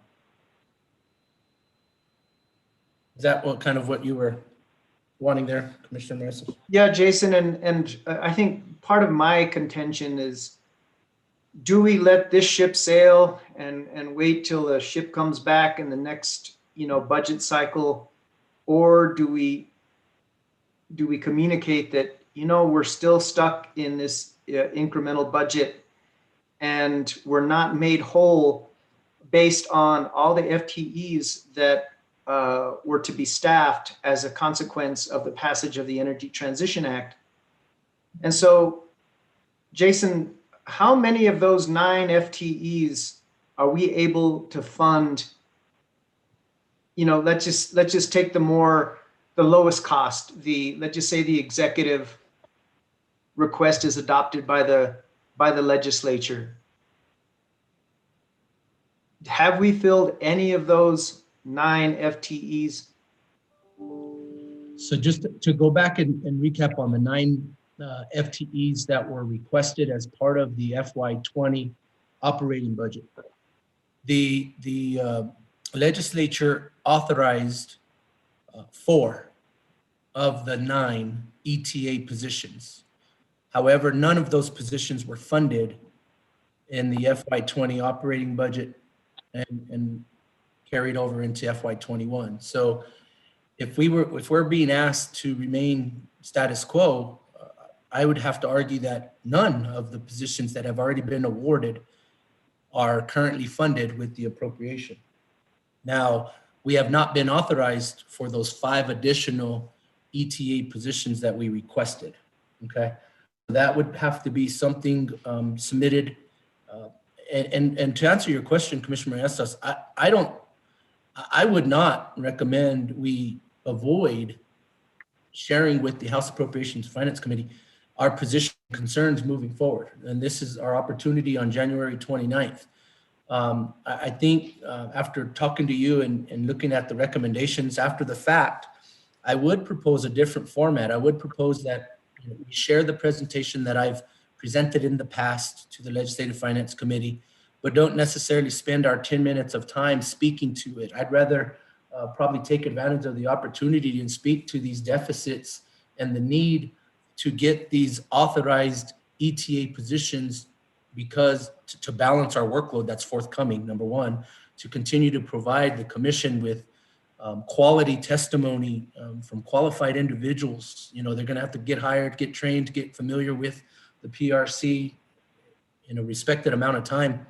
And then, also, we have that issue of having an office space. After June 30th of 2021, we don't have a physical location that we could even distribute mail. We'd be forced back into doing something we're doing this week, where we're meeting people in the parking lots and at certain days and certain times and giving them their mail. I just can't see us continuing to operate under those conditions, quite frankly. But we need some office space, and that this would not only, we've shared concerns about the number of people that I've been proposing to return to the Bochum building. Well, with these decreases in the recommendations, that number is just only going to go down even further. and the actual office location may have to be different. May have to get a few satellite offices, may have to start to think about a PRC headquartered outside of Santa Fe just to decrease the cost. And there's a whole lot of other, items that come into play when we start to look at the FY22 operating budget projection and what positions we actually want to fill and can fill.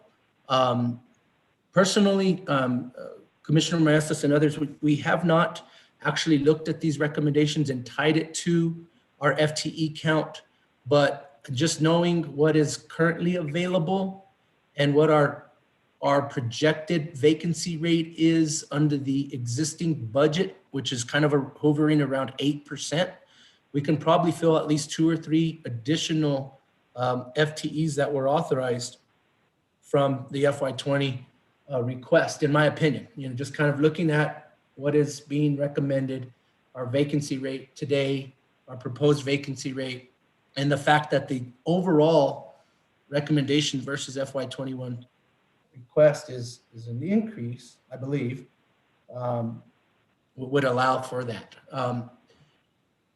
There is one other component that I wanted to bring to the commissioner's attention that I think we should also bring to the House Appropriations and Finance Committee. Hopefully we don't shoot ourselves in the foot, but there is currently $65.2 thousand being appropriated or recommended from the general fund to P612.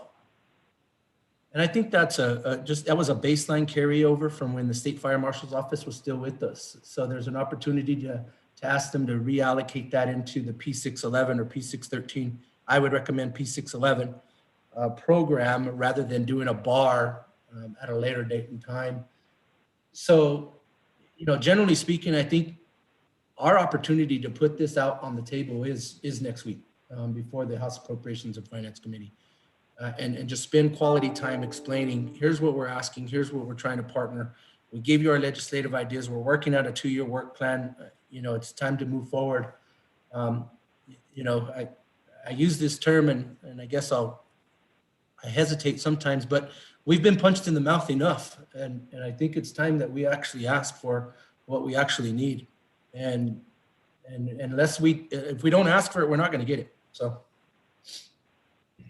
Well, that was a great segue into kind of my next point. Commissioner Hall and I met with acting DFA Secretary Romero, and we talked about just what we're talking about now, is in that we don't really have a true base budget that makes us whole in terms of completely filling all the FTEs that were recommended as a consequence of the ETA.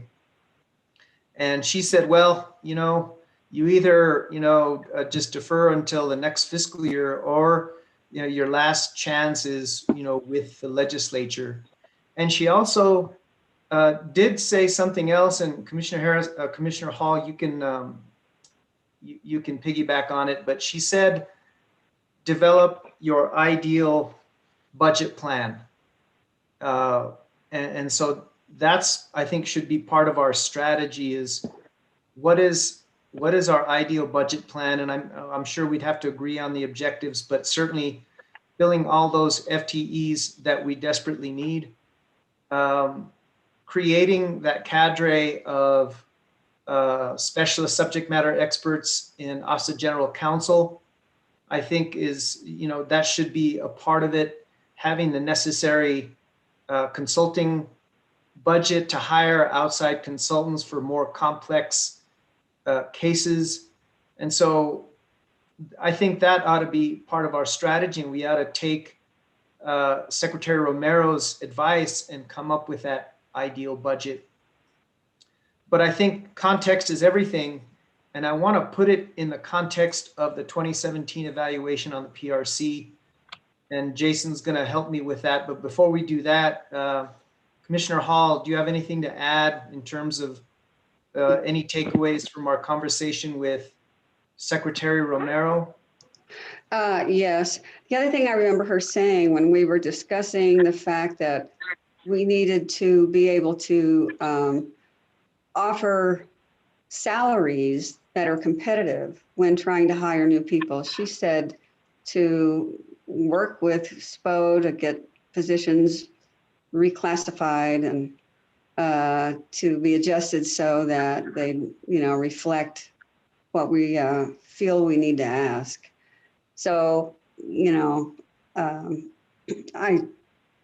I think that she's probably right because I know that the pay bands probably don't go to the level they need to be, but I also know that that kind of works against, hiring more people if we have a finite amount of dollars. But on the other hand, what we're really looking for is quality plus quantity, and my belief is we should start with the people we can find who have the skill sets available, for the future. So anyhow, that was something she said that we should bear in mind. Yeah, thank you, Commissioner. If I may, this is Jason. I think that's good to hear. Actually, I'm happy to hear that that's what Secretary Romero shared with you. The issue that we run up against is, if you don't already know, vacancies are budgeted at midpoint, right? And so when that's, I think when they prepare their recommendations, that's what they looked at, and that's why our practice at the agency has been as such, to at least bring people in or attempt to bring them in at the midpoint. Now, I have been working closely with division directors to implement a hiring process that they do look for quality first. Let's get the most qualified candidate from the pool of applicants, and then we'll start with the salary. We'll make adjustments to any additional vacancies thereafter. That's probably a new practice at the PRC, quite honestly, in my opinion. I know that historically it's always been, you have a vacancy, you're going to only be able to offer midpoint. But now we have that flexibility, and we're negotiating and working directly with our administrative services division in implementing a budget projection that allows us to continue to maintain the proposed vacancy rate per our critical hire plan. But that means we may have to rob Peter to pay Paul a little bit. Hire somebody at a higher rate, bring in somebody with a little less experience at a lower rate. That may happen. So I just wanted to share that with you. Thanks. That's good to hear, though. I'm glad that she made that comment. All right, so I agree with Jason in that we ought to share a lot of this information with House Appropriations and let them read the budget request as submitted. The only thing is, I think we need to be prepared to justify our decision is we would rather hire staff than sign a long-term lease. I think we need to make that decision as a body. That's part of our strategy, and maybe if we can maybe defer that particular issue until the end of this, the end of my little spiel, I'd appreciate it. So Jason, can you go to the front page of the 2017 evaluation study report of the PRC? All right, I know all of you have seen this before. It was an evaluation of the PRC under the auspices of the Legislative Counsel Service. And I think, I'm sure many of you are familiar with this. The legislature has moved on the recommendation to take out the fire marshals, because I think the consensus in the report that was very unusual for New Mexico's Public Regulation Commission. But I guess what I could say is that the legislature has kind of cherry-picked only certain recommendations, and I think it's incumbent upon us to highlight the other recommendations that need to be considered in the context of our budget. And so with that, Jason, I'm going to jump around, so bear with me, but there's a rhyme to the reason here. Can you go to page 33 for me? 33.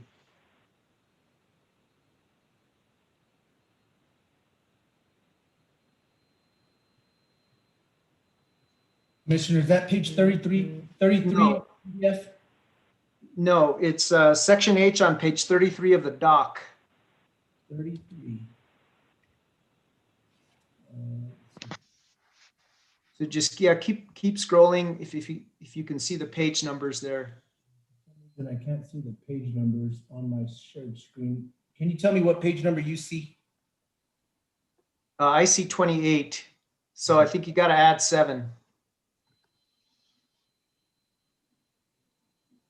Right there, right there.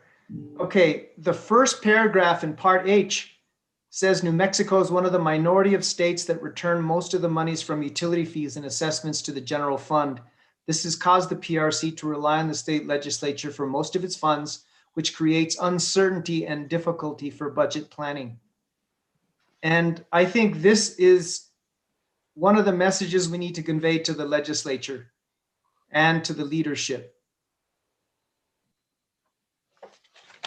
Okay, the next one is if you can turn to page, I guess it would be Part 5. Part 5. So it's probably actually page, oh, I'm sorry, it's Part 4. Part 4. It's near the beginning. Bear with me.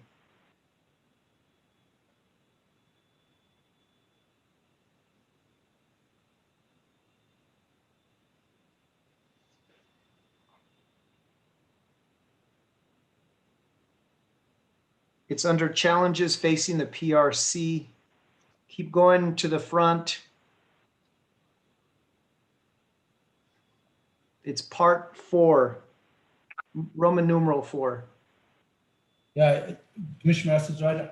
Is this not Part 4, features of best practice regulation? No, it's challenges facing the PRC. It's Roman numeral 4, which is, go to the front. There's one. Keep going.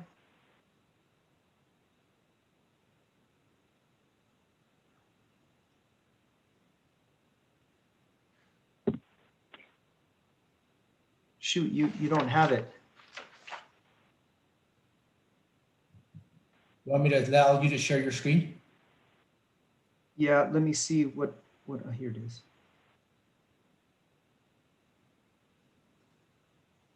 Yeah, Roman numeral 4 on mine is features of best practice regulation. Okay, can you allow me to share my screen? Here, 1 second. You stop my share. And now you are.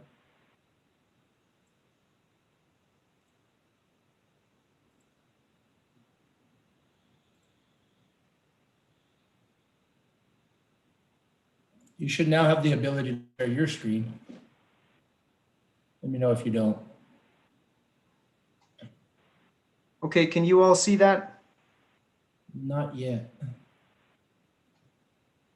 Really? Really? Nothing's showing yet.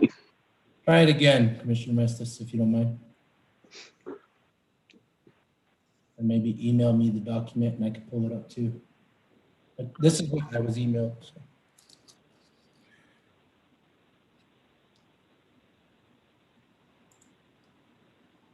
No, I don't know what's going on.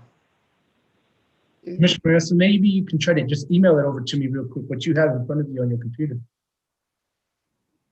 I'll try to pull that one up as well. You know what, that's okay. I'll just speak from this report. It's in the preface of that evaluation report. Can you all hear me? Yes. Yep. Yes. Okay. Under challenges facing the PRC, Part 4, it's the third paragraph under challenges facing the PRC. It says the reality is that a reduction in PRC expenditures rarely means a commensurate decline in workload. Frequently, a state utility commission has to undertake more tasks with less money, a situation that can spiral into a situation where the commission is unable to adequately address the issues brought before it. Now, this is in the report. And again, I think this should hit home with the legislature, since the Legislative Council Service sanctioned this. Here's another suggested action. It's on Roman numeral 5 under suggested actions. A major suggestion of this report is for the PRC to add technical staff, both to advise the commissioners and to act as public interest advocates. Advisory staff provides education, advice, and technical support to the commissioners. And so might I say, when this evaluation was done in 2017, there was only one specialist in general counsel, and that is still the case. So with respect to technical support available directly to the commission, nothing has changed since 2017. I wanted to point that out. And then the last thing, pardon me? No, actually, one thing has changed. We actually lost a person. So we're one short of where we were. Okay, so this is my last point out of this report, and it's on page 27. It says one salient observation is that PRC resources may not be keeping abreast of changing developments in the utility industries. This is right under audit of the PRC directed by the legislature. What this report suggested is, legislature, if you don't believe us, the National Regulatory Research Institute, then we suggest you do a management audit of the Public Regulation Commission to bear these problems out. If you don't listen to us, well, I don't think they fully listened to the folks that made these recommendations. And for the purposes of a discussion, maybe we should ask for a management audit if they're gonna basically not listen to us in terms of our argument that the current budget really is not a base budget, and it's clearly not enough for us to even not only have an office, but to meet those needs of the increasing workload and the changing industries that we regulate. So so that I bring up this study, and that's all. We can go back to general discussion, but I bring this up because many of those recommendations still apply, Mr. Chair. And I believe we ought to present an ideal budget with a justification for the increase, but tie it back to not just the FTEs that the FIR for the ETA recommended, but also make a strong play for having the adequate technical support in Office of General Counsel that we need, and anything else the Chief of Staff and the staff require. Because I think Commissioner Hall made a really good point in our discussion with Secretary Romero. She said, the appointee should not inherit this organization that's grossly underfunded, and then they have to do what we're doing now. And so I think going in with that message that, you know, we want to bring this agency up to the proper level. That way it's stable, it's well funded, and it's able to meet the challenges that lay ahead for it. I think that's a noble message to lead into articulating why we think our budget, you know, needs to be a lot higher than this request. And certainly, you know, what Jason said that's right. DFA said you gotta institute the 5% reduction across the board. So our hands are tied behind our back, and I don't think we ought to wait till the FY23 budget cycle. I think we ought to make a case right now and tie everything back to that 2017 evaluation. That's all I had so far. So, Mr. Chairman, I'd like to pile on here a little bit.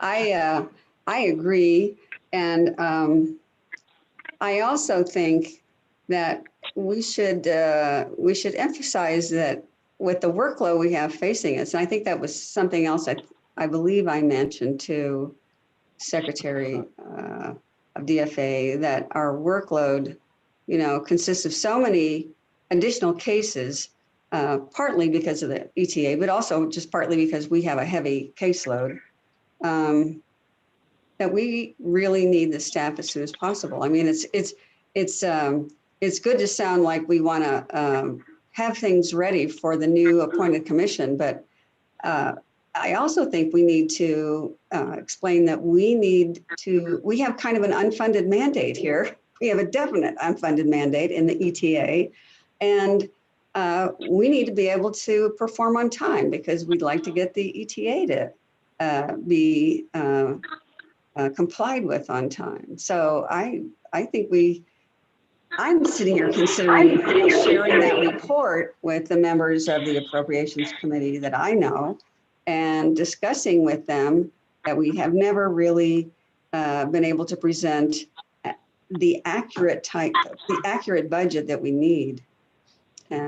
So in fact, I just looked up the committee just to see who all I know on it. And I think we should definitely strike now. I mean, there's no reason to delay. We should be talking to people about this.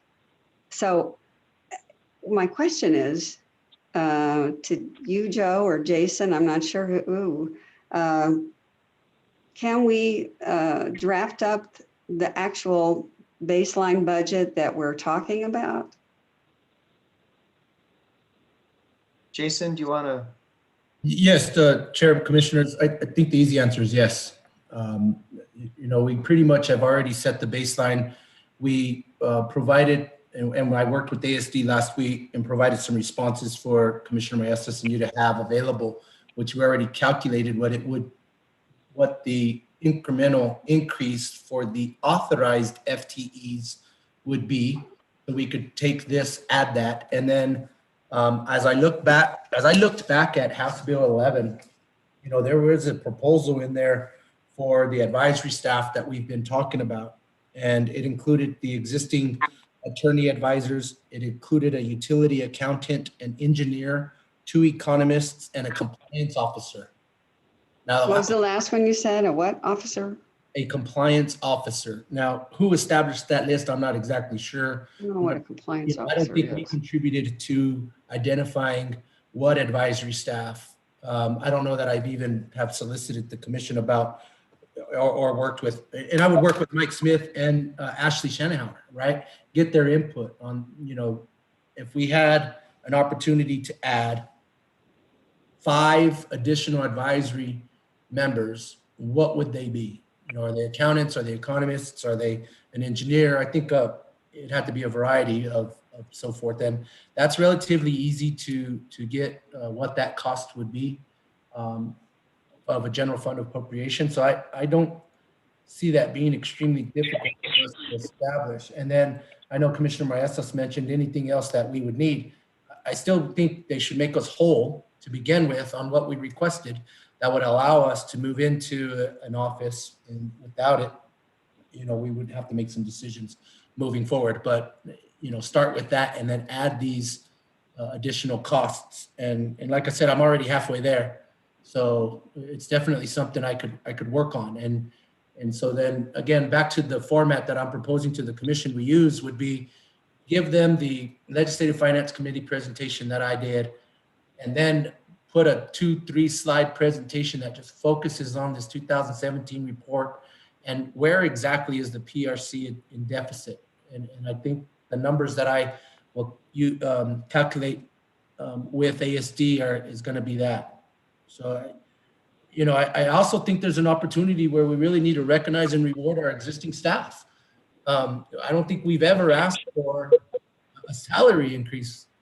And some have dedicated 20 plus years. They've made a career out of it, right? So that would obviously be another opportunity to just share that, at least with the legislature, that we basically have depended on the governor to issue a statewide salary increase. And I have to stand up for staff too, existing staff, not just recruiting more qualified staff members, because they've been able to commit and dedicate themselves to the PRC and have allowed us to continue to be successful with all the issues that we've been dealing with. How soon could you get that budget put together, Jason? I would start working on it immediately. I think by the end of the week, I could have something over to the commission.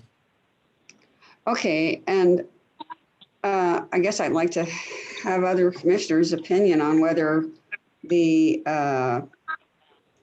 positions that we want to fill, especially for the purpose of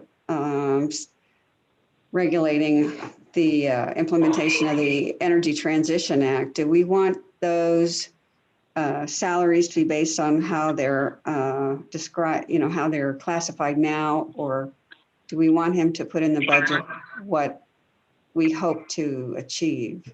I mean, I guess we'd have to put in what's reality now, but I'd somehow like to communicate that we're, 50, 75% below salaries that equivalent people get in other Western states.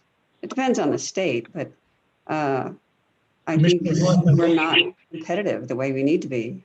Sorry, I didn't mean to interrupt, but I was going to suggest one thing, Commissioner Hall, based on that statement. I think if you could give me an opportunity to talk to Mike Smith and to Ashley Shanahower and get their input on what is actually needed, anticipating the workload and the cases and the type of testimony and advice that is needed.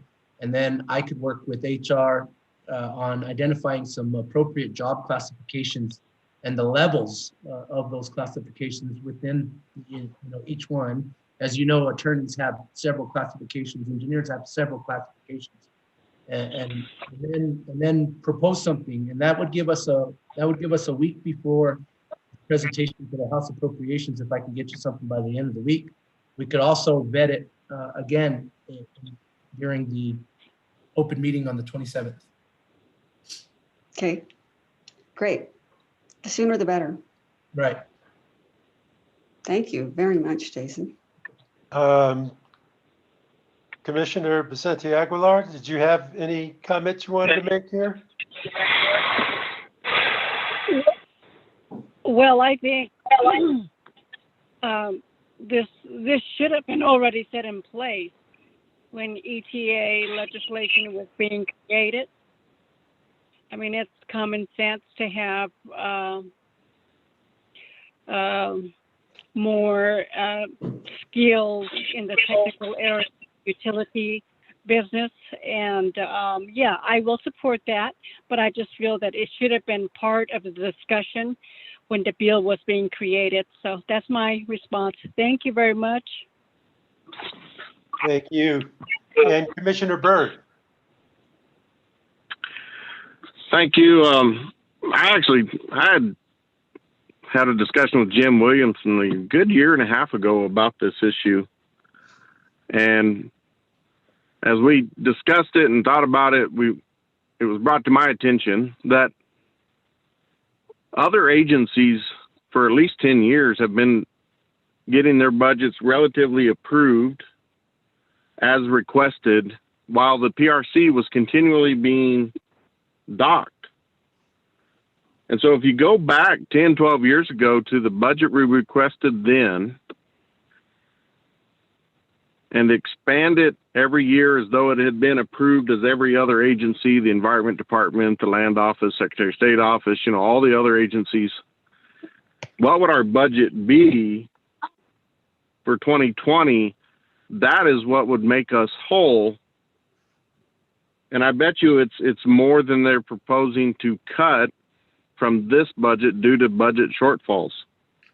I bet we would still be getting more if they had been giving us the requested allocation for the last 10 years.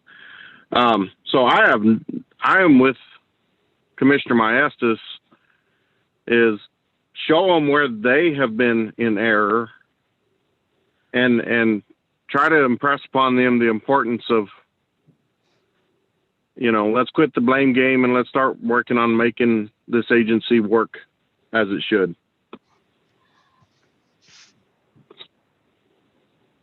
Okay. When I came on board, one of the first things I brought up was this exact same study by NRRI.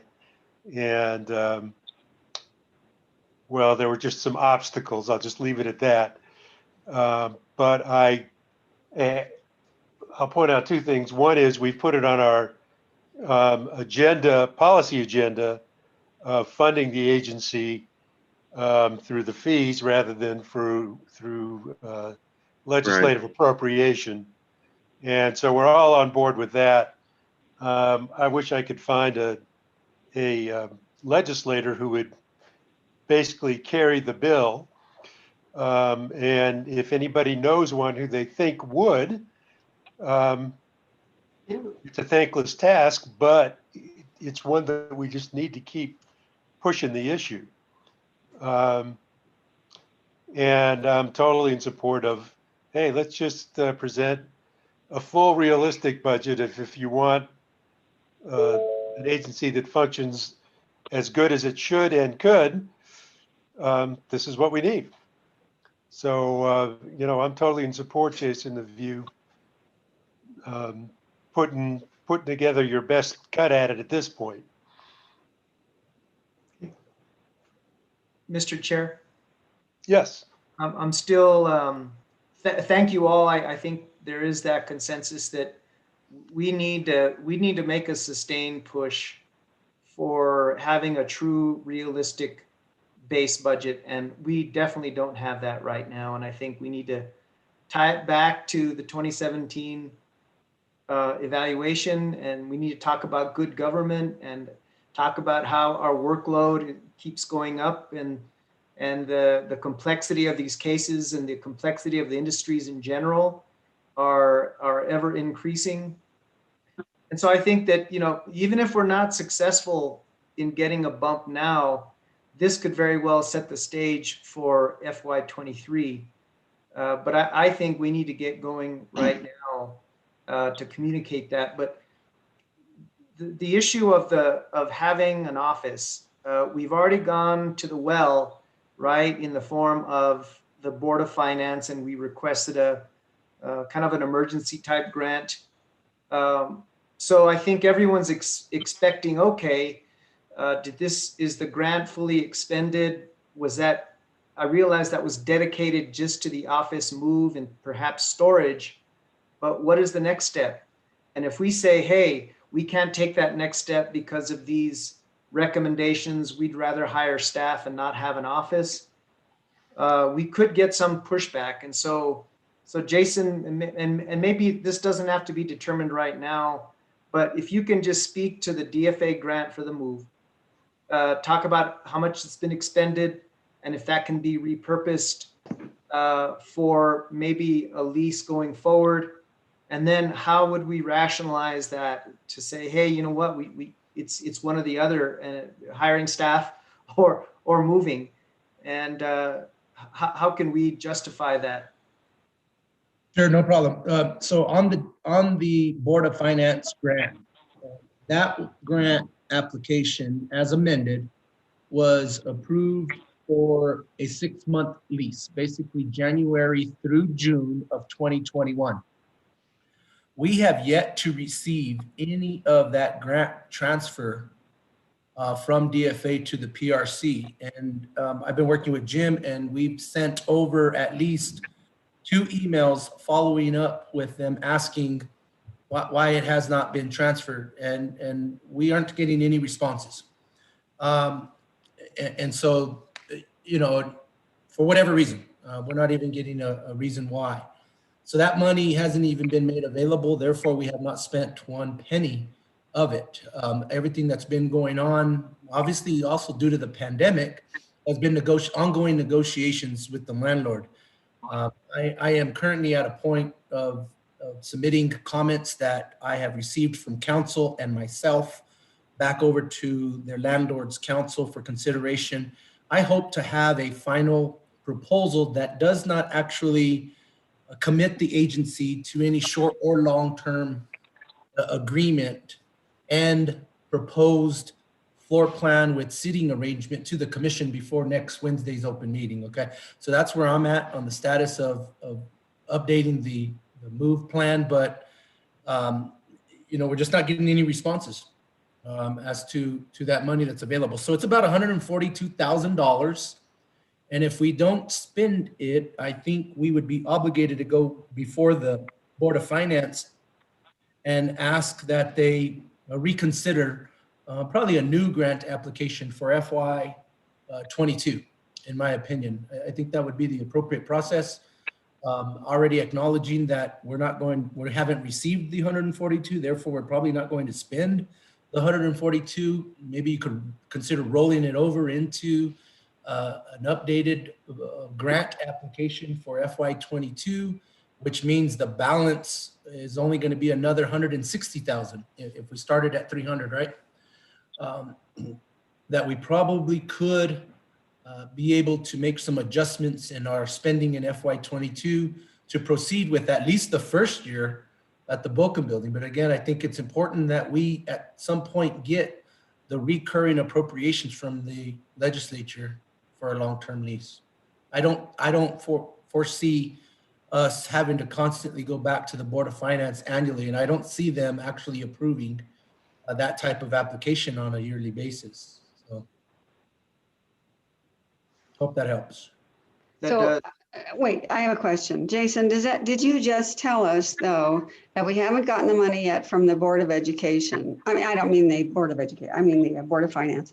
But if and when we do, it would be something we could spend on staff or not? No, that, Commissioner Hall, that is restricted to leasing office space at the Boca building only.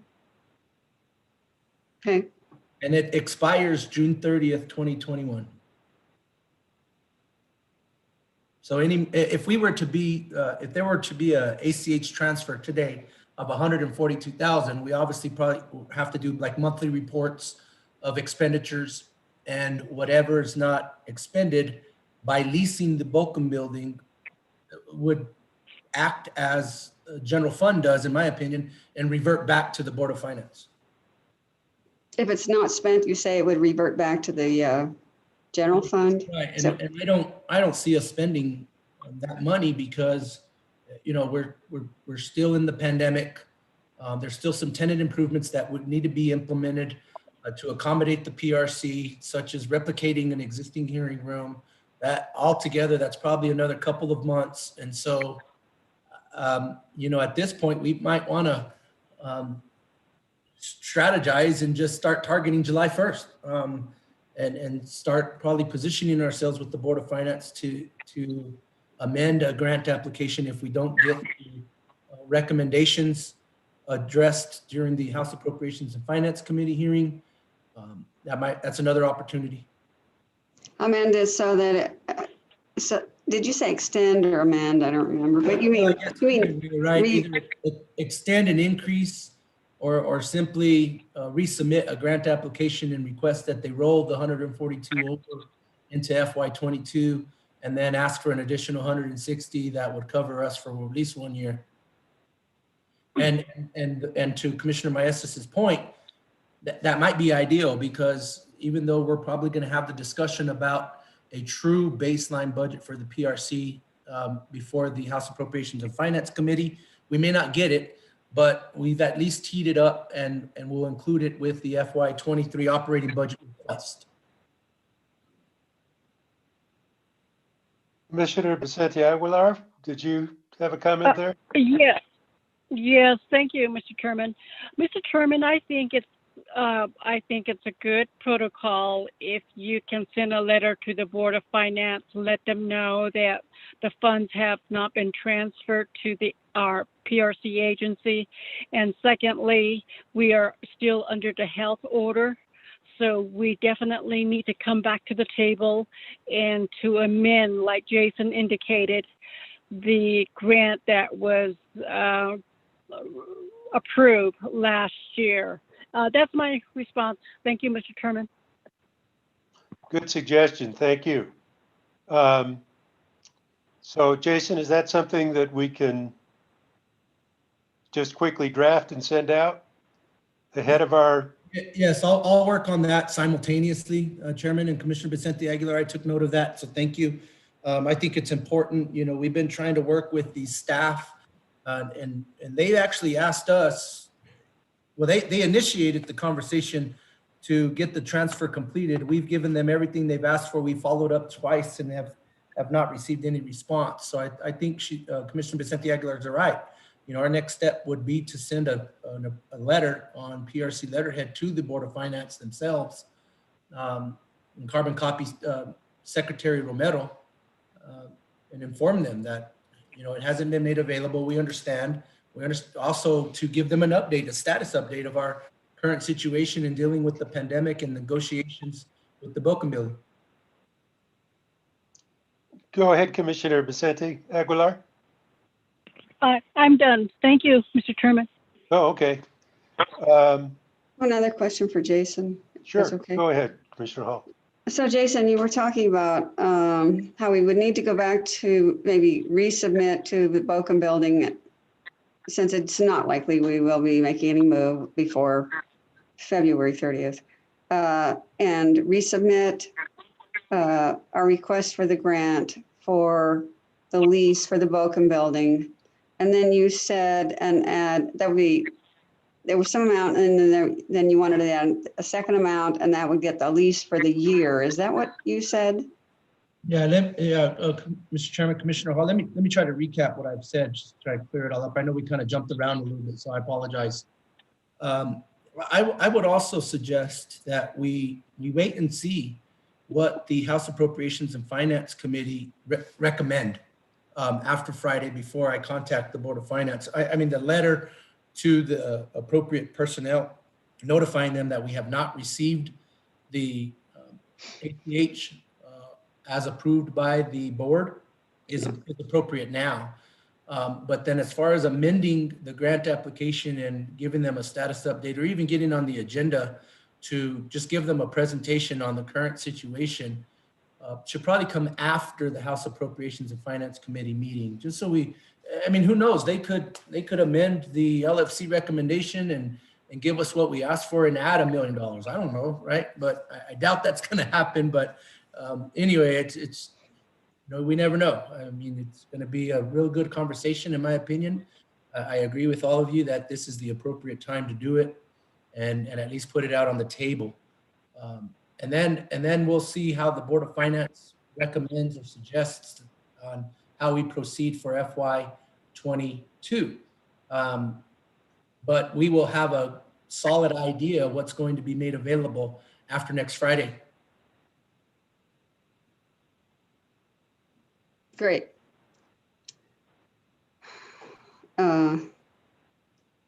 So I guess my question is to, I don't know, Joe or Jason or Steve or whoever has a better understanding of where we should be getting this, but I think it would be from the legislature, where we would be asking for the budget that would cover all the staffing that we need, correct? I mean, that's not really something we would typically ask from the Board of Finance, but I'm not opposed to asking if that would be, faster or would work. But from our experience, I don't.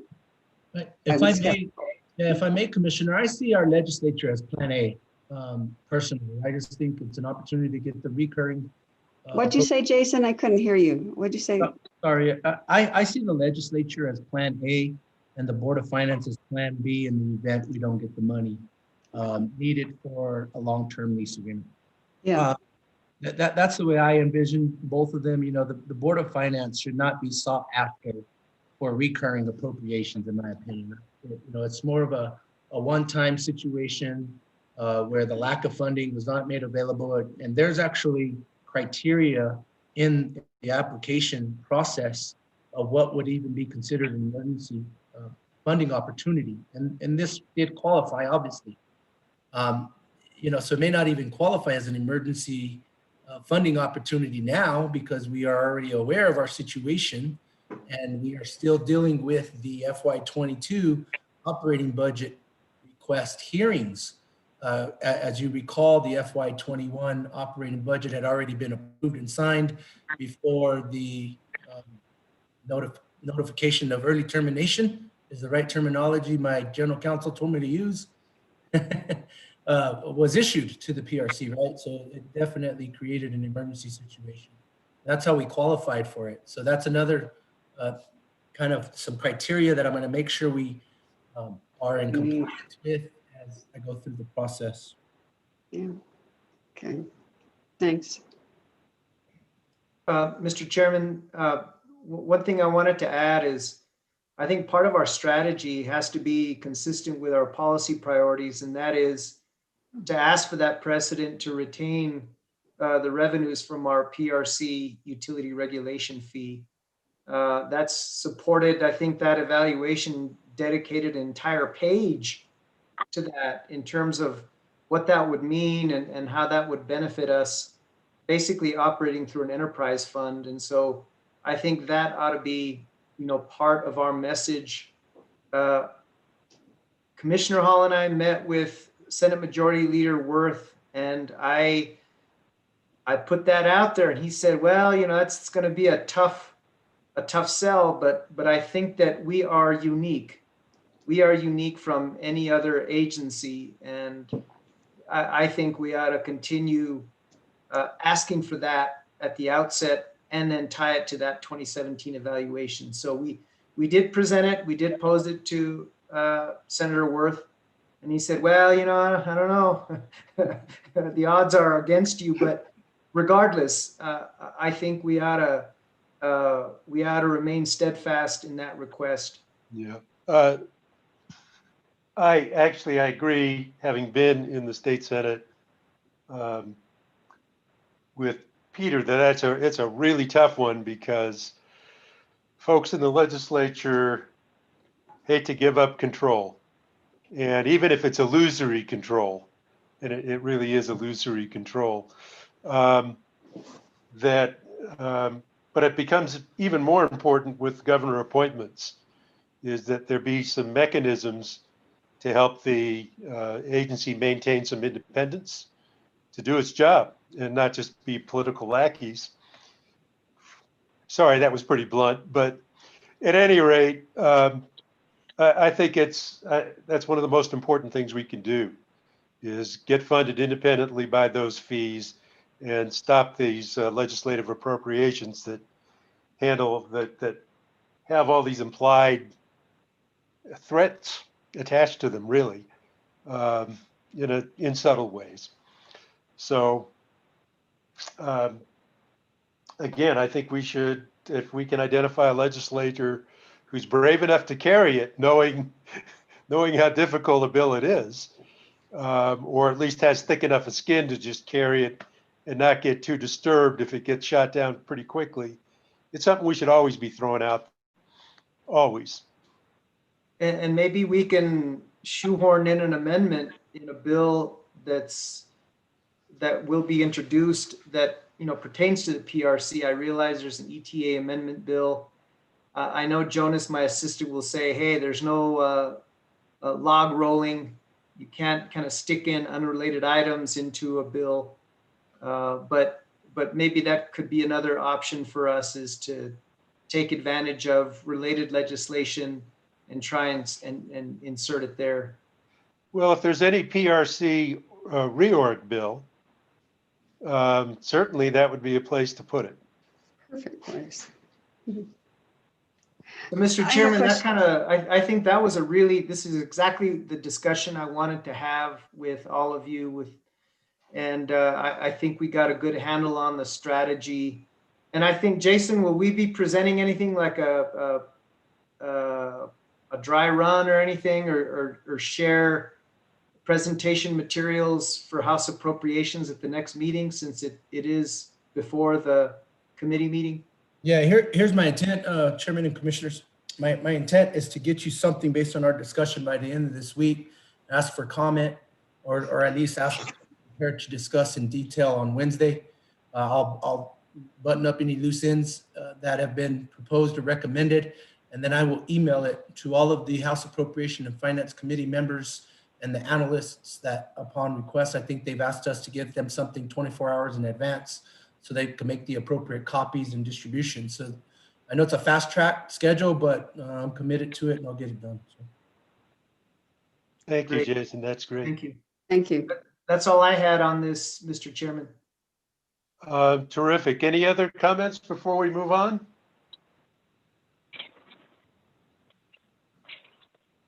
Okay, I guess not.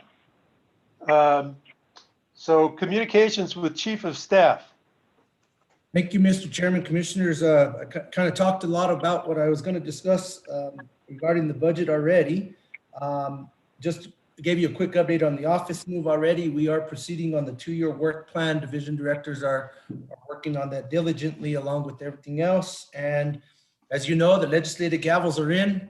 I know that they've been meeting in the House and the Senate today, reading third legislation. And the iframe on our website has been updated with all legislation that has been introduced thus far.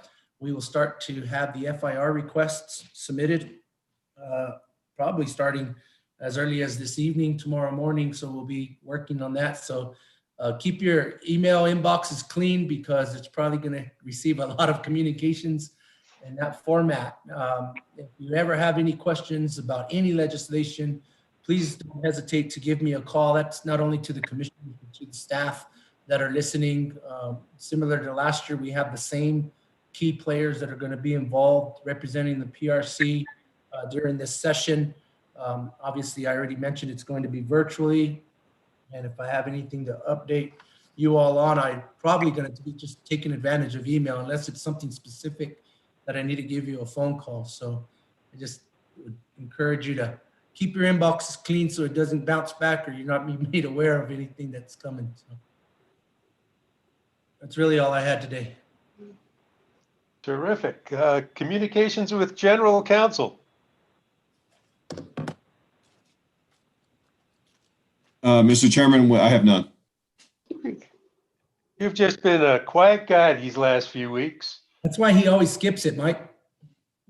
Yeah, it's just, there you go. Communications with commissioners.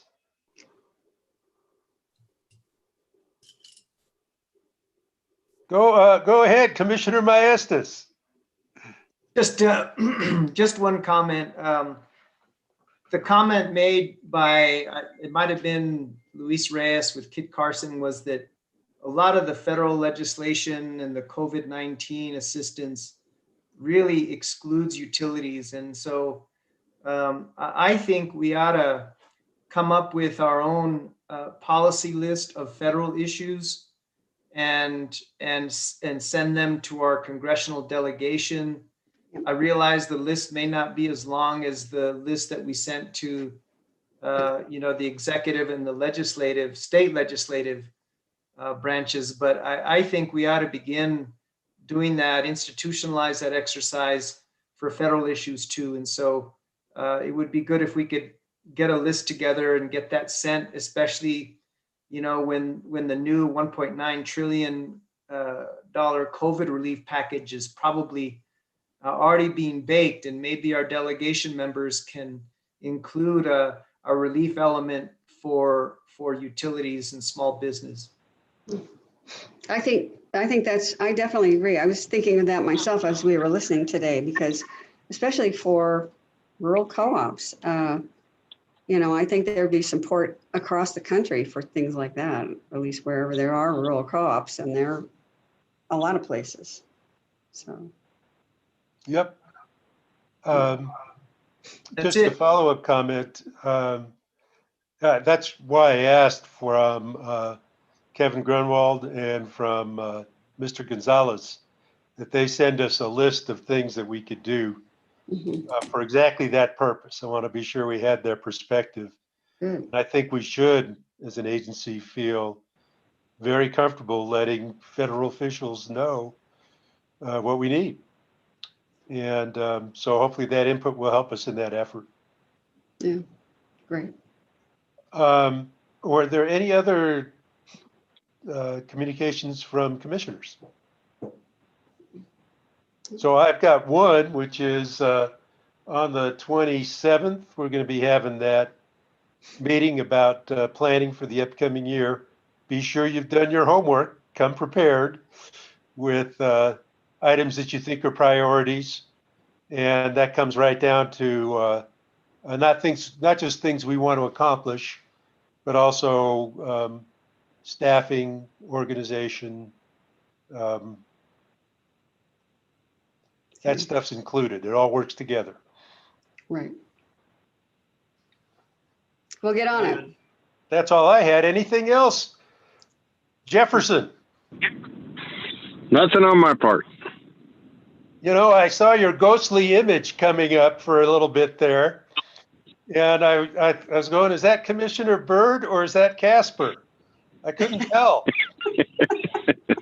Yeah, I was washed out pretty bad on that picture. I'm trying to get the background to work, and Miguel's looking into it right now.